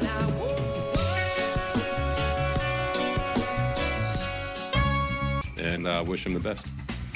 That is John Schneider talking about Jimmy Garcia, who was traded to the Seattle Mariners before today's game. It is Blue Jays talk. The Jays walking off the Texas Rangers 6-5. Kevin, I don't know if you had a chance to see this or not, but Randy Arozarena, who was traded to the Mariners from the Rays, he sat in the stands at Tropicana Field tonight. And in a portion of the stands called Randyland, and sat there with his family and watched the game and made his exit, shook hands, signed autographs. There were a lot of tears. I thought it was a pretty cool moment for Randy Arozarena, as he will join the Seattle Mariners and the Tampa Bay Rays, doing what the Rays do. Get you some players to fall in love with, then trade them before they fall off the face of the earth and bring in two new guys. And 2 years down the road, you're going to be going, man, it was fun having Randy Arozarena, but my God, this guy we got in that trade was something else. Luke and Oshawa, you're on Blue Jays Talk. Hey, boys, thanks for taking my call. I hear the giddiness in your voices about the trade deadline and everything that's happening with the Jays, but I'm curious of what you think about who the Jays trade partners could be. I'm seeing a bit of a trend. We've made a lot of trades with Seattle. We made the one with Arizona. Are we stuck dealing with certain GMs, or are we going to make moves with some other teams? I mean, thanks for the call. It's funny. I thought of that, and I kept thinking to myself, given all the Cleveland connections, why the hell couldn't they trade for Jose Ramirez? No, I was kidding. But no, listen, I think part of the reason with the Seattle Mariners is they have a very aggressive general manager in Jerry Dipoto. We've already seen he made a move today as well to get Randy Arozarena. They're not done. That is the way Jerry Dipoto does business. Don't forget, this is the guy who traded his closer last year at the trade deadline, or a couple of years ago at the trade deadline. Yeah. So he's an aggressive guy. And yeah, I mean, in terms of the Diamondbacks, that was just too perfect a fit. I think the Jays were too perfect a fit for the Diamondbacks. I mean, the Diamondbacks identified what they wanted. The Jays had both of it. They knew that the Jays were really focusing on defense. They knew that the Jays needed a left-handed hitter, and went out and made that deal. And they wanted Moreno. Absolutely. Exactly. Yeah. If you go back and read everything that was written when that deal was made, they wanted Moreno. They wanted to get their everyday catcher in. And Lourdes Gurriel Jr., it wasn't that he was a throw-in, but he was a guy that the Jays didn't think they were going to sign, and ended up moving to Arizona as part of that deal. But and we've heard Chad Green with the Mets. We've heard Chad Green with the Yankees. We've heard the Dodgers with Yusei Kikuchi. Like, it's a little all over the map, right? Yeah. Yeah, it's not. I don't think it's one specific team or GM. I think it's whoever has a need, and that the Blue Jays have something to offer. I'm sure there'll be multiple teams trying to come. Yeah, and they've made deals with the Houston Astros. They've made deals with the Rockies. I think maybe I've said this, that Varsho deal and the Teoscar Hernandez deal. Those are the deals that fans aren't going to forget in this city. I mean, they're just not. Those are the deals. When you mention the name Ross Atkins, people aren't going to remember that Ross Atkins got Teoscar Hernandez originally for a song. They're going to remember that he traded away Teoscar Hernandez. Want to play this clip from John Schneider's post-game availabilities because we talked about Yusei Kikuchi. There's a lot of chatter around Yusei Kikuchi. He certainly gave you the impression when he left the mound tonight that he thought he'd made his last start in a Blue Jays uniform. Let's hear what the skipper had to say about Yusei Kikuchi. We've talked a bit about sort of Yusei and all he's been through the past couple of weeks. I'm just wondering, as you kind of think back to some of the emotions that he showed on the field today coming off, and what you've observed from him over the past, say, few weeks when some of this is really heating up, and maybe how he's carried some of that. He's been great. It's I think, like I said before today, I think initially it's a little bit weird and new for him, but he's been great. I thought he had electric stuff today, and realized how good his fastball was, and I thought he pitched better than what his line was. Really, it's kind of a wall scraper homer, and 8 singles, 7 singles that kind of found holes, whatever it was, against a really good team. So I thought he did a really good job over the past couple of weeks of kind of just corralling everything and focusing on what he had to do. What people don't realize and what they don't see is how he prepares and how well he takes care of himself in between. And I thought today was a really good outing for him, and would have been easy to let him finish the fifth. I wanted the fans to recognize him a little bit too, but nothing's set in stone. We don't know. He may make his next start here, so it's he's been really, really good. Performance-wise, he obviously had the very strong start to the season. It's been about 8 starts now where he's been a bit rougher. Mm-hmm. What difference do you see? Some of that is tied to some of the, coincides with the team struggles and the bullpen struggles. What have you seen in those 8 starts different from maybe the first 14? I think, to me, those 8, it kind of. I think there's a couple that kind of skew it a little bit, really. And when I think of him and every fifth day when he pitches, he's been pretty damn consistent. It happens over the course of the year. You see it around the league where guys, they hit a little bit of a lull and usually pick it back up. But I think there was only kind of like 2 or 3 starts where you saw, different command or different, shape of his stuff a little bit. But when I think of what he's done over the year, I think pretty damn consistent. That's John Schneider talking about Yusei Kikuchi. So clearly, Kevin, the back of John Schneider's mind that Yusei Kikuchi may be making his last start, hence the desire to let him finish out that 5th inning. But also very quickly, John Schneider saying nothing is carved in stone. And again, that suggests to me that there isn't a deal there right now that the Jays either are comfortable with or that they think has been finalized. Yeah, look, I think it's a fluid thing here, right? I think they will take phone calls on whoever wants to talk about whatever they have that they think they could give up to, bring in and help their team going forward. So, yeah, I'm with you. It just seems like they're, a little unknown surrounding Yusei, right? It's not like we were coming into this week maybe thinking it was Garcia and Yusei Kikuchi and nobody else, and then all of a sudden there might be somebody else. Yeah, that certainly interesting comments from John Schneider, and if that was Yusei Kikuchi's last start, the fans did give him a nice send off. He was clearly emotional when he came off the mound. There were tears in his eyes, and you could see in the dugout, and the reaction of his teammates as well in the dugout. You could tell that guys are aware what's up. You could tell that guys are aware what's up. So, anyhow, that is it. Tonight, the Blue Jays have beaten the Texas Rangers 6-5. They've walked them off. First game of a 3-game series. A reminder, the trade deadline is Tuesday. Stay tuned to Sportsnet 590 The Fan, Sportsnet, and Sportsnet.ca for all the breaking Blue Jays news as the deadline approaches. Thank you for listening to Blue Jays Baseball, brought to you by the local family-owned Crown Rust Control Centers in Hyde Park and North and South London, Ontario. Protect your vehicle from rust today. Find your local family-owned Crown at crown.com, Canada's #1 rust protection. Has been Major League Baseball play-by-play on SiriusXM and the SiriusXM app. Why do I love calling this game? Calling this game. Calling this game. Calling this game. Why do I love calling this game? It's because I get a chance to bring some joy into people's lives. Anything can happen on a baseball field. We've got a new game. It's perfectly unscripted theater. Everybody on their feet. Because you never know what you're going to see on a given day. It is bedlam at the bank as Bryce Harper has put the Phillies on top. There's just something about baseball on the radio. Something about the way wood hits leather. A swing and a drive to deep left center. The way leather hits dirt. And he made the play. The way a deep fly ball sounds like it's about to change history. High fly ball to center field. It's hit pretty well toward the wall. Until the cleats hit the grass, hit the crushed brick, and then nothing but sky and a silent crowd. That ball's high. Until leather hits leather and 40,000 fans lose their collective minds. In a perfect symphony of chaos. He jumped up on top of the wall, balanced himself, and caught it. The way nothing triumphs a perfectly honest call. The way the right voice can make a moment live forever. Touch 'em all, Joe.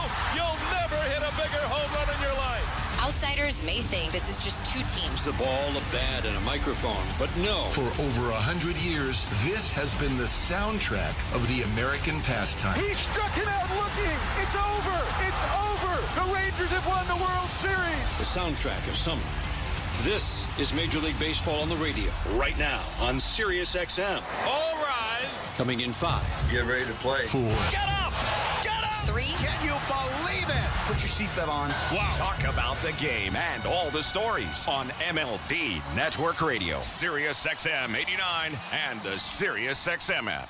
Cardinals on Sirius 85, XM 186, and Internet 865. Nationals on Internet 869. 9:38 p.m. LA Angels take on the Oakland A's. Angels on Sirius 160, XM 187, and Internet 852. A's on Internet 859. 9:40 p.m. Arizona Diamondbacks take on the Pittsburgh Pirates. Diamondbacks on Sirius 162, XM 188, and Internet 840. Pirates on Internet 861. 9:40 p.m. Arizona Diamondbacks take on the Pittsburgh Pirates. Diamondbacks on Sirius 162, XM 188, and Internet 840. Pirates on Internet 861. 10:15 p.m. San Francisco Giants take on the Colorado Rockies. Giants on Sirius 132, XM 189, and Internet 863. Rockies on Internet 848. I'm Frank Trachtenberg with your Sirius XM MLB schedule for Friday, July the 26th. All times are Eastern, and please remember, all games, times, and channels are subject to change. Check SiriusXM.com for the latest updates. In Major League Baseball, 6:40 p.m. Philadelphia Phillies take on the Cleveland Guardians. Phillies on Sirius 209, XM 176 and Internet 860. Guardians on Internet 847. 6:40 p.m. Detroit Tigers face the Minnesota Twins. Tigers on Sirius 208, XM 175 and Internet 849. Twins on Internet 856. 6:50 p.m. Tampa Bay Rays face the Cincinnati Reds. Rays on Sirius 210, XM 177 and Internet 866. Reds on Internet 846. 7:05 p.m. Baltimore Orioles take on the San Diego Padres. Orioles on Sirius 211, XM 178 and Internet